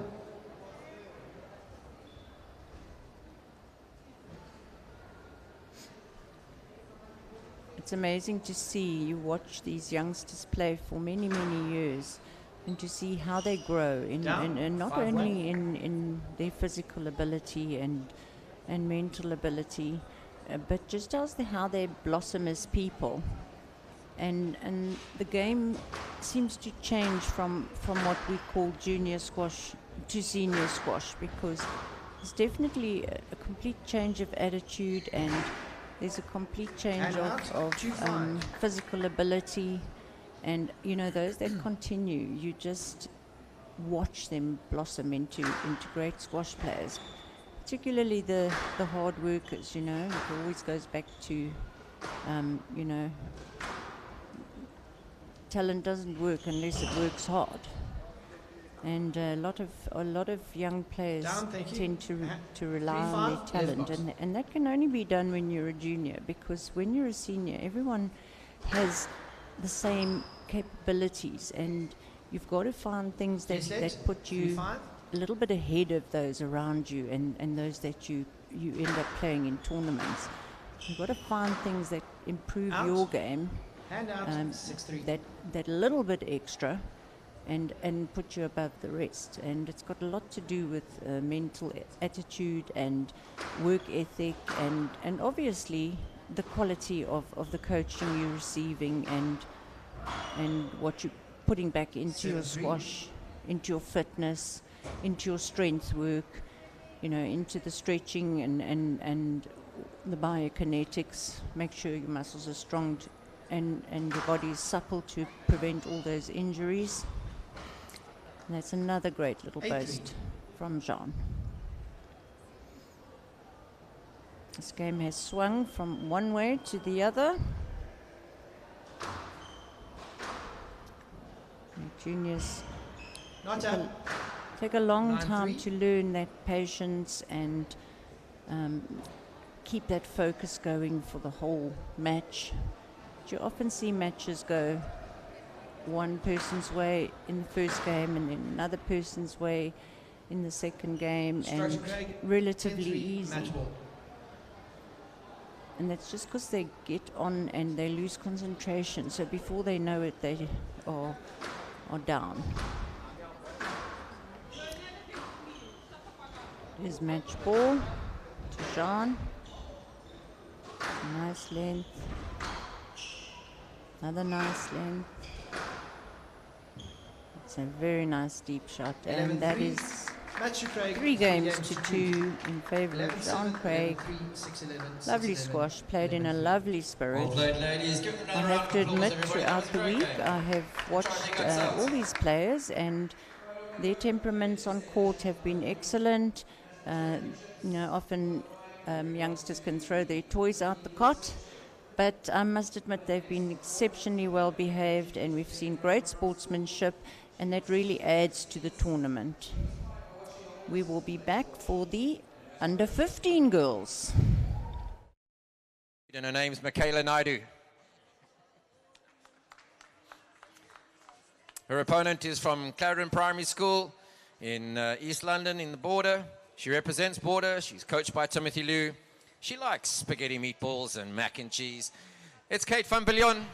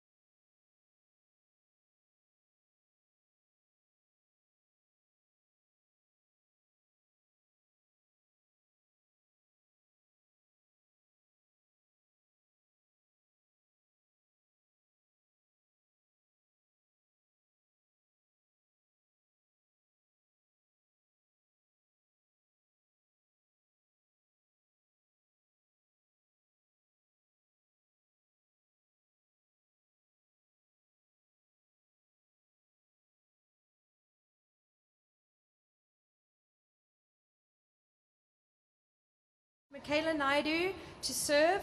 Kate van Biljon to receive. Best of 5 games. Love all.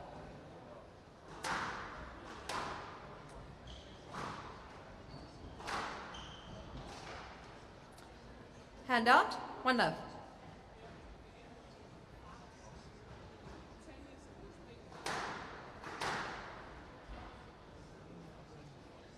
Hand out. One all.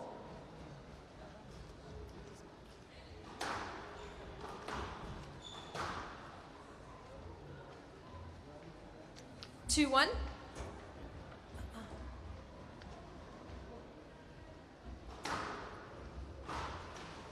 Down. 3-1.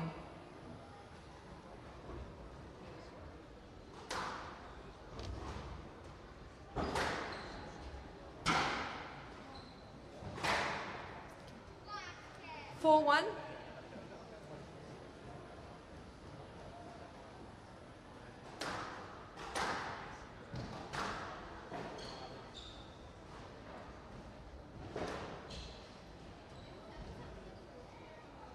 Sorry? I saw it as good, but do you want to play late? 4-1. It was late anyway.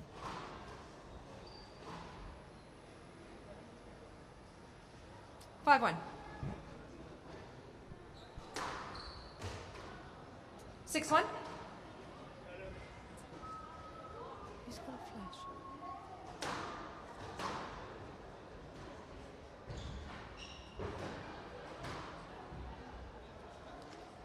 Hand out, 2-6.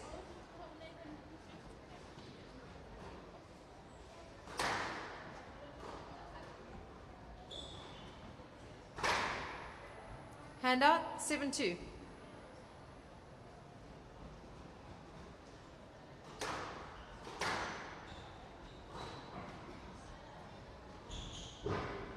Down. Hand out, 3-7.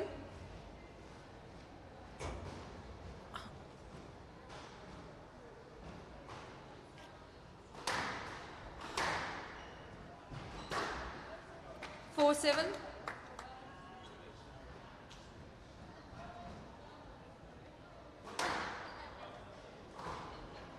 Down. 5-7.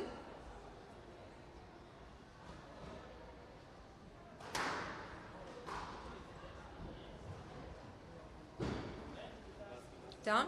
6-7. Left.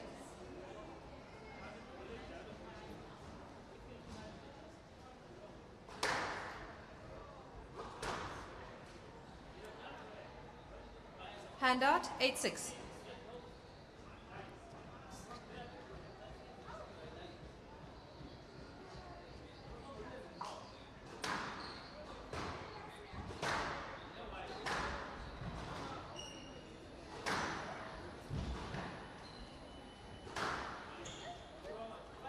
Out. 9-6.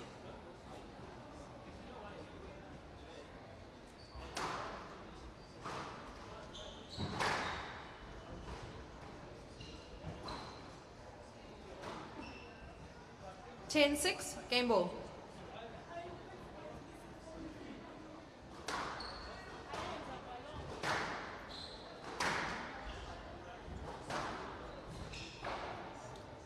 Eleven, 6. Game to Naidu. Naidu leads 1 game to love.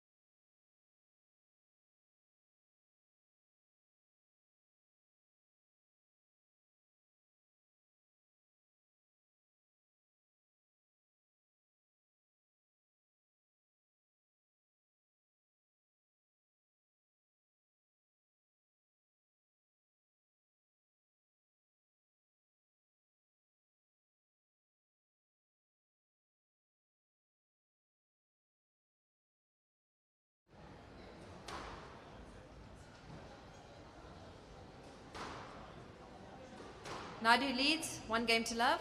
Love all.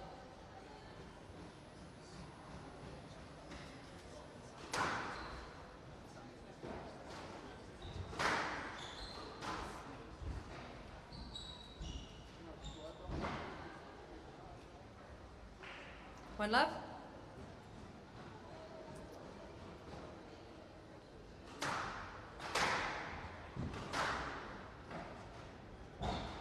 Down.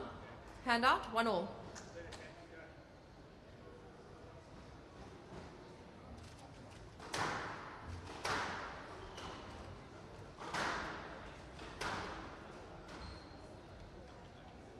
Hand out. 2-1.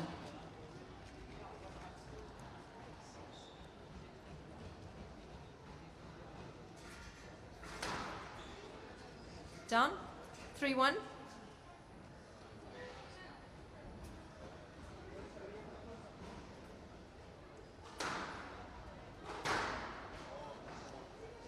Hand out. 2-3.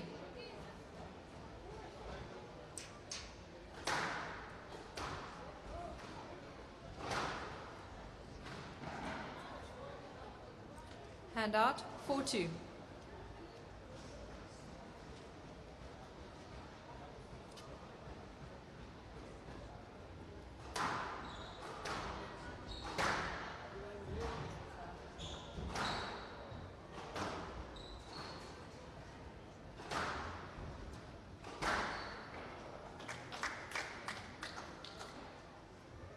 Five, 2.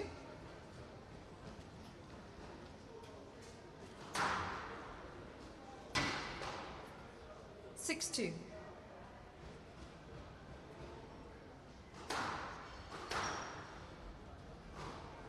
Down. Hand out. 3-6.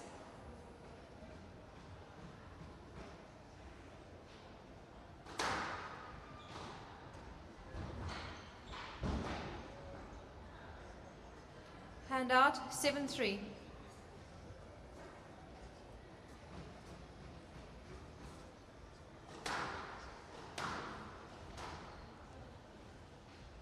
Eight, 3.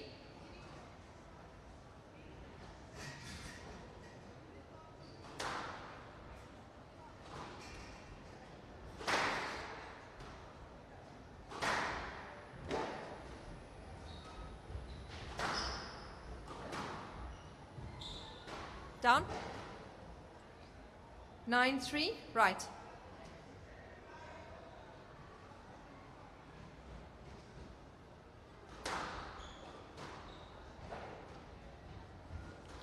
Ten, 3. Game ball.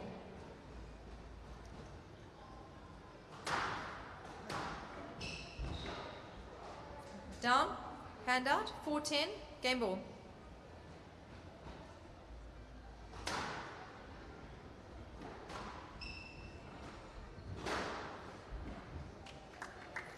Eleven, 4. Game to Naidu. Naidu leads 2 games to love.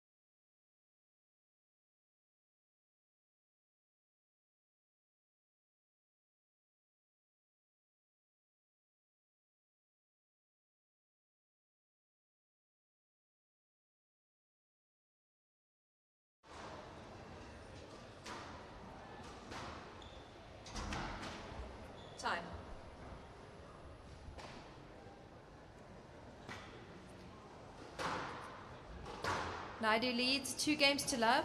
Love all.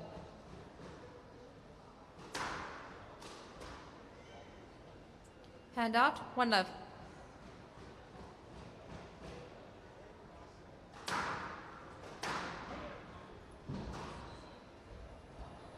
Down. Hand out, 1 all.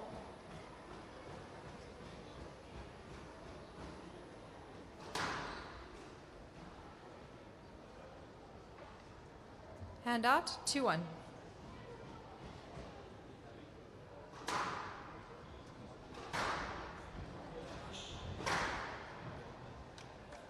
Hand out, 2 all.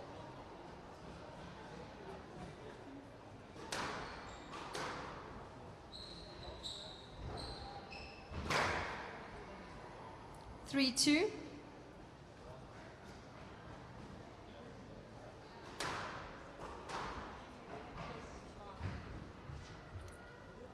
Four, 2.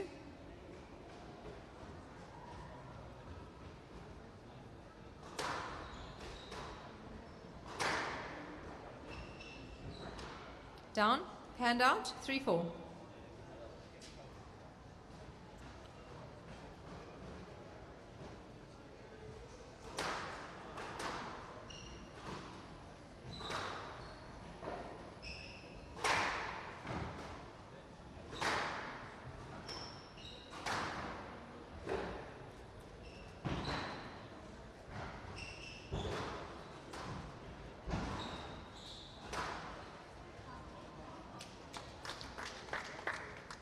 Four all, left.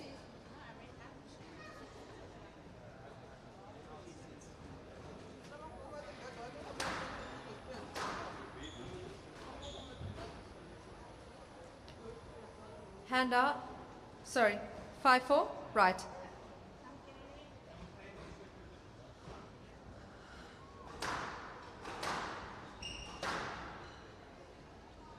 Six, 4.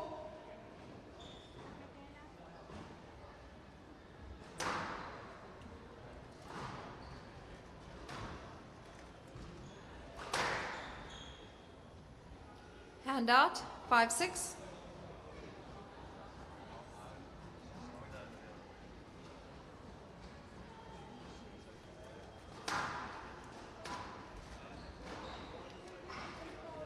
Six all.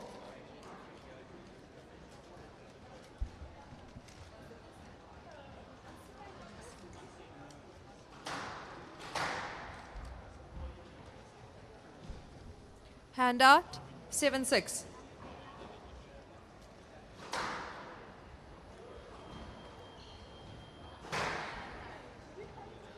Eight, 6.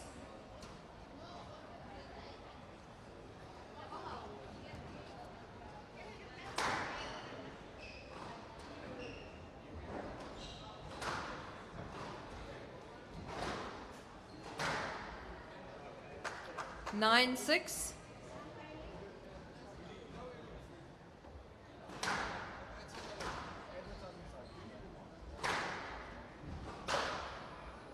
Down. Hand out, 7-9.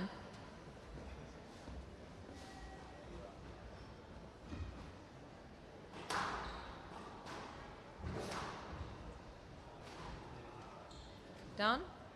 8-9.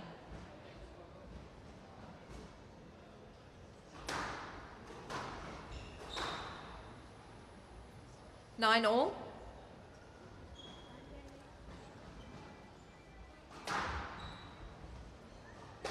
Down. 10-9. Match ball.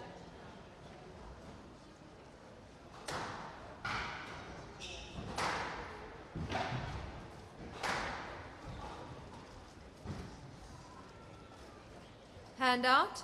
10 all. A player to win by 2 points.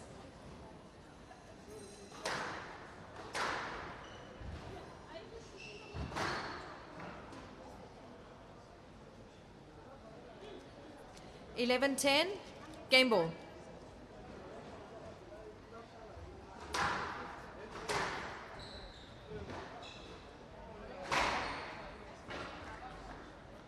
Hand out, 11 all.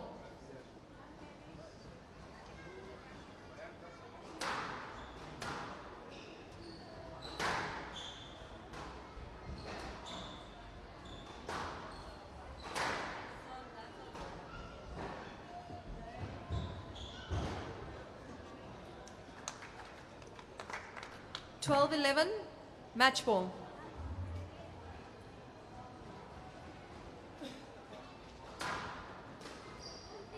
Down.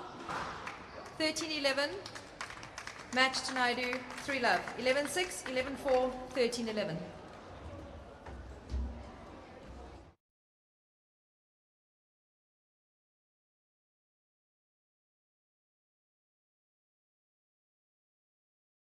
Kayla. Right, and on we go to the boys under 15 SA National Finals. The next players on court. There's a young man. He comes from George Squash Club in Eden. He's currently coached by Jared Carter. He plays for SACD, and his name is Christian Swanepoel. And his opponent is a young man who wants to become a doctor. He's from the Western Province, plays for Varsity Old Boys right here in the Cape. Once again, local is Lekker, Thomas Bootle.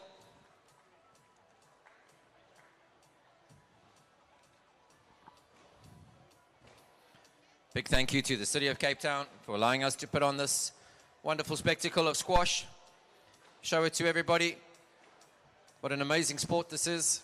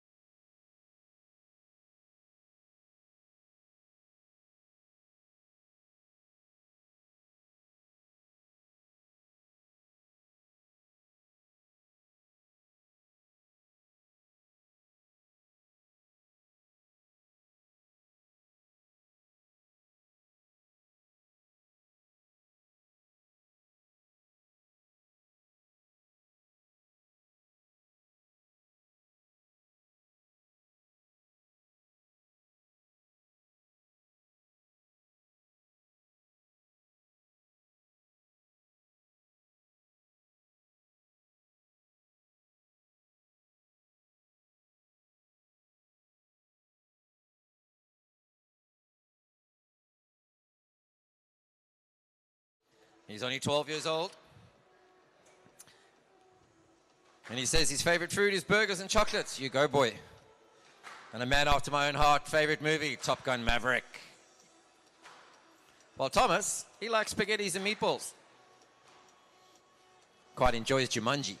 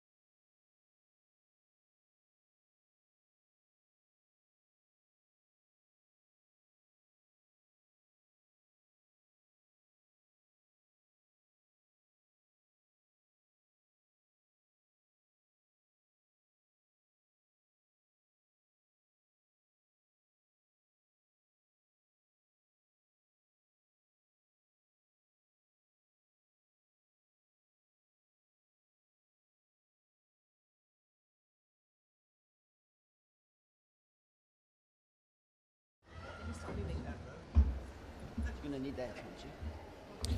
That's still good morning, ladies and gentlemen, and welcome to the Growth. Oh no, it is afternoon, long time ago. Welcome to the Growthpoint SA Nationals 2022. We've got a boys under 15 match about to start. Growthpoint Nationals 2022, boys under 15, round 2. Thomas Bootle to serve, Christian Swanepoel to receive, best of 5 games, Lovell. One of our junior referees, Katie Mayhew, in the chair for this match. We've seen some excellent running from the juniors in the tournament so far, asking very little from the referees. One love. There's a quick changeover in the referee seat, going from one of our newest and most junior referees to one of our most senior referees, Ian Harvey. Yes. Ian is also a professional coach. Down. 2-1.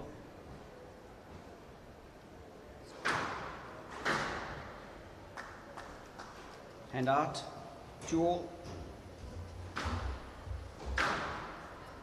Don't need this one. Oh. Lovely to see how young Thomas Bootle got into squash. Down. He needed to learn a new skill 3-2. for his Leaping Wolf Cubs badge. And it was squash, and he enjoyed it, took it up seriously, and look where the youngster's now. Good lunge there, momentum taking him forward into the sidewall.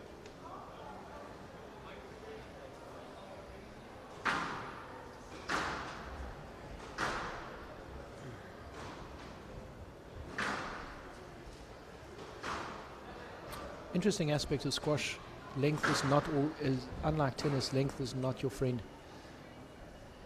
5-2. Average squash player's length on the PSA World Tours is just under 6 foot.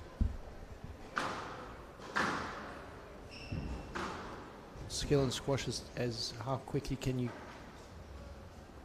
cover the distance. Squash is one of the few sports where there's a movement in all directions, where majority of your movement is backwards. Lots of starting, stopping, lunging. Hand out. 3-6.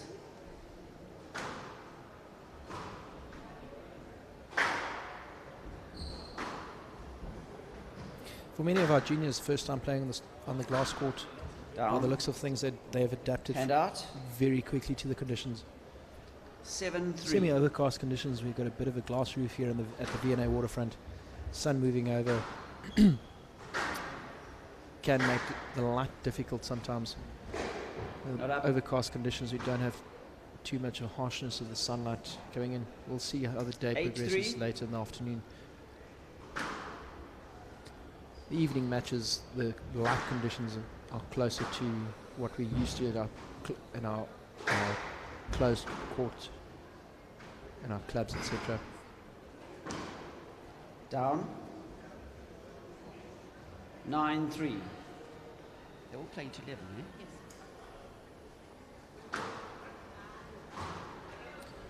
Christian, or as his friends and teachers call him, Swanee, making a good start here.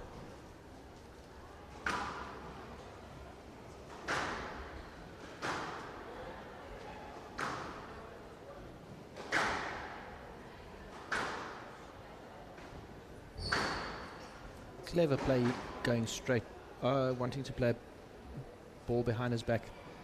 5-9. Always a risky move there.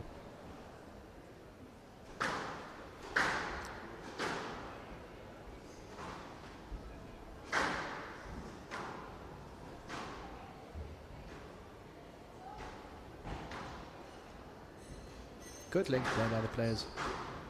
The glass court favors a straight game. Players have adapted well, taking the ball out of the deep corners with 6-9. A defensive boast. Bootle making a comeback here after Swanee's strong start. Down. 7-9. Swanee just taking a deep breath there, settling himself again. Let's see if the settle. It looks like the settling Down, Tactic hand out. worked. 10-7. Game ball. 3 game balls for Swanee. Let's see if he can finish out strong the first time round.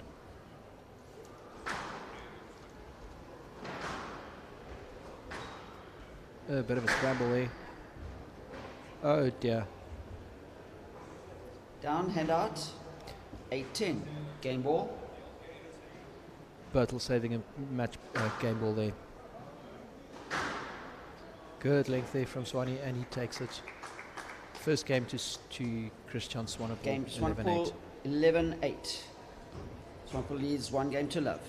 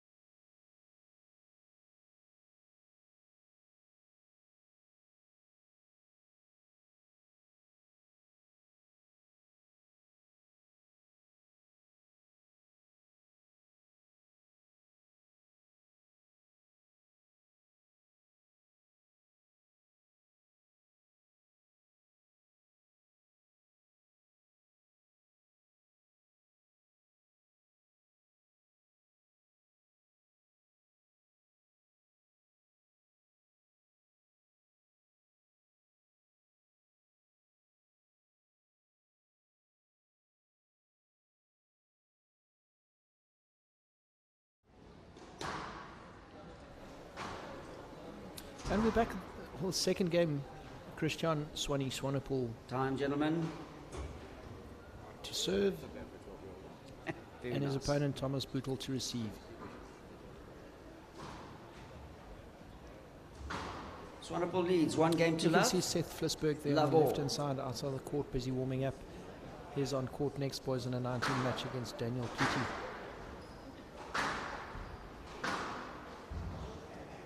Hand out. Swanee had a 1 love. good start, strong start in the first game. Let's see if he's going to emulate that in the second game.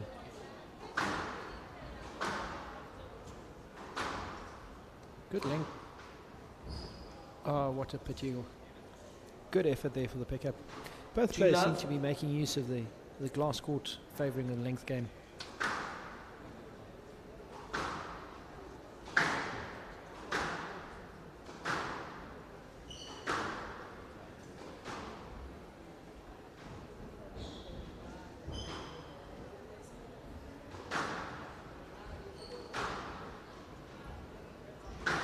Squash is a very skillful game. Oftentimes what is needed to beat one's opponent is to be able to play at a higher and faster Hand pace. out. 1-2. Swanee noted that what he enjoys about playing squash is the pace and the skill involved. Comes from a strong squash family. Down.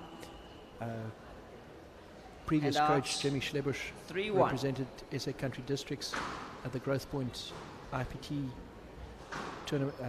interprovincial tournament recently in East London, in Ben's A section. I'm sure young Swanee has got ambitions to emulate his uncle. Excellent Hand volley out. there from the youngster. 2-3. Volley and squash is often a very underrated shot. But selecting to play the wrong volley at the wrong time can cost one. Oh, good deception there from young Swanee.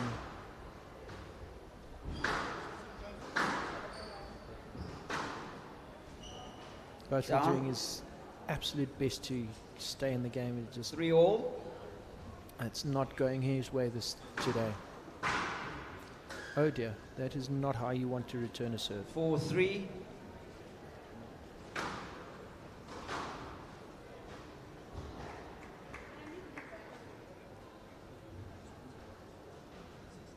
Five, 3.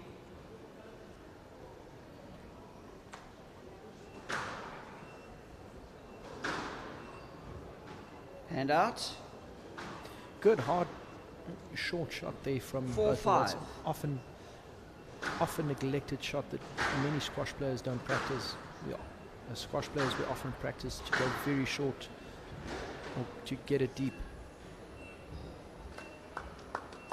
The so-called sixth corner is often neglected. 5-all. The sixth corner is referred to as the area around the short line being the horizontal line running across from side to side. Ball 6-5. bouncing around in that general vicinity. It's what is referred to as the sixth corner of the squash court. Can be very, very effective to, oh, what a volley. Into the neck. Hand out. 6-all. Both players lifting the pace in this match, staying head to head. Good clearing there from both, opting to go down the sidewall instead of coming back to the middle. Many squash players often make the mistake thinking one has to go back to the tee after every shot, and that hand out can get one into trouble. 7-6. There's nothing in this second game. It's one for you, one for me. Really tight from both players.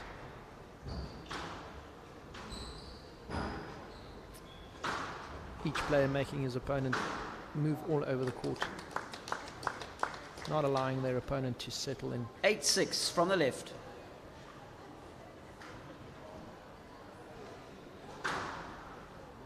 Neither player allowing their opponent to get any rhythm. Good use of the short shot there by Swanee.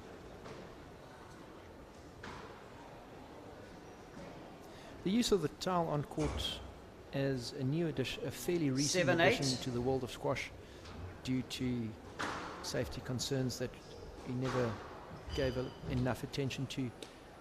Not up, hand out. It was brought about because of COVID. 9-7. So you don't want players wiping their hands on the court surfaces. Instead, we allow them to have their towels on court. Down. Hand out. 8-9. Rule of thumb, as far as the use of the towel on court is concerned, we manage it roughly. Rule of thumb, every 10 points played, allow the players to quickly wipe off. And it's not a hard and fast rule. It's referees gauge it around the intensity of the match, how much the players are sweating. Excellent paceful rally here by the players. Really good rally. Oh, almost out. Smart play. Oh, what a very smart play there by Thomas Botel. Hand out. Forcing young Swanee into the back of the court, keeping him there, and then finishing off the point with a short. 10-8, game ball. Let's see if Mr. Botel is going to finish it off on the first game ball. What's his name? Oh dear, Swanee fluffs it. 11-8, game to Botel. Game to Botel. Games are 1-all. 1 game all.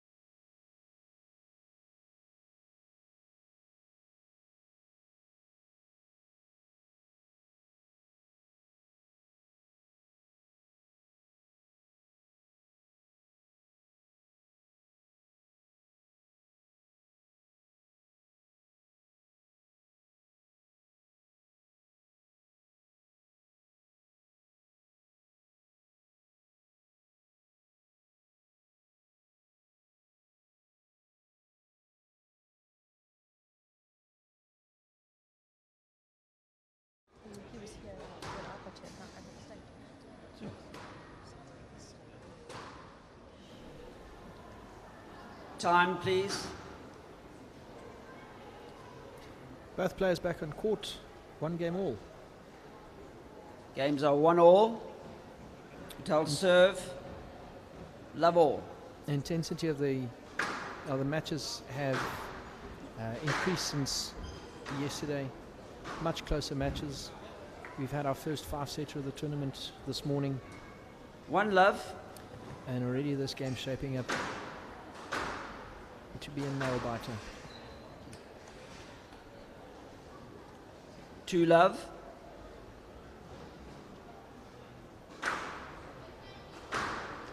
Seems both players gained some confidence out winning the second game.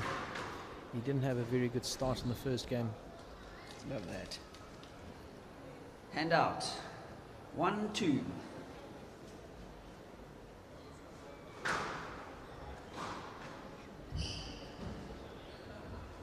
Not up.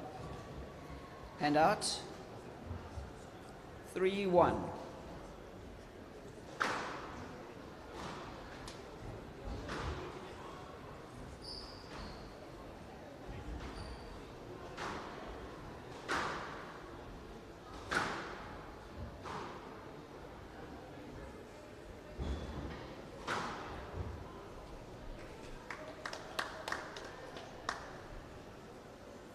Hand out. 2-3. 2-3 in the third game. Players are very close. Really good match taking place at the moment. You can see a sun patch there in the back right-hand corner. Hand out. We're at the V&A waterfront. The glass court is 4-2. Arena surrounded by shops. V&A, we've got a sky roof. And out. 3-4. Clouds are disappearing outside. Sun coming through. Let's hope it doesn't affect the sun patch on the court is too off-putting to the players. And out. 5-3. Bertel seems to be in charge of the game of the third game. Good length game. Making his opponent work. 6-3. Keeping him in the back. And then playing short.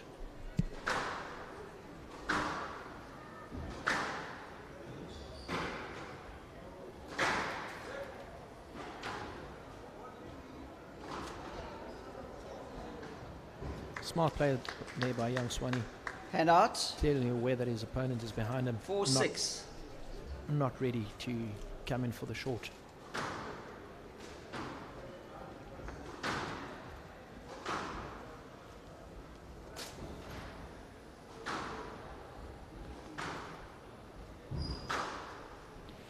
Both players playing the ball nicely to the deep into the back. Hard, flat, fast. Mixing up the pace.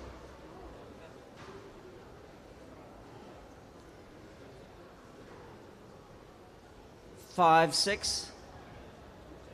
Referees gauge players' intent when they run up to use their towel. In this instance, it's clear that Bertel is sweating quite heavily. It's a safety concern. Referees are always mindful that players are using the on-court towel to get rid of sweat, and it's not a time-wasting tactic. 7-5. Bertel seems to be in command of this game. Definitely have the down. That was not in. And out. 6-7. One never intends to play the ball hard, flat into the tin.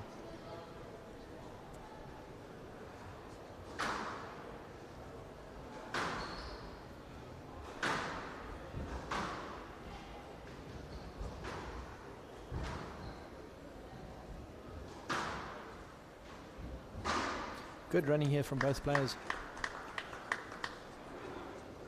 7-all. Always enjoyable component of squash, just as you think one player is running away. As opponent down gathers themselves and 8-7 comes back. 8-7. The players are so close. nail-biting stuff. Down. Really good pick up there by Bartel. Sadly, 9-7. Reach the front wall, only got as far as the tin.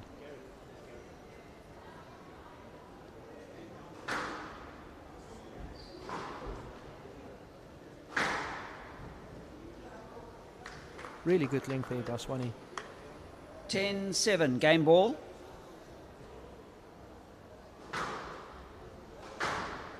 Really good comeback bus from Swanee, having been down earlier in the game, to have game ball. Stroke to Swanepoel. Stroke to Swanepoel. 11-7. Game to Swanepoel. Swanepoel leads 2 games to 1. 2 games to 1 to Swanepoel.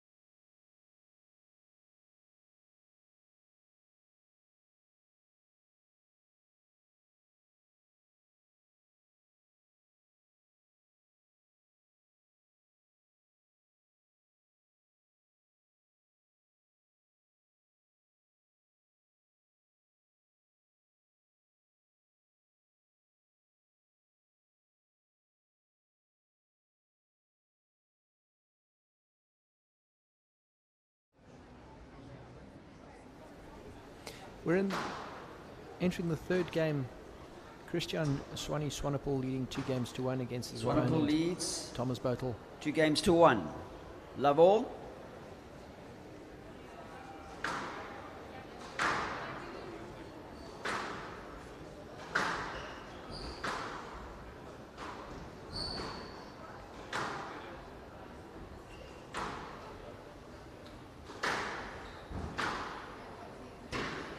Sun coming through Skyriff here at the Vienna waterfront does not seem to be bothering the players.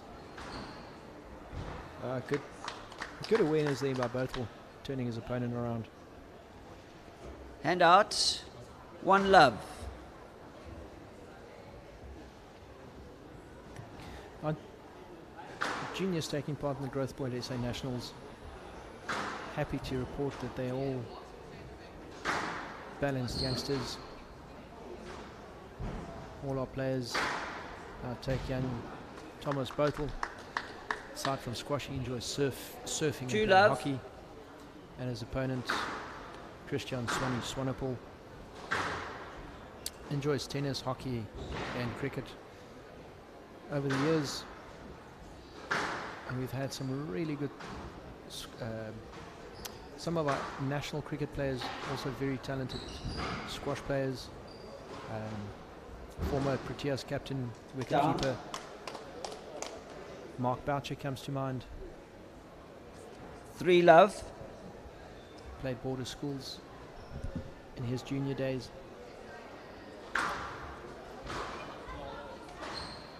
Down. Hand out.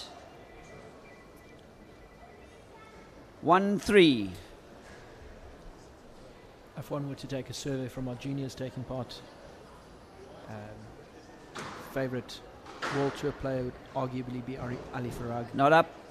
World number 1. Many of our juniors, including Thomas Botel, 2-3. Ali.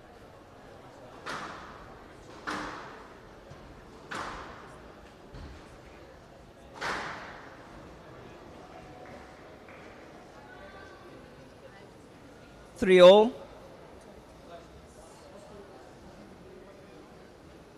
Into the 4th game, 3 all. Games have been very close. Players have been asking a lot of each other, playing really smart squash. Amazing drop shot on the half volley there from young 4-3. playing at a really high intensity. Good pickups, smart squash.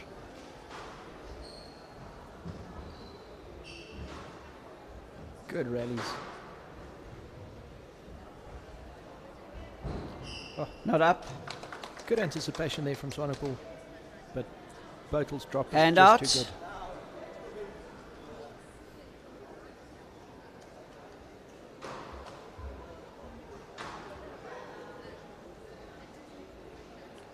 For all. Junior squash players are required to wear protective eyewear regardless of competition or social play. World Squash Federation rules require all juniors to wear protective eyewear. Juniors are considered any squash player under the age of 19.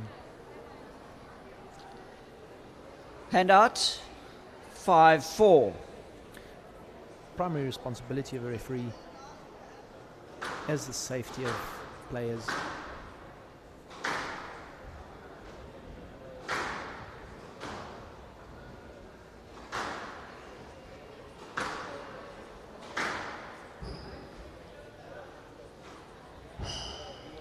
Down. Competition season for squash in South Africa being in our winter seasons. Hand out. 5 all. We don't have trouble with too much sweat in court. We might see this with the seniors next week. There's too much sweat in the court. If a player dives and leaves a wet patch on the court, I'll have to stop play and dry that up. Hand Wet out. court is slippery. 6-5. Makes for very dangerous play.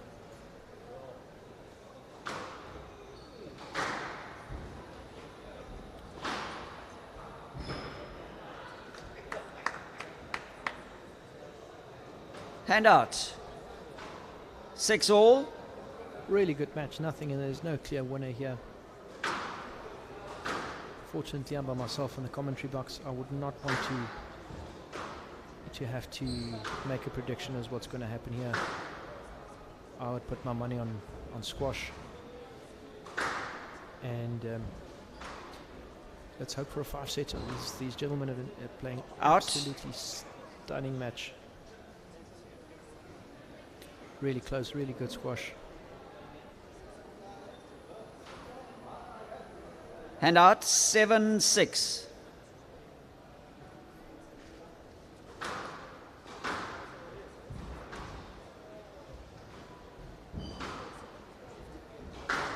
Really enjoyable to see the youngsters Not playing up. smart squash. Hand out. Not just pushing everything to the back, but showing awareness of where their opponent is, forcing their opponent to the back, and then bringing them 7 forward. all.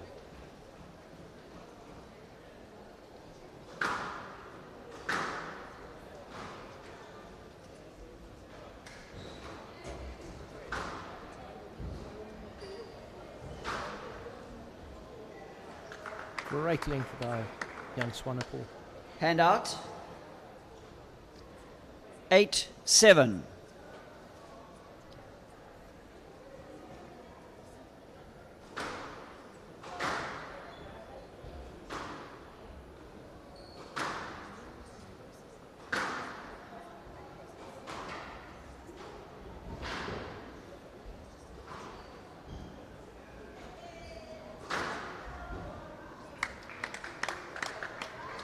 Excellent cross call there by Swanepoel. 9-7.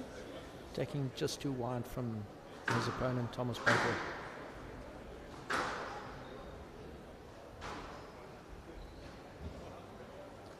Oh dear, it looks like Thomas Botel is feeling the pressure that Swanepoel is putting on. 10-7. Match ball. Let's see if Swanepoel is going to finish it off on the first match ball. Down. Oh dear. On Hand match out. ball. Botel saves one match ball. 8-10. Match ball.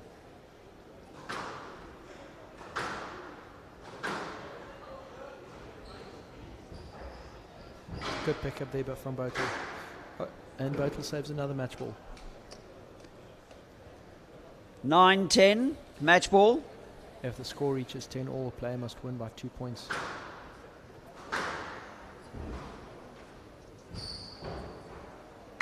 And Swanepoel takes it. 11-9. Game and match to Swanepoel. 11-9. Swanepoel wins 3 games to 1. 11-8, 8-11, Absolutely 11-7, 11-9. Well done, gentlemen. What a cracking fine game of squash we just saw from two of our young competitors. 30 minutes in duration. Looks like Mr. Swanepoel's got a bright future ahead of him. Right, next on court we have the under 19 section of the Growthpoint SA National Finals. Round 2 went for a little bit of a treat, hopefully, for all the local fans here. This is the Western Province number 1 versus the Western Province number 2. They're probably a little bit tired of playing each other through the year, but we're not going to be tired of watching them. First onto court, Western Province number 2. Hi. He loves the camaraderie between all the players, and his favourite player is Yusuf Ibrahim. His name's Daniel Kluti. His opponent, as I said, is the Western Province number 1. He's also the number 2 in SA. Just recently come back and represents South Africa at France, World Junior Championships. His favourite movie is Shrek. Let's hope he plays better than that. His name's Seth Flisberg.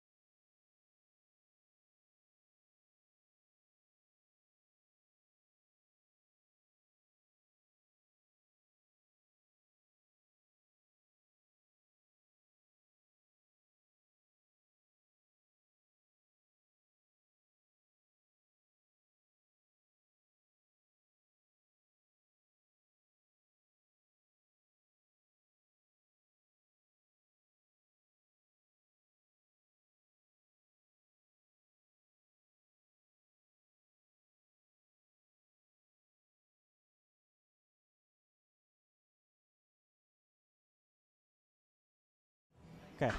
Welcome back everybody to the 2022 Growthpoint Nationals. I am joined beside me today by Geoffrey Duminy and currently myself, Jacques Duminy, your commentating host for this afternoon. Guys, welcome back. Yeah, Jacques, it's great to be back. I mean, look, we have a match and a half on board. We've got Seth Flisberg from Western Province representing Western Province, and Daniel Kluti from Western Province representing the Boland region. This is a match and a half, a mammoth of a task for both of them. This is the number 1 and 2 in the Western Province. Seth Flisberg, the number, I believe, 2 in the country, and Daniel Kluti, the number 17. So this is going to be quite a match on our hands today. Absolutely, and as far as we can remember, Joffrey, both boys have played each other numerous amount of times. They are familiar with each other's game styles, obviously game awareness.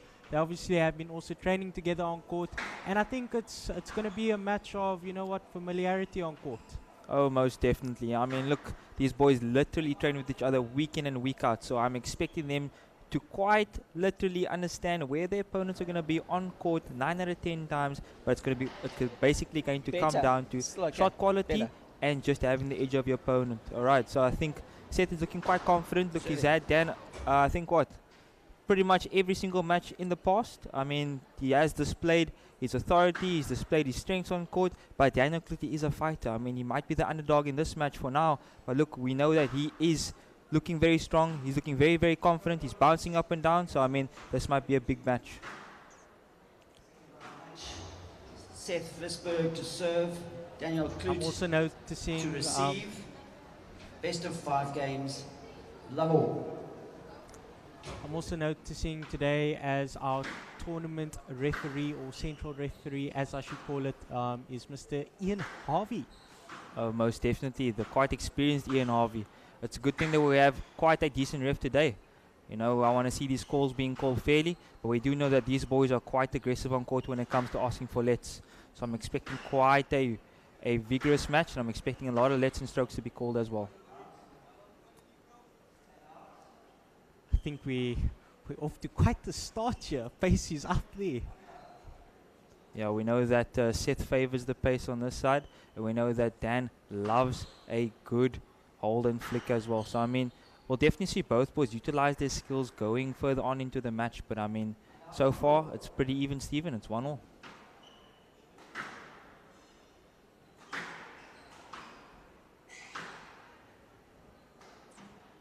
So Jacques, I know that these are also 2 of our boys, but I must say, from a tactical point of view, what do you think Daniel should do going forward?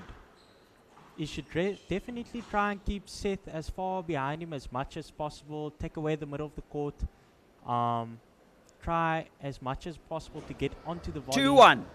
Because Seth is somebody who is 2-1. dangerous when you're going to give him a large amount of time. You know, he's able Stroke to to hold, Flisberg. 2-1. He loves the fast pace. So, again, I'm completely in favor of trying to get onto that volley. But in addition to that, try and also mix up the play a little bit, you know, not get stuck in that one-pace game. Oh, most definitely. I think Seth is looking a lot more confident this time around in his match against Mr. Dio Divine. I mean, yesterday we saw Seth looking a little bit nervous on court, you know, not really having a clue of where Dio is hitting the ball, but today he's looking a lot more clinical, a lot more clearer. What do you think about that, Jock? Definitely, you know, out. He definitely doesn't seem to be shaking like a milkshake on court so much today. Hand most out. Definitely not. Just the ball going out 2-3 over there. I know that the boys are definitely quite nervous, you know, heading into the start of this match. But I mean, it's just the beginning. We're expecting big things from both of them. The boys just sussing each other out now along the backhand wall.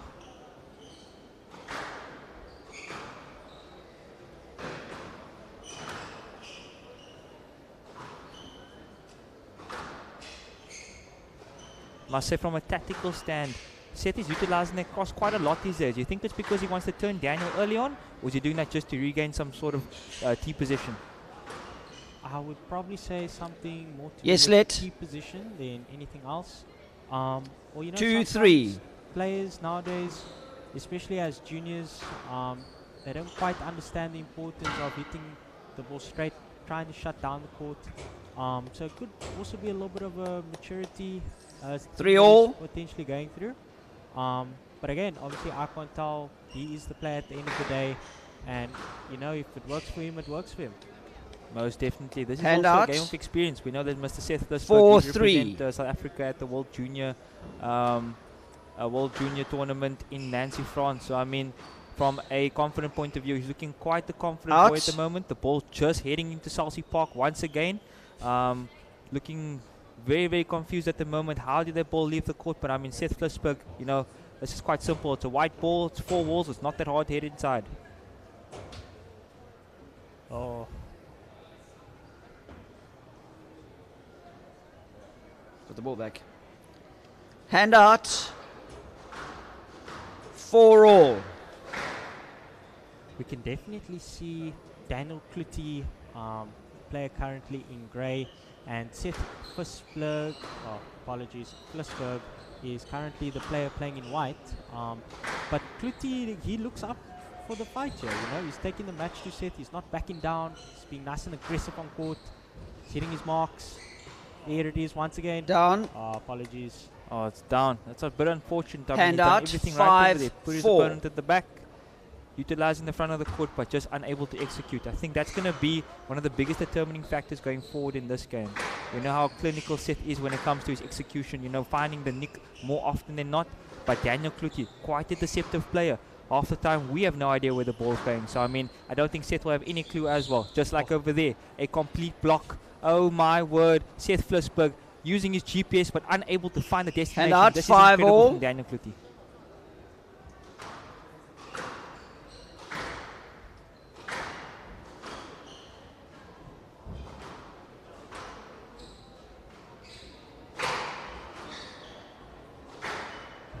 Oh, that's a good finish. Incredible. Yeah, I must And say, out. look, Seth is quite the 6-5. aggressive player when it comes to hitting those nicks. I mean, he's known for his cross-court nicks, straight nicks, but Daniel Clutie replies. Definitely staying out. to Seth. You know what you can 6 do, all. I can do better. It's 6 all at the moment. Very competitive in this game. These boys are very much evenly matched. Oh. Stroke to Flisberg. I mean, Hand at out. 6 all, anything can happen there. Most definitely. Seth is utilizing his experience a little bit over there, hitting the ball 7-6. into his opponent. Not sure if it was deliberate or not, but I mean, you know, anything's possible with the Flisberg.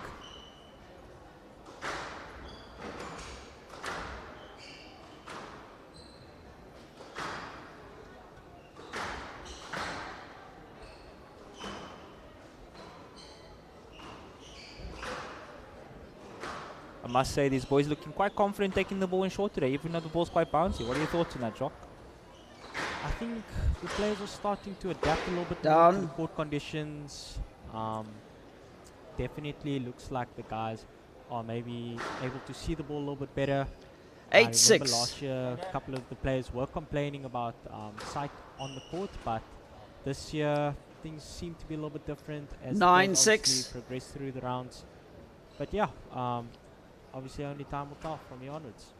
Most definitely. We know that Daniel Clutie has a bit of a sight disadvantage. You know, he's quite the 4-eyed man wearing those glasses. And Seth, being the vigorous athlete he is with possessing all his qualities, being able to see the ball through one eye, you know, is that going to play a factor against Dan? I think only time will tell from your age off. It's quite a big hold there from Seth. What are your thoughts on that? Against him or for him? Oh, I mean, that's a good cross court. At this point in time, it looks like 10-6 Flisberg game is ball. just looking to put a little bit more pace injection into his shots, get the work done in Clutie's legs. And Clutie, he seems to be comfortable. So maybe that Alden flick he's got to keep in the back pocket for now. Stroke to Flisberg. Decision there. 11-6. We see that Seth Flisberg actually Flisberg leads 1 game to love. in this game. All right, so 11-6 to Flisberg. That's 1 love in games. We'll see you guys after the 90-second break.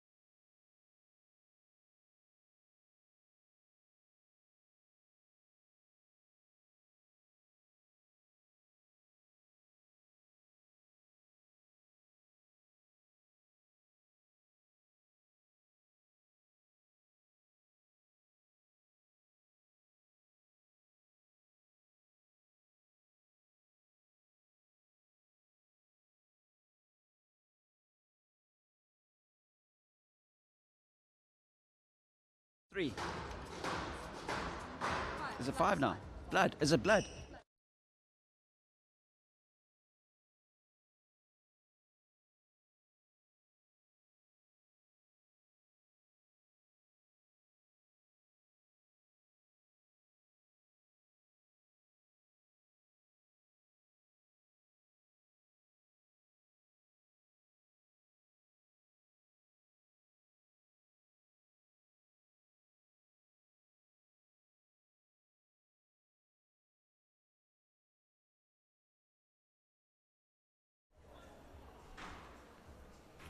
Welcome back to the viewers. I am getting confirmation from the official downstairs, Mr. Ian Harvey, that there seems to be a self-inflicted injury upon Seth Flisberg, who is currently suffering from a blood injury. Joffrey, any comments on that? No, it might be tactical. You know, I definitely know he was all wrapped up and strapped up at the beginning of the game. He might be feeling it a little bit in the legs, but I see he's all back on court, so it might have been just a, an extra period, just to utilize that little bit of a longer break, regain his thoughts. He might be one love up, but we know how much of a nutcase he can be on court. He might lose his temperament sometimes, and he's utilizing the break to his advantage at the moment. And I do stand to be corrected, and apologies if I am leads wrong. 1 game to love. But if there is a self-inflicted Love blood all. injury, you are allowed a 5-minute break to obviously take care of the necessary. Out. Most definitely, I have to agree on that one, Jacques. Currently, it's 1 love in games to Seth Flisberg. 1 love. Daniel Kluter just has hit the ball out of court. It's now 1 love in points. This is the second game. Once again, these boys looking to step up onto the tee. Oh my word. Looked up there, Down. but that's definitely down. I mean, that's 2 some love. very, very fantastic camera angles, would you say, Jacques? I mean, it does look pretty clear, Jock.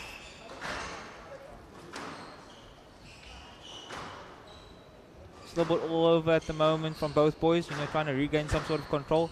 We know both these boys are average in height about 1.85. So height being a massive factor on court at the moment. What do you have to say about that, Jacques? It can obviously be an advantage, but it can also be a disadvantage. Oh. Yes, let. Oh, I don't know Yes, if that's a let. If you had to swing, what would you have done there? Taken off his legs? I mean, from this angle, it's a little tough to tell, Jock. Yeah. We just players, Down. I think the refs are just being nice these days. But I mean, as long as it's a let and not a no Hand let, out. you never know. 1 all. Safety Correction, first. 1 2. Safety first.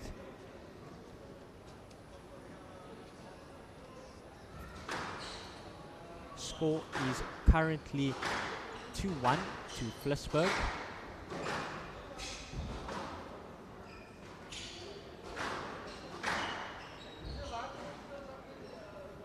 Yeah, we do know that Seth has a very, very great understanding. Hand of out, the 3-1. space on a squash court.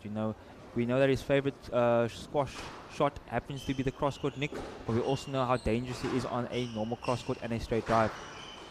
Daniel Klut is currently what? I believe his nickname is the backhand drop expert. Are we going to see a few of those today, Joff? Hopefully we are able to see a little bit of that action today, Joff. Oh, the whole inflict is coming out there from Seth Flisberg. Oh my word. Stroke to Flisberg. Floor. Oh, it's a stroke. I believe he clipped him there on his backswing. At least the refs know that that's definitely a stroke. I've seen those calls go either way these days.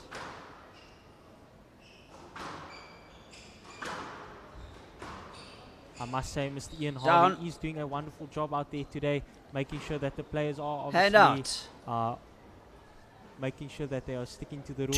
2-4. Oh, most definitely. We always say that the players without a ref, this would definitely be a boxing match.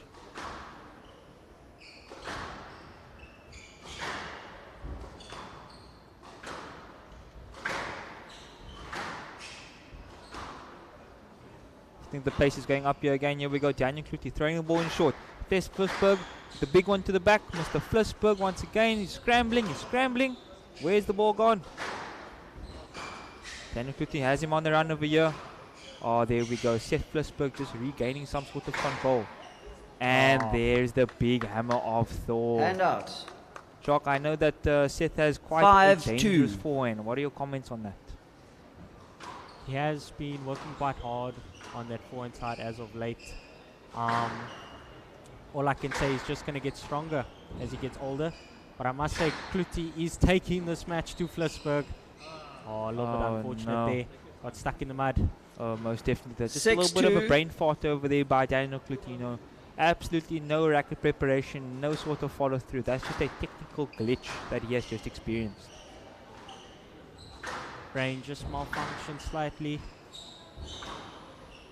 Oh, Flipsburg has played through the interference. Oh my word, he's taking it to Daniel Kluti. He thinks he might have him on a wild goose chase here for a little bit. Let's see what's coming out of this one. Oh my. Jacques, I must say, from a junior 7-2.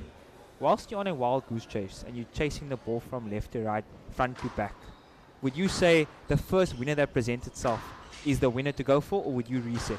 What would you do for our viewers so they understand the plans and tactics needed to be a quality squash player at the junior level? I can only speak from my experiences, and I think it's 3-7 going to be a little different for everyone, but every loose ball opportunity, if your opponent's out of position, I'd say go down. For it. The more you obviously practice it, the more you commit to that shot. 4-7. It's just going to get better, and from there, you just learn to adapt. Is it the right time to go for what I call like a finishing shot, or is now the opportunity to try and reset, put work into my opponent's legs? So there's various ways around it, and at the end of the day, it's just about what's going to work for you, where you get to obviously reap the benefits and see the results. Most definitely. I mean, look, I know a lot of players thrive off an opportunity, and others actually just choose to reset. So I think there's definitely everyone to their own. Would you say that? Absolutely. I think Daniel Kluti just feeling it a little bit at the moment. Seth Flipsburg extending the rallies as we go on. I know that's a big tactic of his. We're approaching 5.5 minutes in this game alone. And I think Seth is looking to take his magic tactic of 8 minutes to Daniel Kluti. Hand out. 8-4. Flipsburg definitely looks comfortable on court.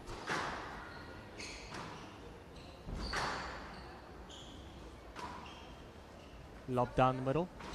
Thoughts? I think it's very... it's probably one of the more odd shots in the arsenal of shots that Daniel Kluti has. But I mean, look, if you know what you're doing with it at the end of the day, then by all means, play it. Out. That's a lovely squeeze. Most definitely. I believe the score is 5-8. Hand out. 5-8. 5-8, yes. All right. From a tactical standing here, Jacques, 5-8 down. As the game is a game here to Flipsburg, would you say, it's not game until the fat man says so? You never write the boys off, Kluti, anything can happen from here, 3 quick points or 6 long points. Match isn't even done yet. Hand out. 9-5. Oh, down. 10-5. So I think just a little bit of a brain fart over from Daniel. Do you think he's 10-5 game ball? Maybe a little bit of fatigue there. Not realizing or seeing that, he's got Flipsburg where he wants him. He just needs to obviously apply a little bit more pressure. Like that's good. That's a lovely counter. He's on the run. On the run. Some exchanges down the forehand. Oh, there's the big forehand from Seth Flipsburg. The big cross court. 11-5 game to Seth Flipsburg. Flipsburg leads. loving games. 2 games to love. See you guys after the 90-second break.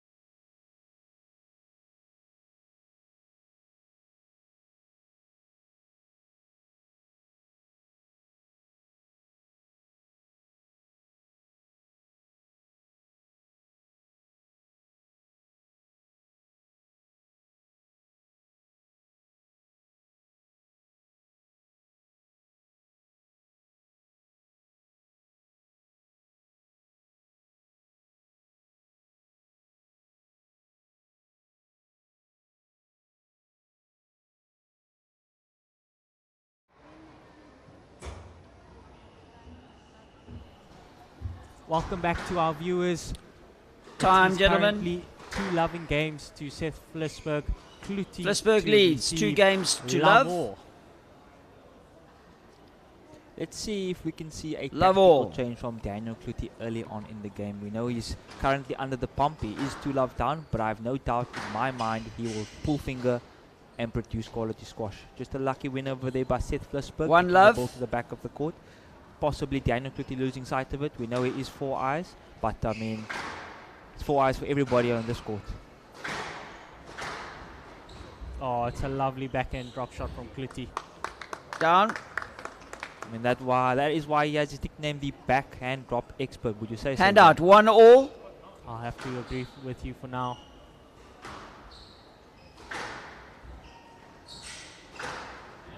Still a bit of a hold there from Daniel Clutie, just not getting his depth just quite right as of yet. You know, he's trying to turn him, he's trying to push him around. Oh, there is the forehand, the big forehand drop, another cross court. I would say from a technical standing, he's looking great, but tactically, I'm not seeing enough straight shots being provided. I mean, he is putting the ball in quite short, quite straight, but still to the back. It's looking very much a cross court game at the moment. Would you say so, Jacques? From both of them, you know, and this is where that maturity factor comes into play. Like, you know, straight's never wrong. You can hit the straight drop, you can hit the straight drive, straight lob, and then obviously once you suckered your opponent in straight, out, you're able to go cross court. Now you're looking to hit balls into space. Most definitely. Hand I out. think Seth Flisberg is very, very confident when it comes to a cross court. 2-1. I think he knows exactly where to pinpoint, but unfortunately, the higher you go in the ranks, the cross court exposes you. So I think going forward, you might want to actually hit the ball straight, just like that. Look at that. It's almost a guaranteed winner immediately once your opponent is out of position. 3-1. Say so, Jacques. 100% correct.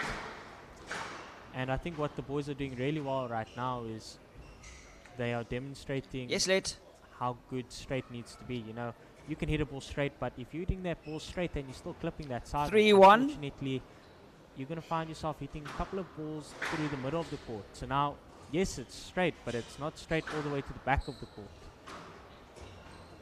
Most definitely. Once again, I think those hold and flicks are being utilized quite often in Jacques. What's the reason for that? I think it's just, you know, they're so used to each other's styles of play, so a little bit of Mickey Mouse and Minnie Mouse on the squash court there. We definitely can see who is Minnie and who is Mickey at the moment.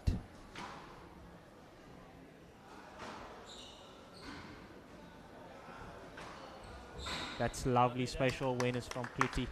That is absolutely beautiful. I think Seth Hand out, Flisberg's just 2-4. underestimating Daniel a little bit of here. His foot is currently off the gas pedal, and I can be for sure and for certain saying that Damien Groenewald will definitely be watching his number 2 seed as this match goes on. Trying to identify where is Seth Flisberg confident and where is he not. That's lovely.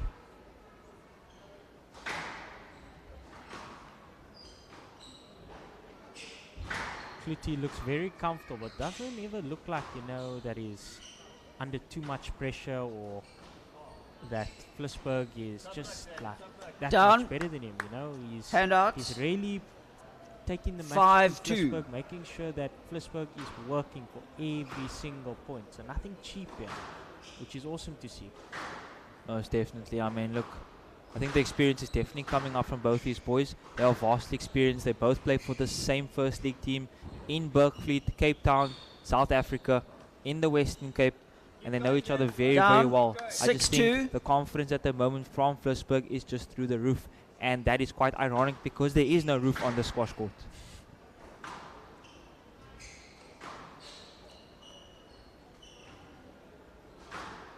Drop from the back of the court, effective. Thoughts? I think when you have your opponent second guessing you from all sides of the court, I think it could be very Hand effective. out. I mean, we've seen James 3-6. Wolstrop utilize the drop quite often. I think Seth, after watching James for years, has said, you know, this is my favorite shot in my arsenal. You know, a straight drop from the back when my opponent is completely shattered mentally.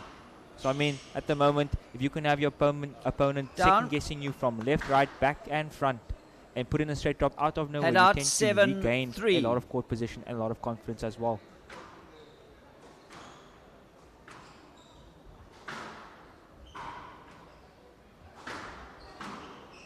would you say that Daniel Coote is just opening up the court a little bit too much at the moment, Jacques? A little too much boasting, a little bit too much with the cross court. And Flipsburg's just looking to volley now. So he's comfortable with the pace, he's comfortable with the patterns that Cloete is suckering Flipsburg into. So he's got to definitely learn from his experience over here and just adapt, you know. Every single match you play, you learn from experiences. As they say, your losses are your lessons. Oh, most definitely. We know that Michael Jordan's missed more in his career than he's actually hit. So, I mean, look, if these boys can understand that it's all about producing consistency, whether you win or lose, you will lose and you will learn. It's never about a loss. I think the ball's just flying out the court there again. Daniel Cloete not looking too comfortable on court at the moment. I mean, Seth Flipsburg's barely huffing and puffing. He's still looking very dry in that new shirt that he possesses. Daniel Cloete looking like a swimming pool at the moment. So, I mean, I think it's quite evident who is doing the most work. Lob serve, a little bit of a change up. Out. And that's quite interesting right there, right? You know, you used to... 10-3 match ball. From the forehand side onto the backhand side with that conventional backhand serve. But now, all of a sudden, something odd like there. He's changed it up. He's hit the lob serve, for example, and he's won the point immediately. It's 11-3, game and match to Flipsburg. 11-3 wins 3 games. 2 loving games, match to Flipsburg. Not the longest of matches, but I mean, once again, a good display of what quality squash looks like. We will see you guys right back shortly in the next game, next set of matches. All right, take care. Clean the court by the looks of things. Dan, do you want to have a chat? Let's have a chat.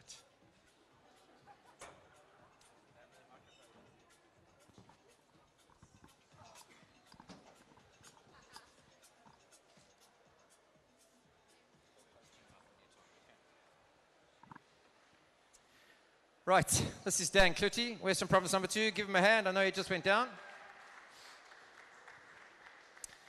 So Dan, you and Seth have come from the same club. You were first together, then you've moved clubs, you've gone there together, you trained by the same coaches. Don't you get sick of it? Yeah, I know he gets quite a hassle after time, playing him all the time. Yeah, but he's a good player. He's obviously been to Worlds, so he has that experience and has that quality, so he's a good player, yeah. How many times have you guys played in competitive squash this year already? We actually haven't played too many times. Probably like 2 or 3 times, yeah. So that's not too bad. Yeah, not too bad, yeah. So I've watched you grow as a young squash player, and when I first met Dan, he was about yay high, and now he's taller than me. And your enjoyment for the game, you say, comes from like all the camaraderie that you enjoy spending around the players. Yeah, I know, definitely. Like when you go on a tour under 11, under 13, under 16, under 19, you start becoming quite good friends with all the guys, and then just really good time whenever we go into it. So enjoy it, yeah. Your future aspirations, your immediate plans for the rest of this year and next year, squash-wise, school-wise, what's the scenario, university? Yeah, I think you asked me this question yesterday, but I'll give you the same answer. Yeah, I'm probably trying to get into top 5 SA next year, and then combine that with my studies, try and get overseas, maybe. My dad works at UCT, so if I don't get that scholarship or opportunity overseas, always have a plan B, UCT, so yeah. It's useful knowing someone who counts, huh? Okay. All right, and your experience so far of this tournament, and how do you think it's going, and what do you think of the younger age groups, like the under 15 boys and girls? Do you see some talent there? Yeah, no, definitely. I think just before us now, Christian Swanepoel, 12 years old. I mean, that's amazing. So brings out all the good talents here, so very good tournament so far. So you're going to have to keep your eye looking over your shoulder while you're going forward, I assume? Yeah, 100%. Well, Dan, well tried. Good luck with your last 2 matches, and we look forward to seeing you play again. Dan Cloete, everybody.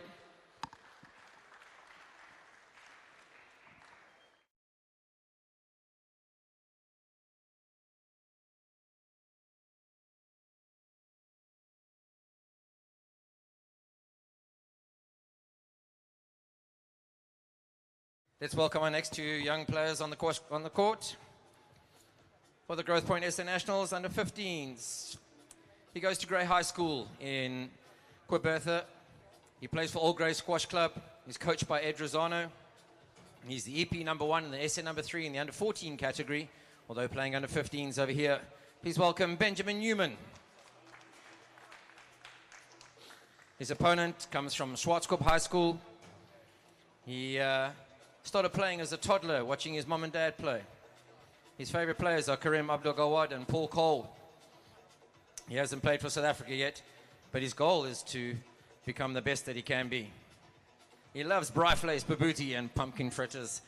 It's Jean Corne Brandt. And his nickname is Klein Oranje Man. We can understand why.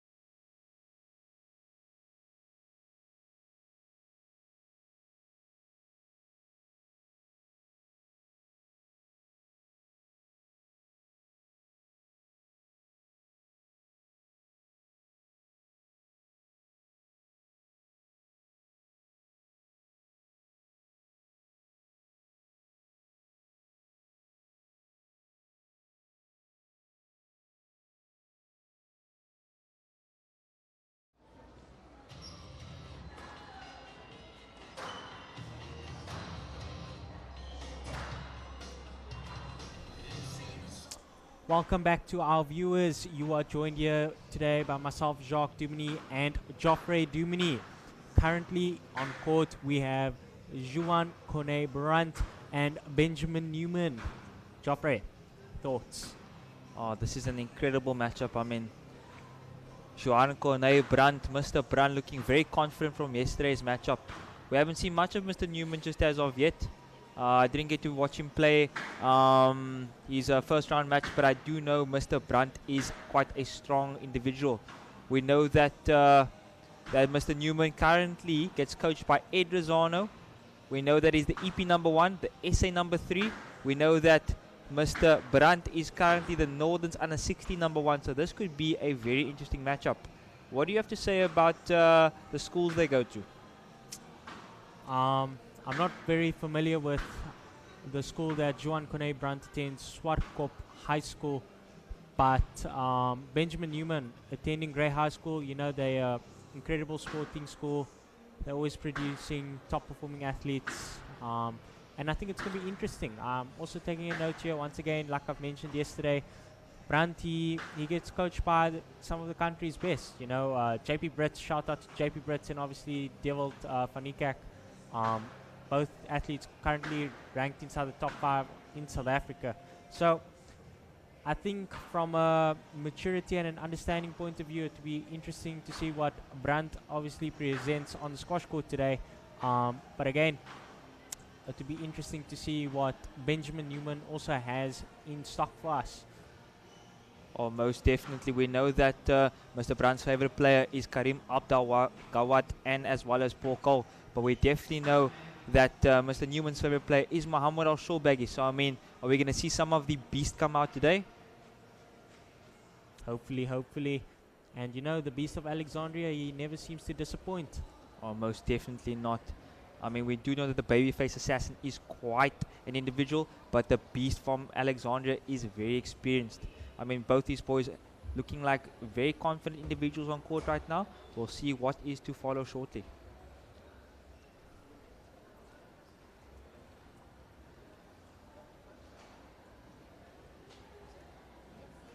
Joan Cornet Brandt's nickname is Little Orange Guy.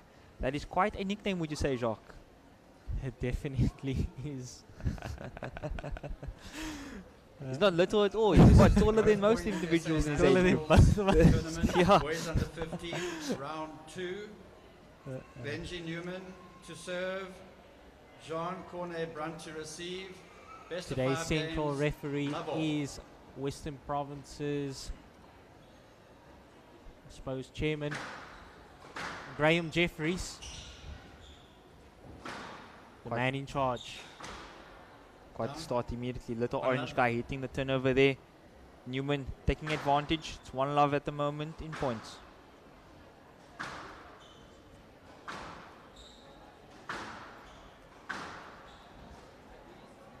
Down, hand out, 1-all.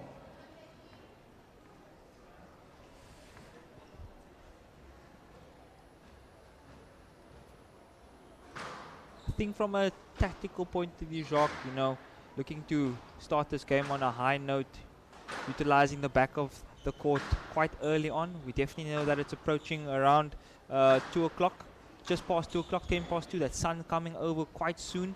So, I mean, will they play a factor on this court? I think it is going to have a little bit of an influence on the players. What we might start seeing a little bit later on is a little bit more height being used, chucking the ball up into that sunlight and just trying to blind your opponent, really. Boys are going to have to whip out the sunglasses on the squash court. Oh, most definitely. The sunlight soap getting to the boys' eyes over there. You know, anything's possible when you can't see.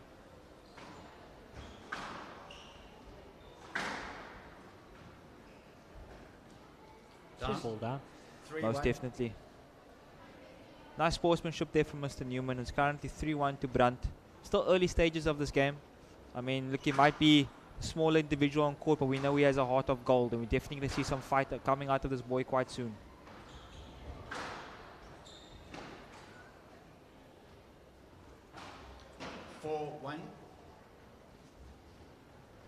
Jacques, once again, we're seeing the fact that a C-level player, aka Mr. Newman, and a inland player, an altitude player, Joan Cornet Brandt, are once again faced up against each other.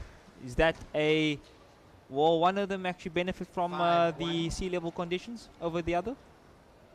At the end of the day, it's all about who's able to use the conditions to their advantage. And you know who's going to be better at adapting to the court conditions, obviously the climate conditions as well. But at this point in time, Brunt seems to be very comfortable with a 6-1 lead. Newman a little bit on the defense here. Brunt looking to attack. Oh, we see that Mr. Brunt actually has some very good technical standing point of view when it comes to his movement and tee position. I mean, he's not little by any means. He's basically twice the size of his opponent. But at the moment, he's making his court look very, very small.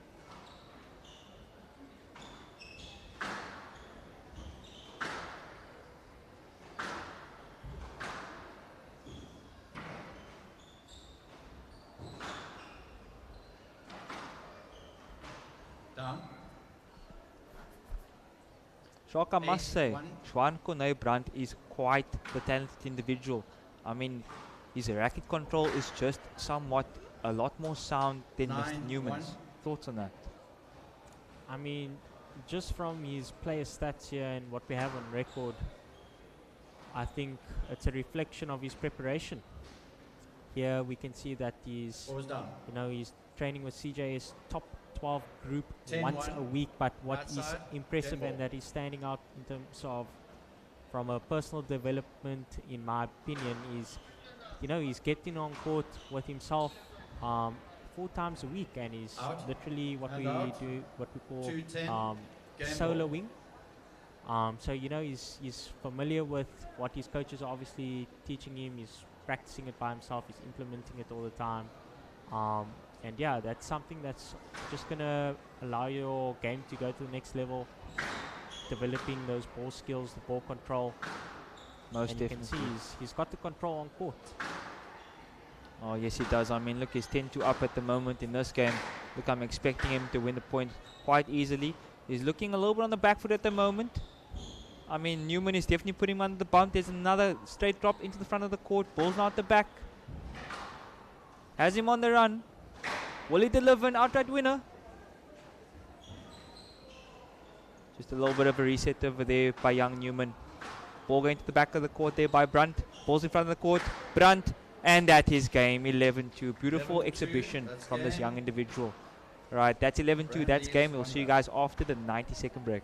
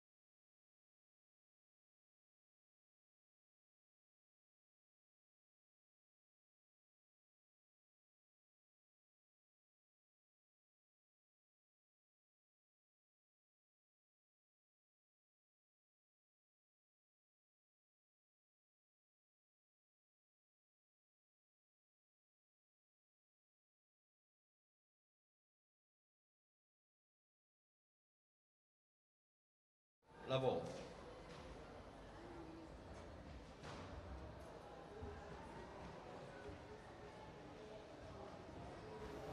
Welcome back to the viewers.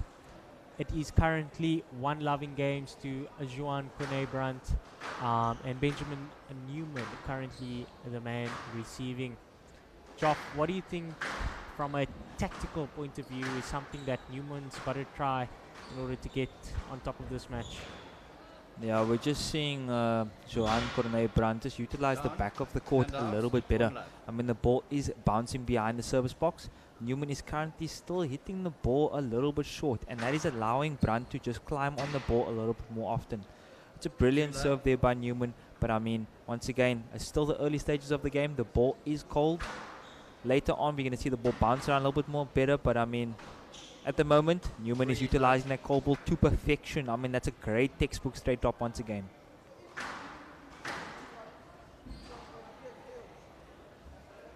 And out. 1-3. It's currently 3-1, right? It's 3-1 down. Brunt is behind in points. Do you think that's going to, unsettle him a little bit? With somebody with his experience, I don't think scoreline plays as much of a role as a little bit of 2-3. The younger, inexperienced juniors. And he's happy to kind of just go about his business on court. He's not really focused too much on scoreline. He's kind of just, from this angle, kind of just looks like he's playing. He's just catching and he's playing, he's moving, he's hitting. Not really phased about outcome. It's a beautiful shot. I think his coaches, the coaches in Newman's corner would have definitely indicated to him that, once you've got him behind you, see if you can actually attack the front corners, especially early on in the game since that ball is playing cold. But at the moment, we just see Brunt sending Newman the wrong way. Sometimes I'm thinking most of these South African players would need to pull out a map to find out exactly where the heck is this ball going.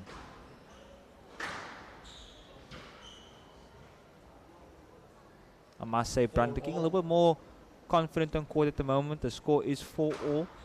But I mean, I'm expecting the scoreline to change very, very soon. That is a lovely straight drop once again. Benjamin Newman attacking the front of the court.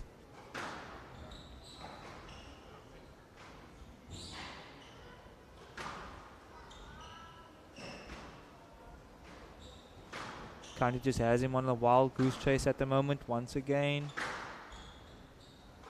I must say, this young individual, Newman, even though he may be half the size of Brunt, he still is able to cover the court quite excessively. Would you say so, Jacques? And out, Absolutely. 5-all. He's quite the speedster on court, I must say.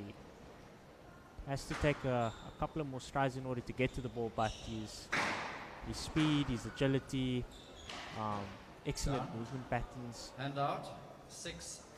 It's impressive. Most definitely. He's currently 6-5 up. Definitely a change in the tactics from Mr. Newman. Looking to utilize the front of the court a little bit more often. So I think the coaches have definitely pointed out that Brunt is currently on the back foot on the early stages with this colder ball. I mean, we're not seeing this ball heat up any more than it is. That is another outright winner. A lot of winner squash at the moment, Jacques. That's actually very nice to see from these individuals, considering that the tin is 17 inches. 100%, and I think South African squash as a whole is starting to 7-6. take a little bit of a different approach in terms of the style of play. This country was most known for its physical capabilities, as I should probably say, but definitely the physical capabilities are there, but the juniors, they're starting to learn different skills, ball control, tactical awareness, what to do under certain situations. That's obviously just through the mentorship of the older guys, and huge ups to them with obviously sharing that knowledge and experience with the younger guys. Oh, most definitely. I mean, look, a couple of years ago, I think the juniors played very different to what we're currently seeing today. I mean, the juniors are looking a lot more confident, especially the boys in the younger age groups, 15 years and younger, actually utilizing the back of the court and the front of the court a lot more. Taking the ball short and actually exposing the opponents with a lot more holding shots. I mean, that's a big tactic to have as an individual. Would you say so, Jacques? Yes, as to our viewers, what it actually does is it allows you to break up your opponent's movement. So that fast, one-dimensional kind of squash or that fast pace that you're constantly playing at, you get used to that rhythm.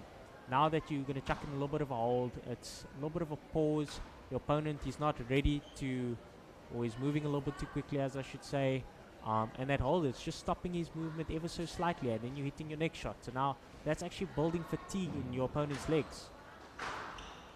Oh, most definitely. I mean, we just see Newman on the chase again. He's just having to fetch a trickle burst. Oh my word, absolutely blinded by the sidewall short shot by Newman. Has him on the wild goose chase again. And there is the short shot again. I think it's just a little bit of the exchanges at the moment there, Jacques. Utilizing the front, making the legs work. Is that a big tactic having going forward? Wow, that is lovely from Newman. Incredible. Huge tactic going forward. And Newman has just changed his plan completely. That first game he was on the defense, and now he's just starting to attack from all sides of the court, not just the front of the court, the back of the court. He's really committing to his shots, which is awesome to see. He is challenging Brunt. Oh my word. He has Brunt scrambling. It's currently 10-7. No, never write off the small young man. He is currently delivering the goods.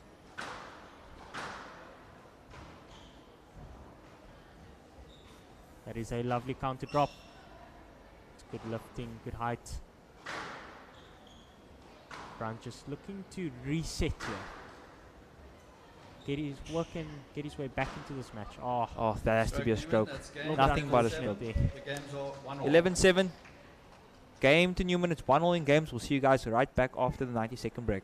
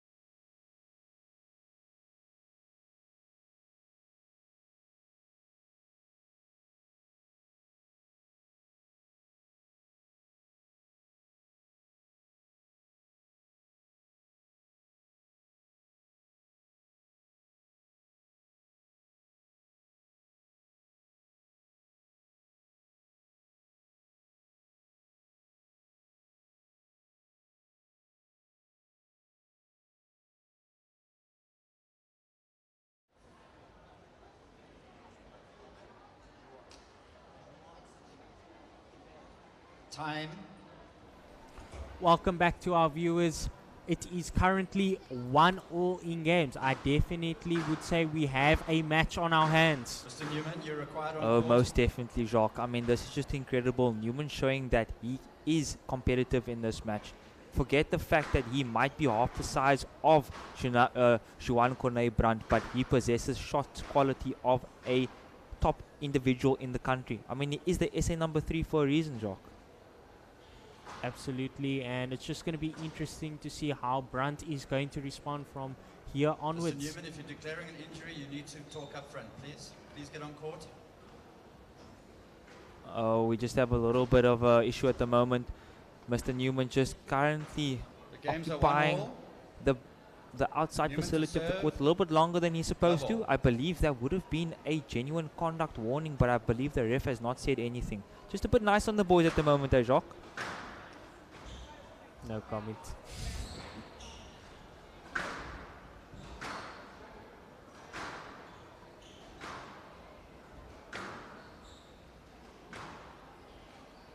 Oh my word, putting the ball under the glass once again. I must say Mr. Newman is looking quite confident at the moment.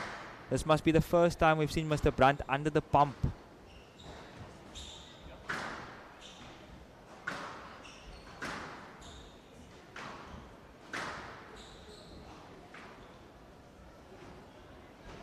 Brandt just in control of this rally. There it is. Hand out. Tactical execution of 1-1. hitting the ball into space. I must say the juniors are quite nice these days to their opponents, you know. That should have been an outright stroke to Mr. Newman, but not quite understanding that if he had to ask for let, that would have been his point immediately. He had to hold his shot. It's a little bit of experience by Mr. Brandt, knowing that his opponent isn't asking for lets quite often, so he's just getting out the way a little bit more and placing the ball back into the open space by having his opponent right back on his back. The boys just seeming to suss each other out along this backhand wall here. Excellent display of patience. Oh, most definitely. I mean, that is some of the top quality squash that these boys possess. The control on that backhand wall, oh, that's just a little bit unlucky by Mr. Newman. It's currently 2-1 to Brandt. Still the early stages, Jacques, still the early stages.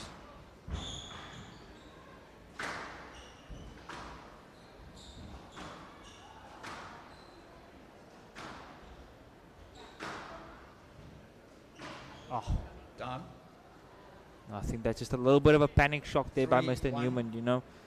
A little bit unsettled at the moment, Jacques. Do you think his time off court, being rushed on court by the ref, is now playing a factor? could be, definitely could be, but from a tactical point of view, I think he's just trying to find his rhythm again, you know. He definitely knows taking Brandt in short was working in that second game, Hand out, but now 2-3. is he taking in short too quickly, or is he executing it at the right times? It'd be interesting to see after the match, you know, what he was thinking. So if maybe the ref could tap into those sort of questions, that would also be great. Sorry, not the ref, our MC, Richard Castle. Most definitely.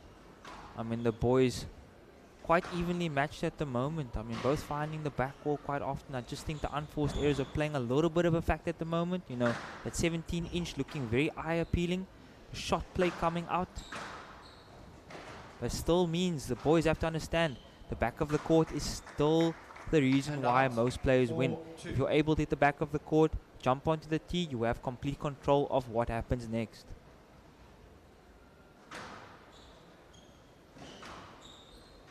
That is a beautiful execution of a backhand volley drop. Well done, Mr. Brandt. Textbook. Textbook, absolutely textbook. Oh my word, what a shot from Newman. We believe that's called the prawn, eh, Jacques? That's called the prawn. One of our favorite shots to the viewers out there.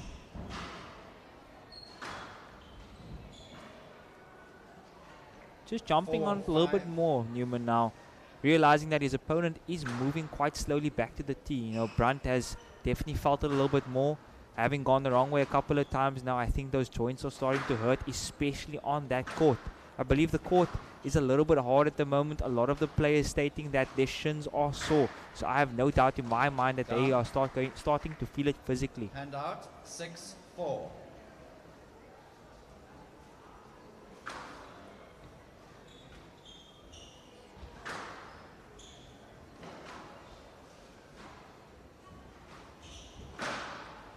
There's another turn by Brunt. Score is currently handout 5-6. 5-6. Shock, do you think Brunt is currently under the pump for the first time in this tournament? I would definitely say so. You know, yesterday didn't seem to be challenged too much, but today Newman is taking him on. He is taking the match to Brunt. Brunt is obviously now having to try and respond to the situation. But I think what Newman's been doing really well, he's been keeping that ball really, really short or hitting it really, really deep. So Brunt hasn't been too comfortable with receiving many balls through the middle of the court. And you know, he's just taking that extra step all the time. So it'll be interesting to see if Newman does end up losing this game. What is his coach going to tell him in that 90-second break? 6-8. Almost definitely. We just saw another unforced error. Absolutely not even getting to the ball to the front wall. So that is just a little bit of a mental collapse over there by young Brunt. But I mean, I don't think 1 point's going to make much of a difference to him. He's going to bounce back and still provide a great performance. It's a beautiful shot by Newman. All the way into the back corner. Absolutely gorgeous. Hand out. 7-8. Shock, I believe that they are actually allowing individuals to utilize the front of the court area as a drying station these days. Yeah, obviously we don't know the correct terms for it, but you are now allowed to like wipe your hand with a towel, and what you're no longer allowed to do is wipe your hands on the side of the walls. So obviously you can't abuse it, but if the referee sees fit for you to wipe your hands or to like just wipe the sweat, then yeah, you're allowed to obviously use that facility in the front of the court. No, most definitely. It's currently 10-7 to Brunt. I mean, he's looking very confident, placing Newman in the back corners, looking very strong to the front of the court. Oh, beautiful. 11-7 to Brunt. He leads 2-1 in games. We'll see you guys right back after the 90-second break.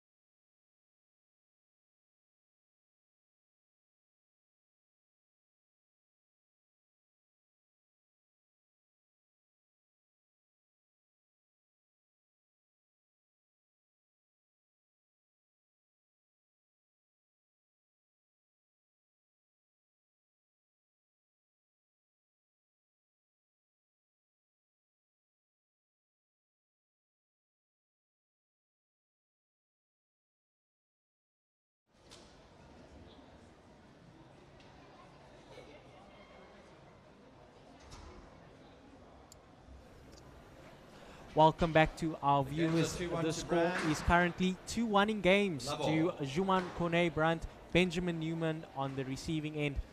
Comments on that last game, Joff? It was quite close. It was quite close. I think, you know, toward the business end of the game, Mr. Brunt just took the tactics quite deep. You know, asked some important questions of Mr. Newman, but unfortunately Newman was not able to deliver. It would be awesome to see a 5-setter here from these two. Excellent display of squash. I must say, Jacques, Mr. Newman's actually looking a lot like I think the 2021 World Tour champ. Balls down, 1 love. is that? I just have to regain my thoughts, try and figure out who it is.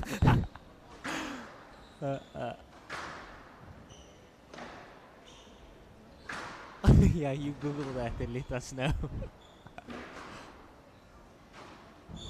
To the viewers out there, please could you message my brother and just educate him on who was the 2021 World Tour champ. Done. 2 love.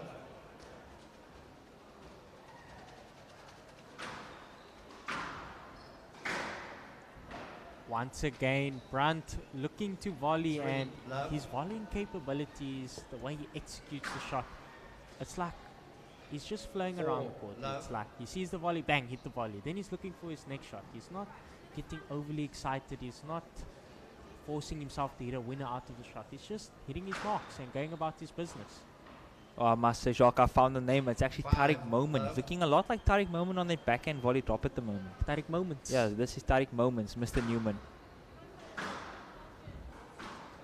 Very much possessing that fly swatter technique, would you say so, Jacques? Hand out. 100% coming 1-5. under and through the ball on that backhand technique.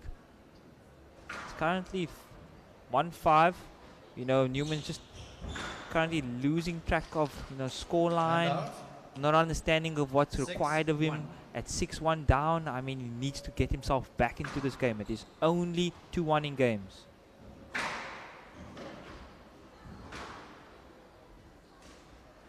Down. Another unforced error by Newman. It's now 7-1. It's quite a big gap, 7-1. Jacques. 6 points. Would you say he's able to come back from here? Anything is possible. You never write off the boys. I think we are starting to see a little bit of fatigue now from Benjamin Newman. Ball He's down, starting to drop a hand lot out, more from the back of the 2-7. court. But Brunt, very, very comfortable to just step forward and onto the next shot. There it is. There he's looking to volley. Oh, what a shot by Hand out. Brunt. 8-2. I think the pace is definitely up, utilizing the center seat, the center T position at the moment, Mr. Brunt. I think Newman's just being unsettled by the pace of the shots and the pace of the game. Would you say so, Jacques? 9-2. Yes, and he has adapted beautifully, obviously, through the duration of this match. He's just looking to clean up shop now. 10-2 match ball. Oh, it's 10-2 match ball. I mean, this is it. A great display. Oh, what an ace. 11-2, 3-1-2 Brunt. Beautiful display of squash. We'll catch you guys at the next match on court. Thank you. 11-7, 11-2.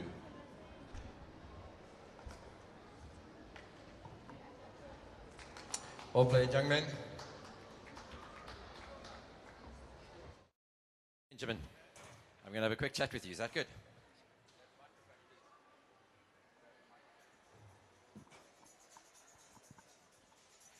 All right.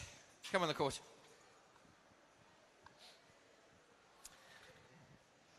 you're going to speak nice and loud into the mic, okay? So, Benjamin, explain to me, or explain to us, what's it like? You're under 14, actually, but you're playing under 15. You've played a young man who is almost twice your size and significantly bigger and stronger than you. Obviously, he's developed earlier. What's it like playing against people like that where you can't match him in the physical side of the game? It really depends if you win or lose. If you win, you get a bigger flex. But it is a bit harder because they've got extra reach and they've got more power in their shots. What do you think it's going to do? Do you think you're learning, and as your strength starts developing and as you start growing and becoming a young man, do you think you're going to be more experienced mentally, knowing how to play because you're having to play against such older, stronger boys? Yeah, I think it will help a lot playing them now, and I'll be a lot stronger when I get a bit older and bigger myself. And you're from KZN, correct? No. Port Elizabeth. Oh, PE, that's right. Oh, you at Grey High. Sorry, Yeah, forgive yeah. me. So you've got an active squash community there. There's some very, very good clubs from Lon Park and Crusaders, etc., and then Old Boys. So who do you play for? I play for Old Grey Squash Club. Old Grey, okay. And you're playing men's league as well? Yeah, yeah.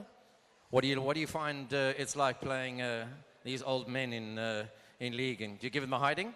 Yeah, I do, and it's a lot easier because they're a lot slower. So they're a lot slower. All right.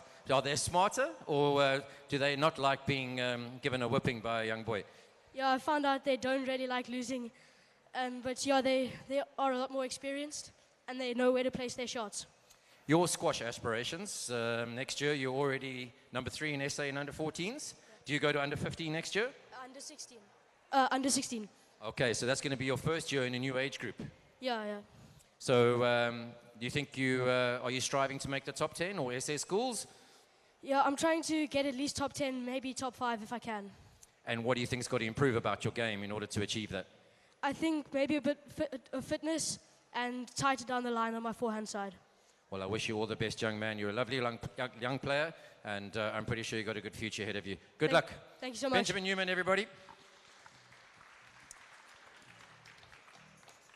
Right, next match at the Growthpoint Nationals, when Graham stops looking at his phone and taking the microphone from the person in front of him. Well done, Graham. Okay, we're on to the girls under 15s at the Growthpoint National Championships. The next two ladies on court. First and foremost, she's from Midstream College. She wants to be number 1 in the 26-27 season, under 19 number 1, and she wants to go and compete in the World Team Championships for South Africa. Her name is Elzandri Janse van Rensburg. Her opponent is homeschooled with her favorite subject is history. She also comes from Northerns and the Century Squash Club. She's coached by Jason Phillips, who I'm assuming is her dad. And she's a young lady with a bright future, with a good forehand. Please welcome Starla Phillips. Once again, please support our sponsors. Starbucks, Aquile, KFC. I just walked past there. It's busy. Stay at Kinnicore, go see a movie. To Dunlop. Dunlop and Squashers, they've had a long-standing relationship, and they've always been our official ball supplier for many, many years. It is the only ball that we use.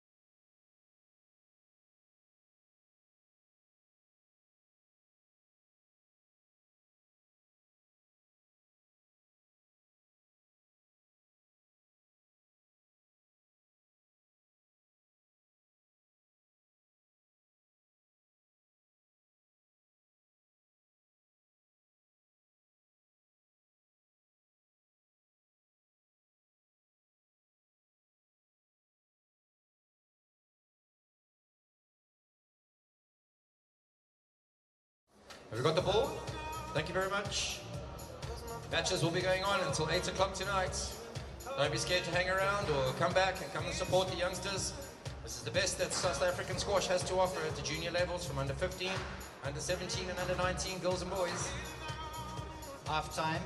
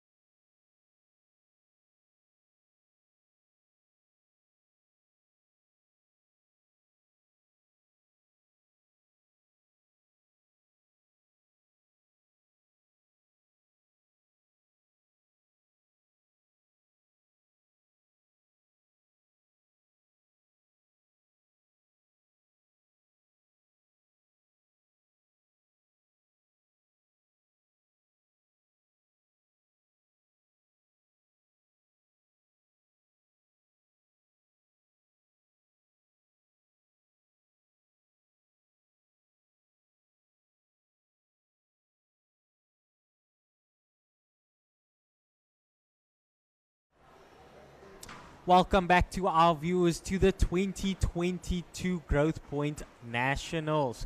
Currently on court we have Alexandri Janse van Rensburg and Starla Phillips. Yeah, we do know what the qualities that Alexandri Janse van Rensburg possesses. I mean, she's currently the SA Under 16 number 2. She's 13 years old and she plays up. I mean, that's just incredible, Jacques. What do you have to say about that? I know you do that quite often as well in the junior age groups. It's definitely something different. Most definitely. Oh, yes. And I think it'll be a very, very interesting matchup as well. They're both left-hand squash players. It's the first time we've seen that in a while, eh, Jacques? Absolutely. It's going to be interesting to see how they respond. Are they both going to end up rallying on their backhands, or are they going to take the match to their forehands? So it would be definitely interesting to see. Most definitely. I think the tactics of a right-hand player versus a left-hand player changes from time to time. But when you're playing an individual who has the same hand of squash that you play with, it might be a different matchup, eh, Jacques? Tactics might change. I think only time will tell. I think the ladies might be a little bit confused in the beginning, but I am standing to be corrected to see what happens. Most definitely. I see currently that 17-inch turn is still playing a huge difference in the squash of these young juniors. I mean, look, 17 inches is a big change from 19 inches. Definitely encouraging shot play. It is quite extraordinary. Under 15, round 2, Pool A. Phillips to serve, Janse van Rensburg to receive. Best of 5, love all. Starla Phillips, the one in the black shirt, and Alexandri Janse van Rensburg in, I suppose we can call that a mixture of colors. Most definitely. We'll just simple it out and make it purple. Purple it is. Done. Know that Van Rensburg, Alexandri Janse van Rensburg currently a little bit stronger in terms of physique. We know Miss Phillips is a little bit smaller in stature, but I mean, I have no doubt that she'll still produce quality squash.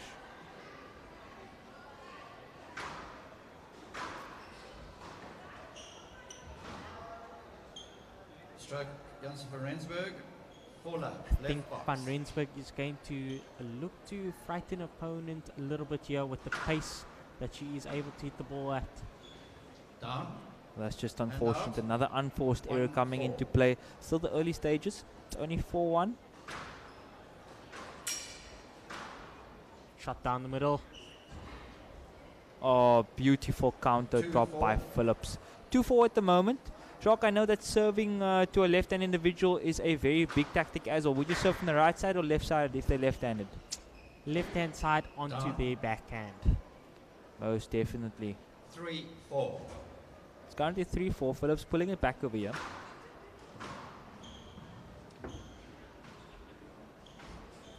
Oh, beautiful.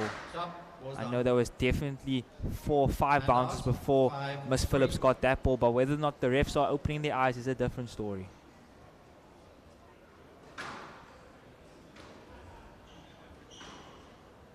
Beautiful, absolutely beautiful. I must say, Jacques, look, these juniors are displaying what quality squash actually looks like. I mean, a lot of them are actually utilizing the front of the court with a lot of quality, you know, sticking it up on the glass. What are your thoughts on that? You know, once you have your opponent trapped at the back of the court, by all means, take them short. 7-3. Most definitely. I mean, it's 7-3 already. Miss Janse van Rensburg currently showing why she is the South African number 2 under 16. I mean, wow. 13 years old and already number 2 in the country.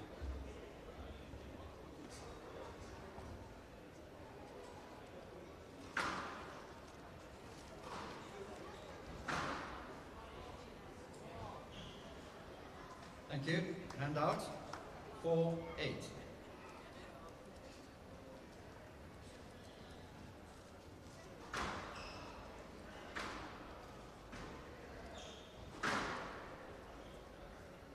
Hand out. 9-4. It's currently 9-4, Jacques. It's not much of a competition for Van Rensburg at the moment. I think Phillips is just finding her feet a little bit here on the squash court. He's starting to gain a little bit of momentum from the middle of the court. A little bit more T position, but Van Rensburg has just got such a wrist on her that her opponent's just struggling to get around her at the moment. Oh, most definitely. Down. Was that ball good? Was it up or down, Just Jock? play left, please, I'm not sure. 10-4. Janssen van Rensburg serving, right box. I'm not sure myself.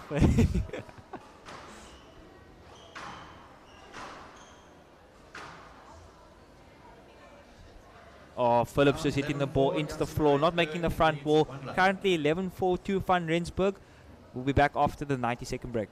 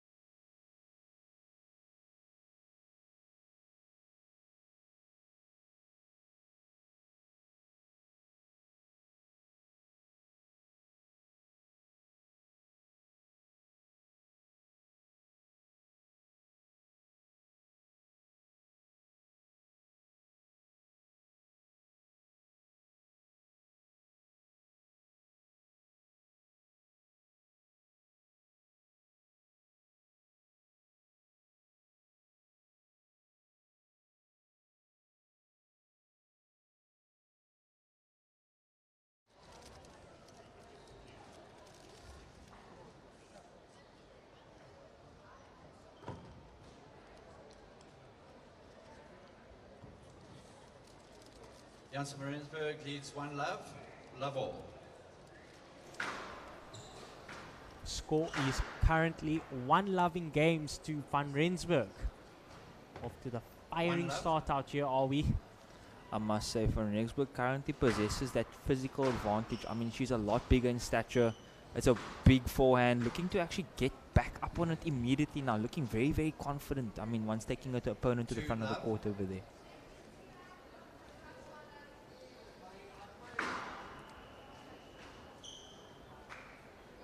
A little bit of a lucky shot there by Phillips, utilizing the frame as well.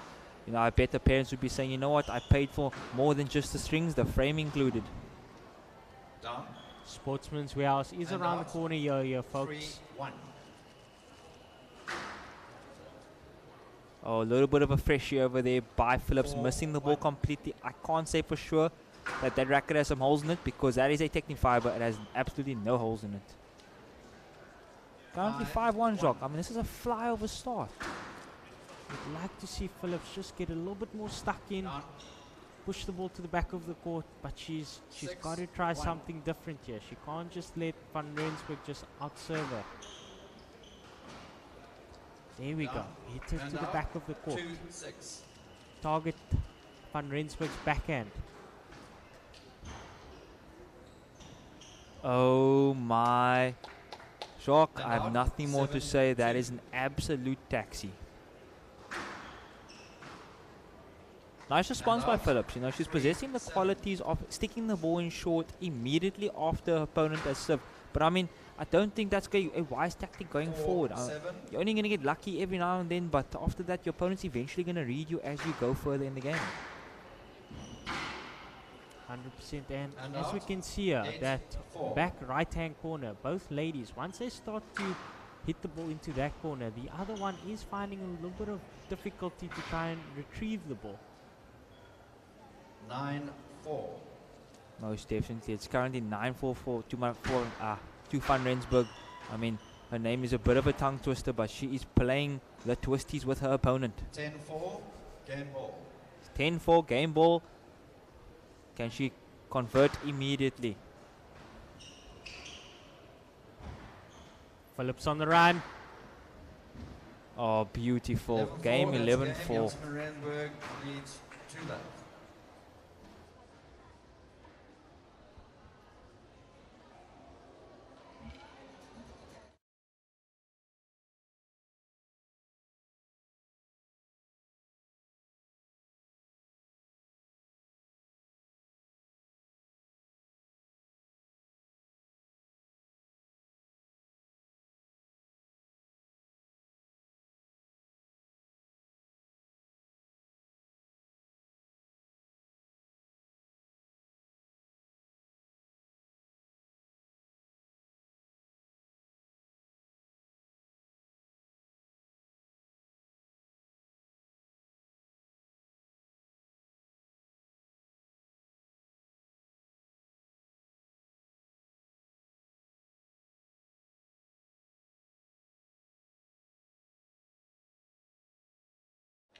Jans van Rensburg leads 2-love. Love all. The ladies are off. Again, Joffrey, just too much happening in the front of the court. You know, we would like to see both ladies push their opponents to the back of the court. Like over there, bang, and then you get the front of the court to try and take your opponent short. Oh, I mean, it's clear as daylight at the moment. I mean, once Phillips has pushed the opponent to the back of the court, just like you've said, the front of the court becomes accessible and your opponent has yourself second guessing every single time. It's a beautiful shot there by Phillips. Unfortunately counted by Van Rensburg. Van Rensburg definitely possesses the skill of a counter drop. Very comfortable that after her opponent takes a short, she is happy to just go counter short from the front of the court. Oh, unfortunate. It's a big forehand into the tin. Unfortunate there for Van Rensburg. Phillips gaining the point over there.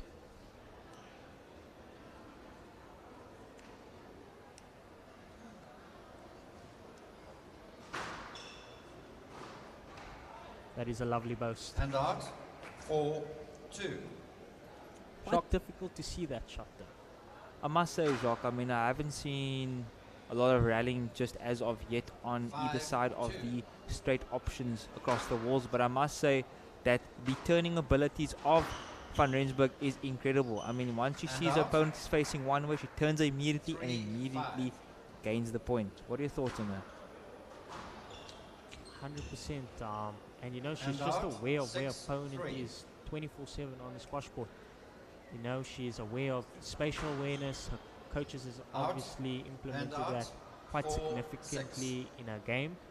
And you know, it's just her preparations leading up to this tournament. Are they going to come through, or is there a little bit of more learnings that needs to take place? Most definitely. Currently, you know, Phillips. Here we go, Phillips. Oh my gosh, Phillips putting under pressure over there and then taking advantage of the open shot. So at the moment it's 5-6. I mean, it's a little bit better from Phillips. You know, a little bit more competitive from her in this game around. What do you think she's changed tactically? What do you think her coaches have told her? 7-5. I am starting to see more balls go to the back of the court. But now it's just about, you know, when's the right time to go short. But part of that, Van Rensburg is making a couple of unforced errors. Yeah, I must say in the first game she looked very comfortable and starting to look a little bit uncomfortable here in the second game. Oh, that's just an unforced error into the floor. And out, 8-6.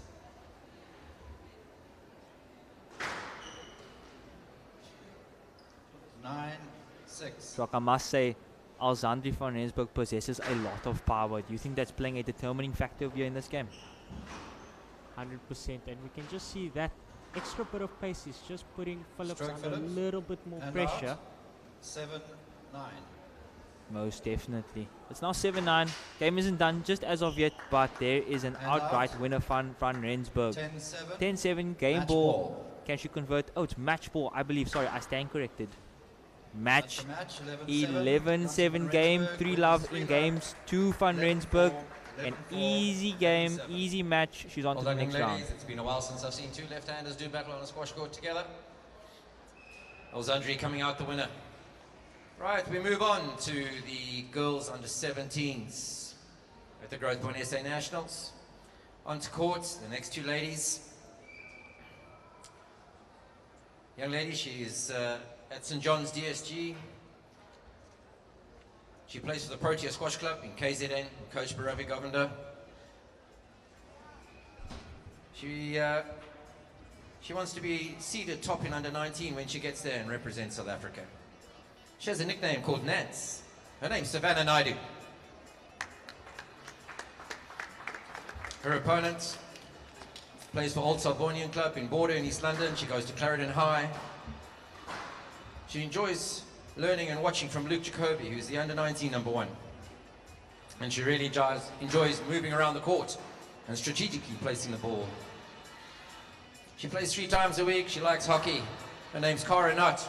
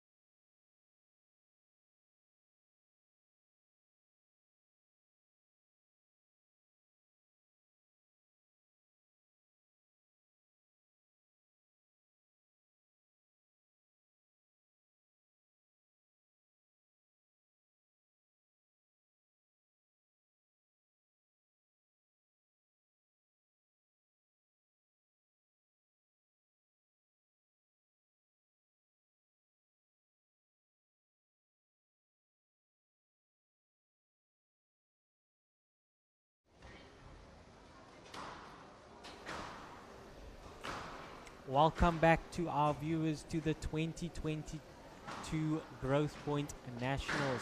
On court, we currently have Savannah Naidu and Coronot. Yeah, this will be quite an interesting matchup, as Rock. I mean, we've got both these ladies who vastly experienced. I mean, one starting squash when she was 10, the other one starting when she was 9. Quite a match on our hands here. Pool A, Savannah Naidu to serve, Cara not to receive, stop. Best of 5, love all. Right, here we go, we're underway.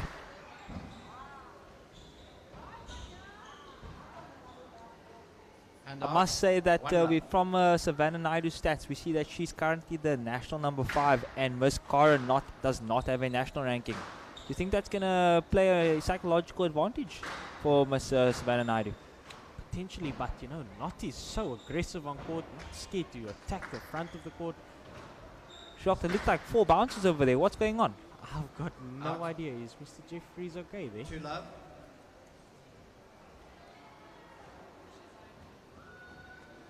The ladies just happy to continue. Oh, oh my word. And out. Cara not almost taking the legs off Savannah Naidu. That was a close one.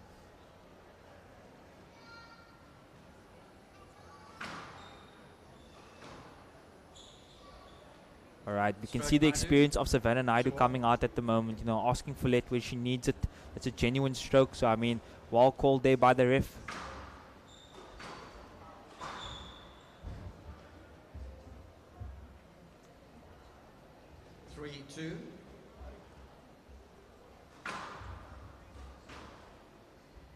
Oh, stroke Naidu. Beautiful fishing rod coming into play there. Left box 4-2.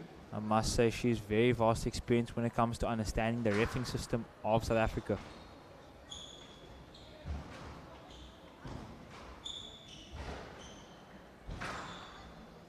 She's just on a wild goose chase at the moment, you know, fetching balls left to right. Oh, prevails in the end, prevails in the end. Well done, Coronot.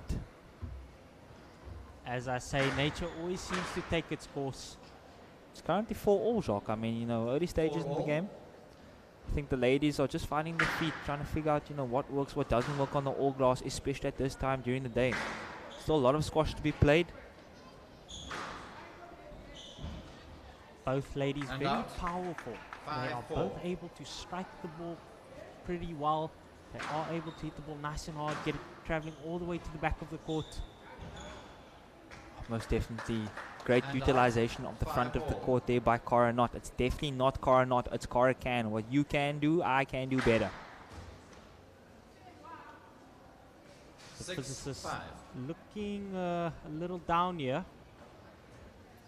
She's got to try and pick up the pace here. I think she's still just a little bit unsettled by the pace matchup that Cara Not provides. Oh my word, that is sent into another dimension.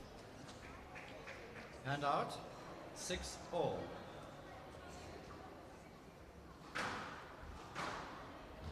Oh my. Jock, I must say, I've seen this quite a few times at the moment when the lady squash players are playing. You know, they're serving the ball, not quite understanding that after they have to serve, they have to get back to the tee and just being caught off guard at the moment. It's now 8-6 to Cara Not. Naidu under the pump. I mean, this is not looking great for the number 5 in the country. Definitely not, but as we've seen from interesting decision here. Oh my, yes, let. Yes, let. I have nothing more to say to that one. I also can't comment on that. But yeah, Naidu yesterday was very impressive in her first round match. And I think she's just going to find her feet a little bit here. It's a beautiful shot. Hopefully just bring some of yesterday's confidence into this match. Yeah, I must say, Jacques, look, I always tell myself, you know, 9-6 up, anything is possible. You know, comebacks come. You have to see some work put in from Naidu. You know, she's scrambling at the moment. She has, just unfortunate over there. I think she is cracking a little bit under pressure over there, you know. A little bit too many unforced errors. It's currently 10-6 game ball to Cara Not.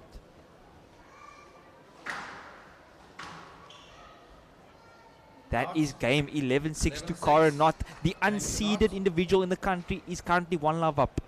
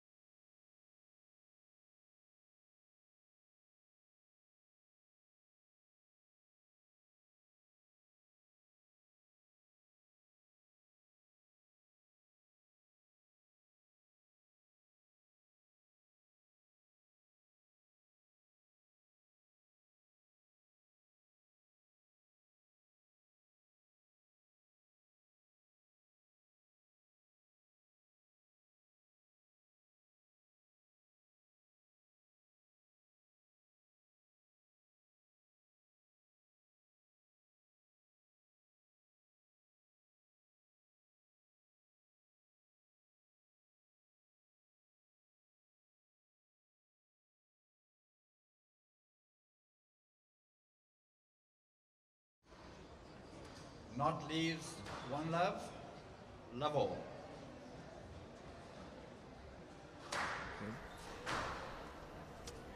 Score is currently 1 loving games to Coronat. Coronat currently leading quite confidently at the moment.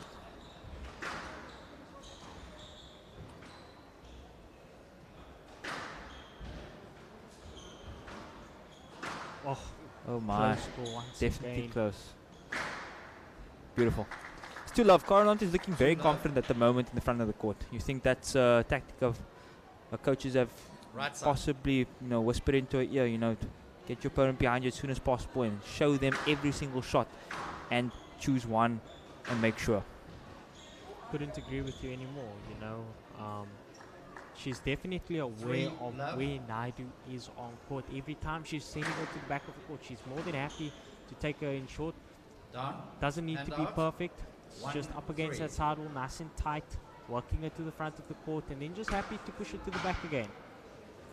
Out of court, 2-3. Most definitely. It's currently 2-3. I think Naidu is just regaining her thoughts. She'll be back in the game quite soon. She is the country number 5, so she's got experience. We just need to see it come out over here at the moment. I think she's just trying to figure out, where am I comfortable, where am I not comfortable. I think that ball went into Salsi Park again, Almost definitely. It's back on court. Here we go. The ladies are back into play. 90 to serve, left box, 2-3.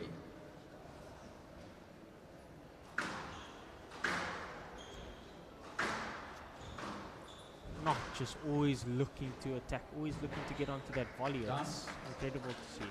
4-2. I must say, Jacques, it looks like she, Ms. Coronat, loves learning from Luke Jacoby, and we can definitely see a lot of that come out at the moment. 100%. And Luke Jacoby is somebody who loves to volley, loves to attack the front of the court, and you can just see certain aspects of his game is being presented here from Knott's performance. She's currently 5-2. She's dominating all sides of the court. She looked like she had no clue in the beginning, but now she has the whole memo. The physicist completely outdone by that. Beautiful shot. Great utilization of length from Coronat. Currently Naidu is looking clueless, looking back at her coach over there. What do I do? What do I do? Your coach is not going to help you here, young lady. It's all yours on court. 3-6. Very good serve from Naidu. Oh, just a mental crack again. 7-3. I think Naidu is just currently under the pump, just a little bit.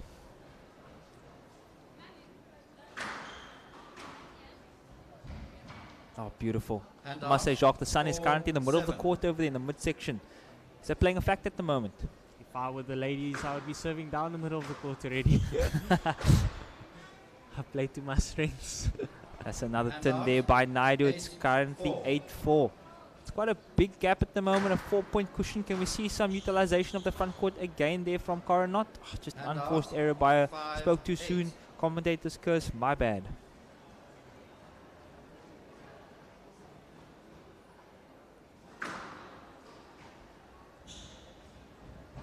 Oh, beautiful shot. A little bit more calm now on the straight options. 8. It's beautiful composure by Naidu. Oh, just a little bit lucky there by Coronat. Naidu should definitely not be phased too much by that. It is just a lucky shot at the end of the day. Oh, that is a beautiful backhand volley drop. That is incredible by Knott. Oh,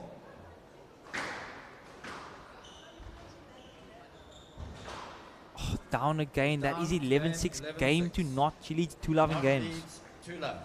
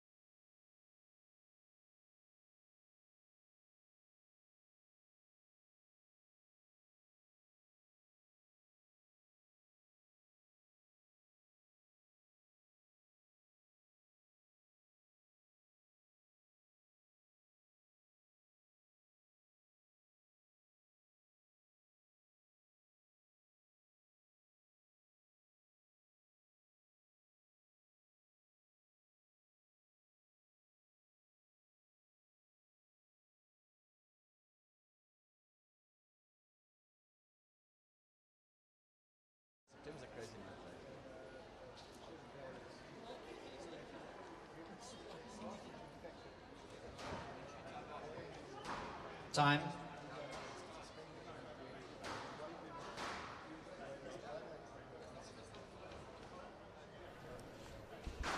Alrighty, score is currently 2 loving games to not. Will we see the experience from Savannah Naidu come into play? You know, she's 2 love down. Without a doubt, she would have been in this position before. It'll be interesting to see if she's able to take this to 5. Most definitely. I think Coronat's just utilizing the front of the court a little bit better at the moment. You know, she has definitely the stronger game plan, placing her opponent to the back of the court, taking her short when it's needed. She's looking very confident at the moment. Oh, beautiful. Outright winner, 17-inch turn coming into play. Cross, Nick. Hallelujah.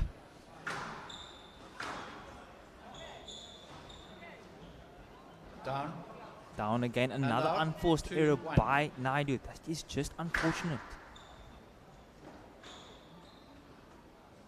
Oh, the nerves. Look, early on in the game, we definitely will see that. I mean, it is a factor. You know, both ladies just trying to find their feet. You know, where do we stand in this match? I think Coronat just has to realize she has the upper hand at the moment, but she's just missing the ball at the moment. 3-2. Naidu has an amazing fighting spirit on court. You know, she hasn't dropped her shoulders. She's taking this match back to naught, and you know, at the end of the day, it's whoever wants it more is going to obviously turn out to be the winner. Most definitely. Just another unforced error there by Naidu. It's currently a game of who is making the most mistakes. We just need to see some composure from both ladies. Oh, we're not so sure what's happening at the moment. Oh, okay. Just identifying which side of the court is she serving on. Definitely not ready to retrieve that serve. The referee definitely seems to have all of his ducks in a row here, does Graham Jeffries. Oh, most definitely. That's another beautiful execution over there when Naidu opens up the court. Mascara not shuts it down. Oh, incredible. The reflexes of Coronat. I bet she learned that from Luke Jacoby.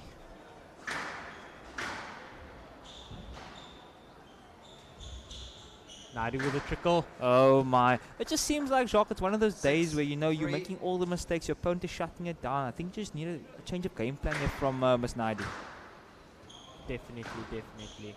And you know, Naidu, she doesn't need to be scared to inject pace, attack the back of the court. Because every time she's taking Not to the back of the court, Not is feeling somewhat of pressure. In the front of the court, she's very comfortable, obviously possesses certain technical abilities which is allowing her to hit multiple winners from the front of the court, but out the back of the court a little bit more under pressure. There it is again, just collapsing slightly, but just good enough to take Naidu on with that shot. Ladies, most definitely. I mean, at the moment I'm seeing a lot of trickle there's a balls. blood injury. Are you okay, ma'am? I have no idea what the referee is saying. Happy to carry on? Thank you. 7-4. I think it's possibly a blood injury, but we're not quite seeing anything visible here from our side.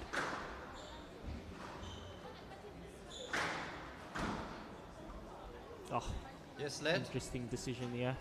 I mean, I don't think that's a let, but I mean, the ref's obviously watching a different game to me.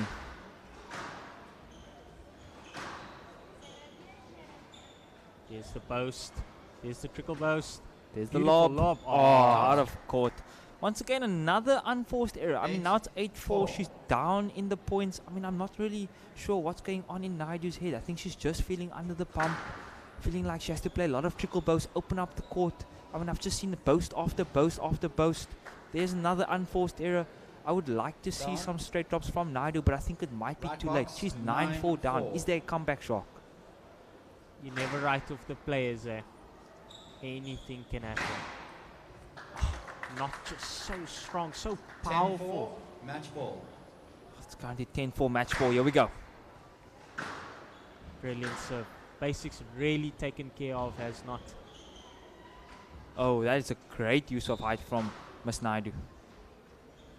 Little too high with that post. And there's the winner. 11-4, 3 love in games, 2 not. That is match. 11-4.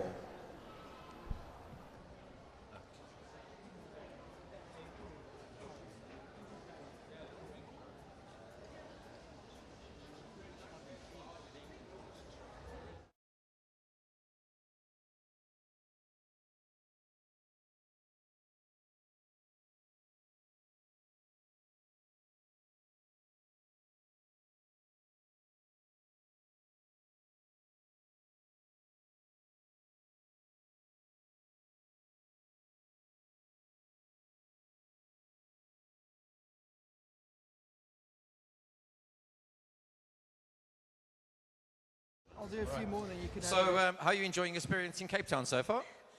Well, it's really nice. The glass court's really cool, but it's very different to playing on walls.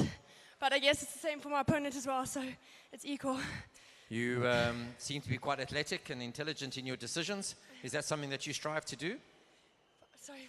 You look very athletic on the squash court, so very physical and intelligent with the decisions that you're making with regards to, you know, what choices of shot that you're taking. Is that something that you are aware of doing, or is that something that's just happening naturally in Kara's brain? No, well, I used to just hit for fun and hit and hope. But now that I'm getting older, I realize you've got to actually think about it. And yeah, as you go, you've got to think more and more. What is your current ranking for the audience in Border, and where do you rank in SA schools, do you know? So in Border, I'm number 1 at the moment in under 16, and in the rankings just came out now, and I'm number 4 in South Africa. That's not bad. Yeah. So how are you going to improve on that next year? Are you going to under 19, or is it your second year in under 16? I'm in grade 9, so I'm in under 16 again. Yeah, next year. So there's a good chance you could become the SA champion. Is that your goal? Yes, yeah. I see you being coached by a young man called Greg Sheen. I know the Sheen family very, very well. All the boys, they're all pretty good. And I saw Dad who's down here and he was chatting to you. How did that relationship come about?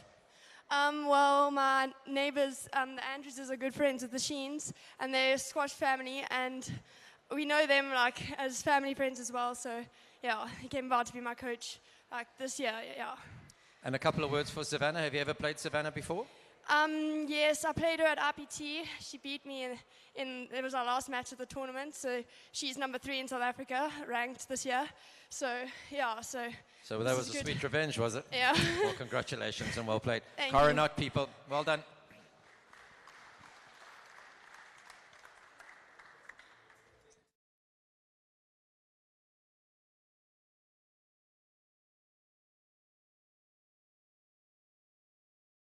Point SA National Junior Finals and Championships.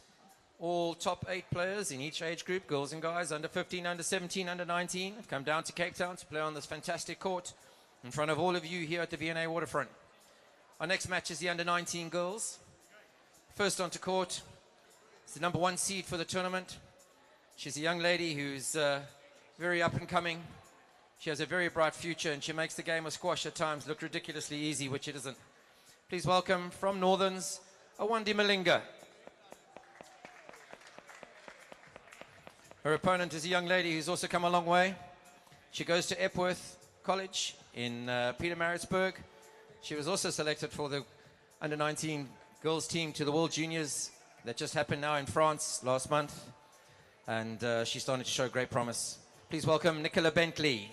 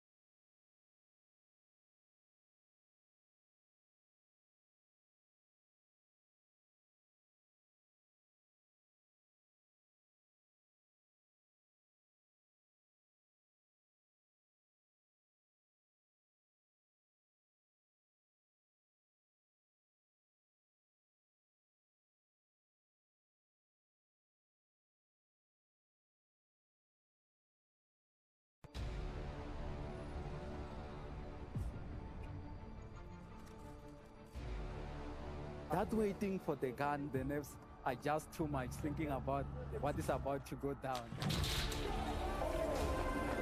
goes the horn to start the race.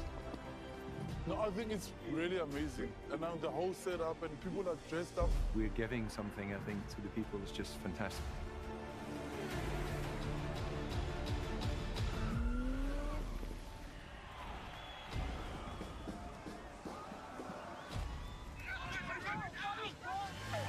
The support on the side of the road is second to none, and that gives you the extra oomph. Thoroughly enjoyed it. The scenery is beyond what I could imagine. I seriously enjoyed it. I met so many wonderful people on the way. Really enjoying Cape Town. People seem to really appreciate artwork here, which is really nice. Come and visit Cape Town. We are waiting for you with open arms. We welcome you here. This will remain a city of hope and opportunity for everyone, not just in Cape Town, but around the country and the world.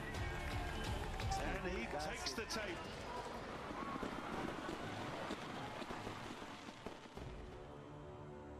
Cape Town is open, safe, and ready to host you.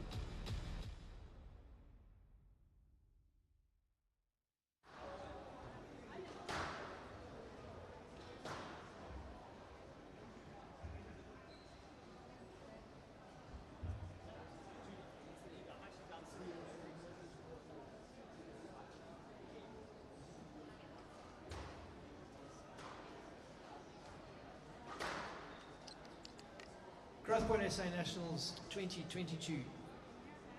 Juniors, girls in a 19 second round match. Awande Malinga to serve, Nicole Bentley to receive. Best of 5 games, love all. And we are back. Currently on court, we do have Awande Malinga and Nicola Bentley. Thank you, Joffrey.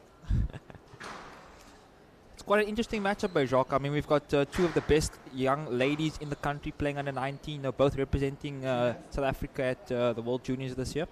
What are your thoughts on that? I think based off the experiences from World Juniors, obviously, they both would have learnt different things based off matches that they have played. But it's going to be interesting to see who's going to come out on top. I mean, both of them had obviously excellent performances at World Juniors, and let's just see what they can present to us. Most definitely. We know that Awande Malinga is extremely structured. I mean, she is a absolute beast on court. Nicola Bentley, a little bit more quieter in terms of abilities, but I mean, she still possesses some qualities that could definitely put her under some serious pressure. Down, 5-1. Score's currently 5-1. It's quite a big jump in the scoreline. I mean, we just started the game a couple of seconds ago, so I mean, Awande Malinga immediately asserting a dominance over Miss Nicola Bentley. Malinga very, very comfortable to take that ball in short. I must say, Awande Malinga's technical ability is sound. It is impressive. Just like to see Bentley inject a little bit more pace into this match. A little too soft on this glass court. Not quite getting the ball to the back of the court. There we go. There's the back of the court. But now she's got to back it up. Lovely. Most definitely utilization of the front of the court there by Nicola Bentley. Well done to you, young lady.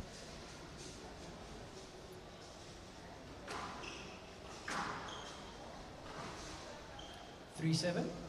3-7. I mean, look, it's still early stages. I think Awande is just regaining her thoughts, trying to figure out, where do I want to most definitely utilize my strengths. I mean, look at that outright turn there by Awande Malinga. So, I mean, she definitely has all her ducks in a row. She knows exactly where she wants to place the ball. I think Nicola Bentley is just trying to find a feet at the moment, but utilizing a lot of the front of the wall, a lot of the short game at the moment by Nicola Bentley. I don't think it's going to last very long. We know how squash is. It's up and down, but I mean, winners only get you so far from the back of the court.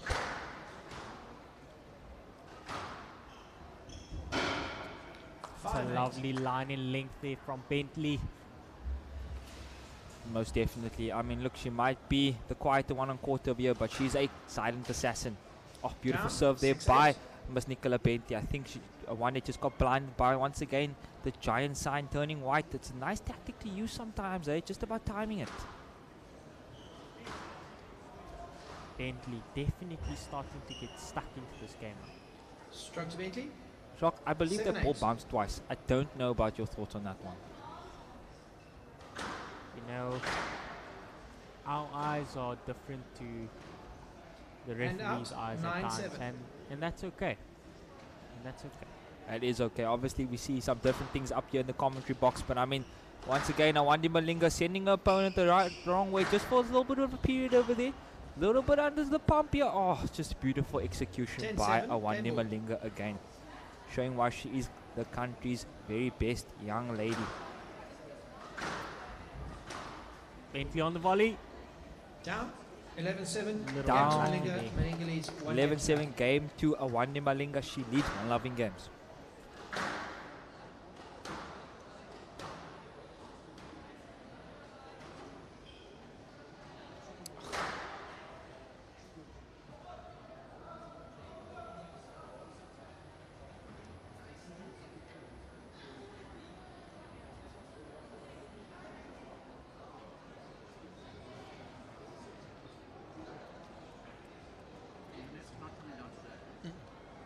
No.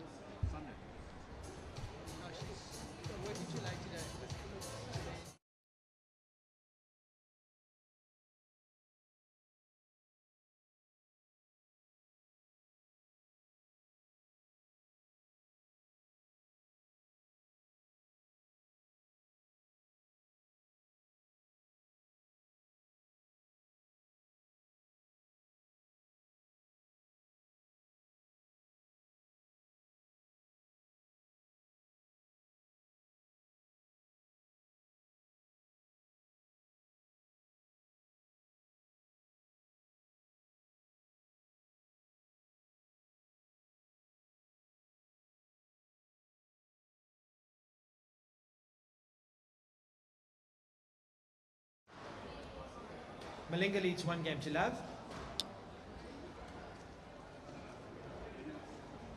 Love all. Malinga currently Down, 1 1 love love. in games against Bentley. I must say, Jacques, Awandi Malinga looking a little bit more confident than Miss Nicola Bentley at the moment. You think it's because Down of her training? and You out, think she's 1 trained a all. little bit more different to Bentley? I believe she spends a lot more time on court than Bentley. She's got a crazy training program. Fault. I and basically out, see 2-1. this young lady on Instagram posting her training videos all the time. I mean, she's very strict about how she goes about things, and look, it's definitely reciprocating in this match. It's a great winner there by 3-1. Miss Malinga.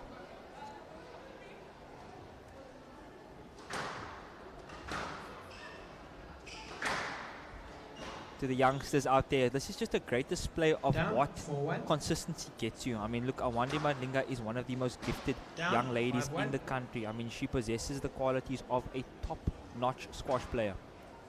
Fault. Just serving and out over there. 2-5. Spoke too soon. Both ladies. It's currently 1-all. Good thing they're not at Jarvis. Why is that, Jock? No comment. I think And out, everybody that 6-2. has played at Jarvis would understand where I am coming from. Most definitely. We know that Miss Nicola Bentley's coach is Sally White. I believe she goes to Epworth 7-2. High School. That is quite a crazy amount of tradition that goes over there regarding squash. I know they have a great training program as well, but I know Awandi Malinga is currently coached by her dad, Mr. Malinga.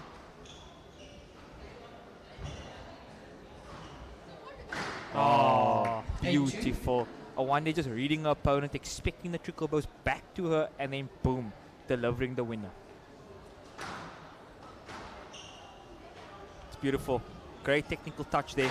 Once again, 9-2. spatial awareness is just insane. This lady is incredible. It's 9-2. Awandi Malinga leads 9-2 in points. She's very disciplined there, Jacques. I haven't seen, many 10-2 extravagant game shots, being exposed by Awandi. Would you say that she's very, very consistent, and being consistent comes with, you know, being aware of, you know, where is my opponent in space? Do I need to hit a cross conic, or can I just play simple basic squash? Hand What are your out. thoughts? 310 game ball.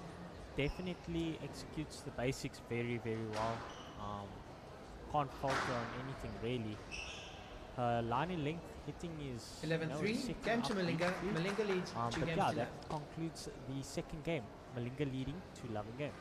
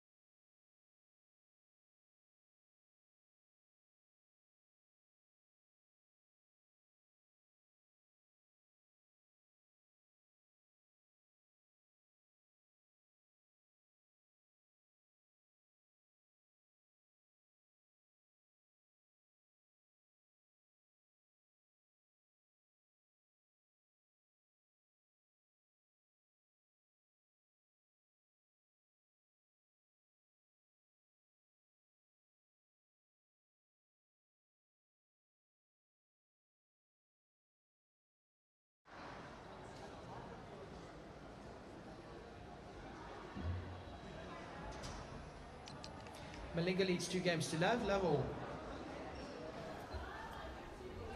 Here we go, here we go. Malinga immediately on the volley. There's the counter. Not up. 1 love. Shock, I must say, you know, away from Awande Malinga's technical ability with her racket, her movement is just extraordinary. What do you have to say about that? Definitely a natural mover in terms of squash. Probably does a lot of ghosting. 2 love. You know, I see it. I don't think the juniors of today understand how important ghosting actually is. I mean, if you're able to basically train those smaller muscle groups to remember exactly how you need to move under pressure into the front of the court, into the back of the court, you know, 3 love. definitely going to have a physical advantage when the pressure is on.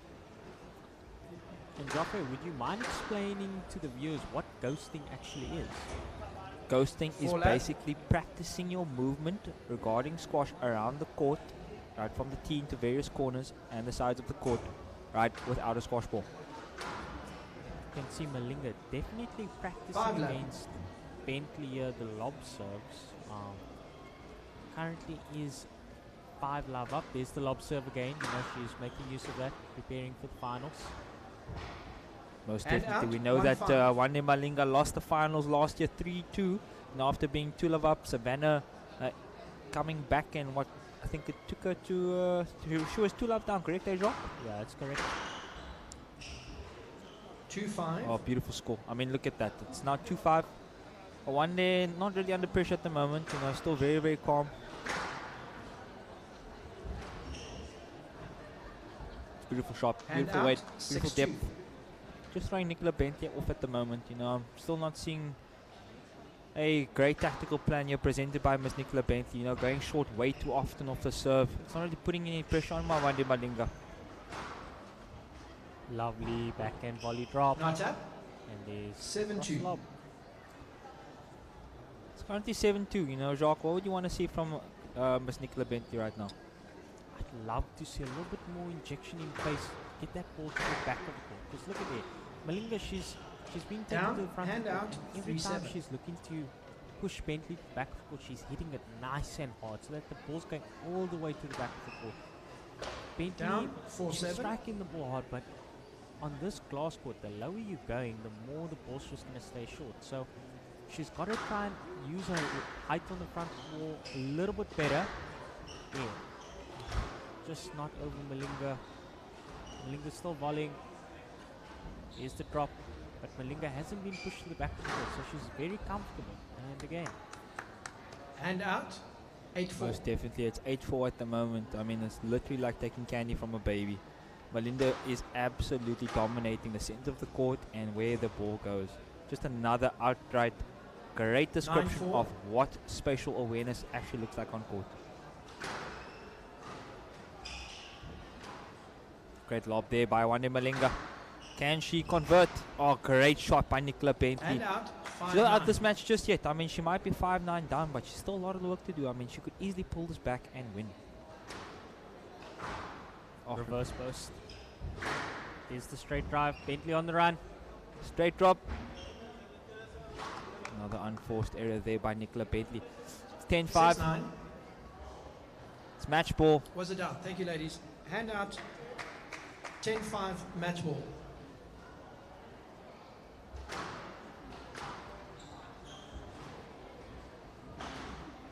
It's a beautiful lob there by Nicola Bentley. Win opportunity by Wande. Could this be a Jacques? Oh, beautiful. Under the mesh. Under the mesh. What a Hand out. shot by Nicola 16 Bentley. match ball. Still 16, you know, it's not matched just yet until the fat man says so.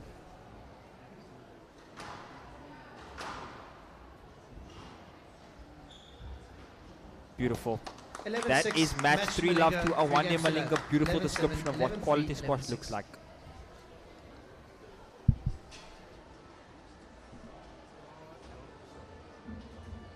Well played, Awande.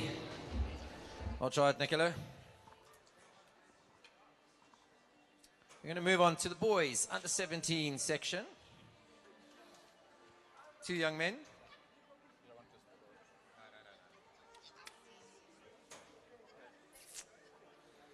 First onto court, well played, goal, is a young man from St Albans College. A player that he likes to learn from is Karim Gawad. I agree, what a squash player. And he hopes that his squash will open up some international opportunities. He's a pretty good rugby player, I was told, but got injured and managed to break his ankle like you do in rugby. Stick to squash, butt. Anyway, it's Patrick Weir. And his opponent, all the way from Selborne College. Also a good rugby school. Not too sure if his opponent plays rugby. Don't think it'll be a fair battle. Hey, Connor. Anyway, he's been playing really good. He was here last year. It's his second visit back to this all-glass court, as it is for Patrick. And his goal is to be the best that he can be. Fantastic goal. Connor Earl.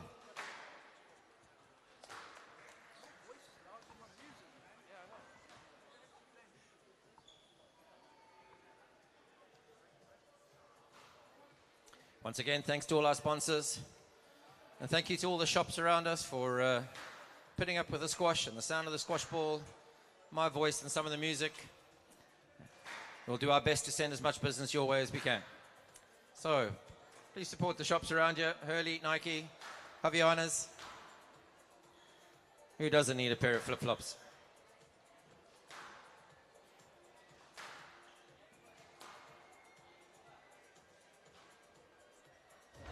Once again, a nice big thank you.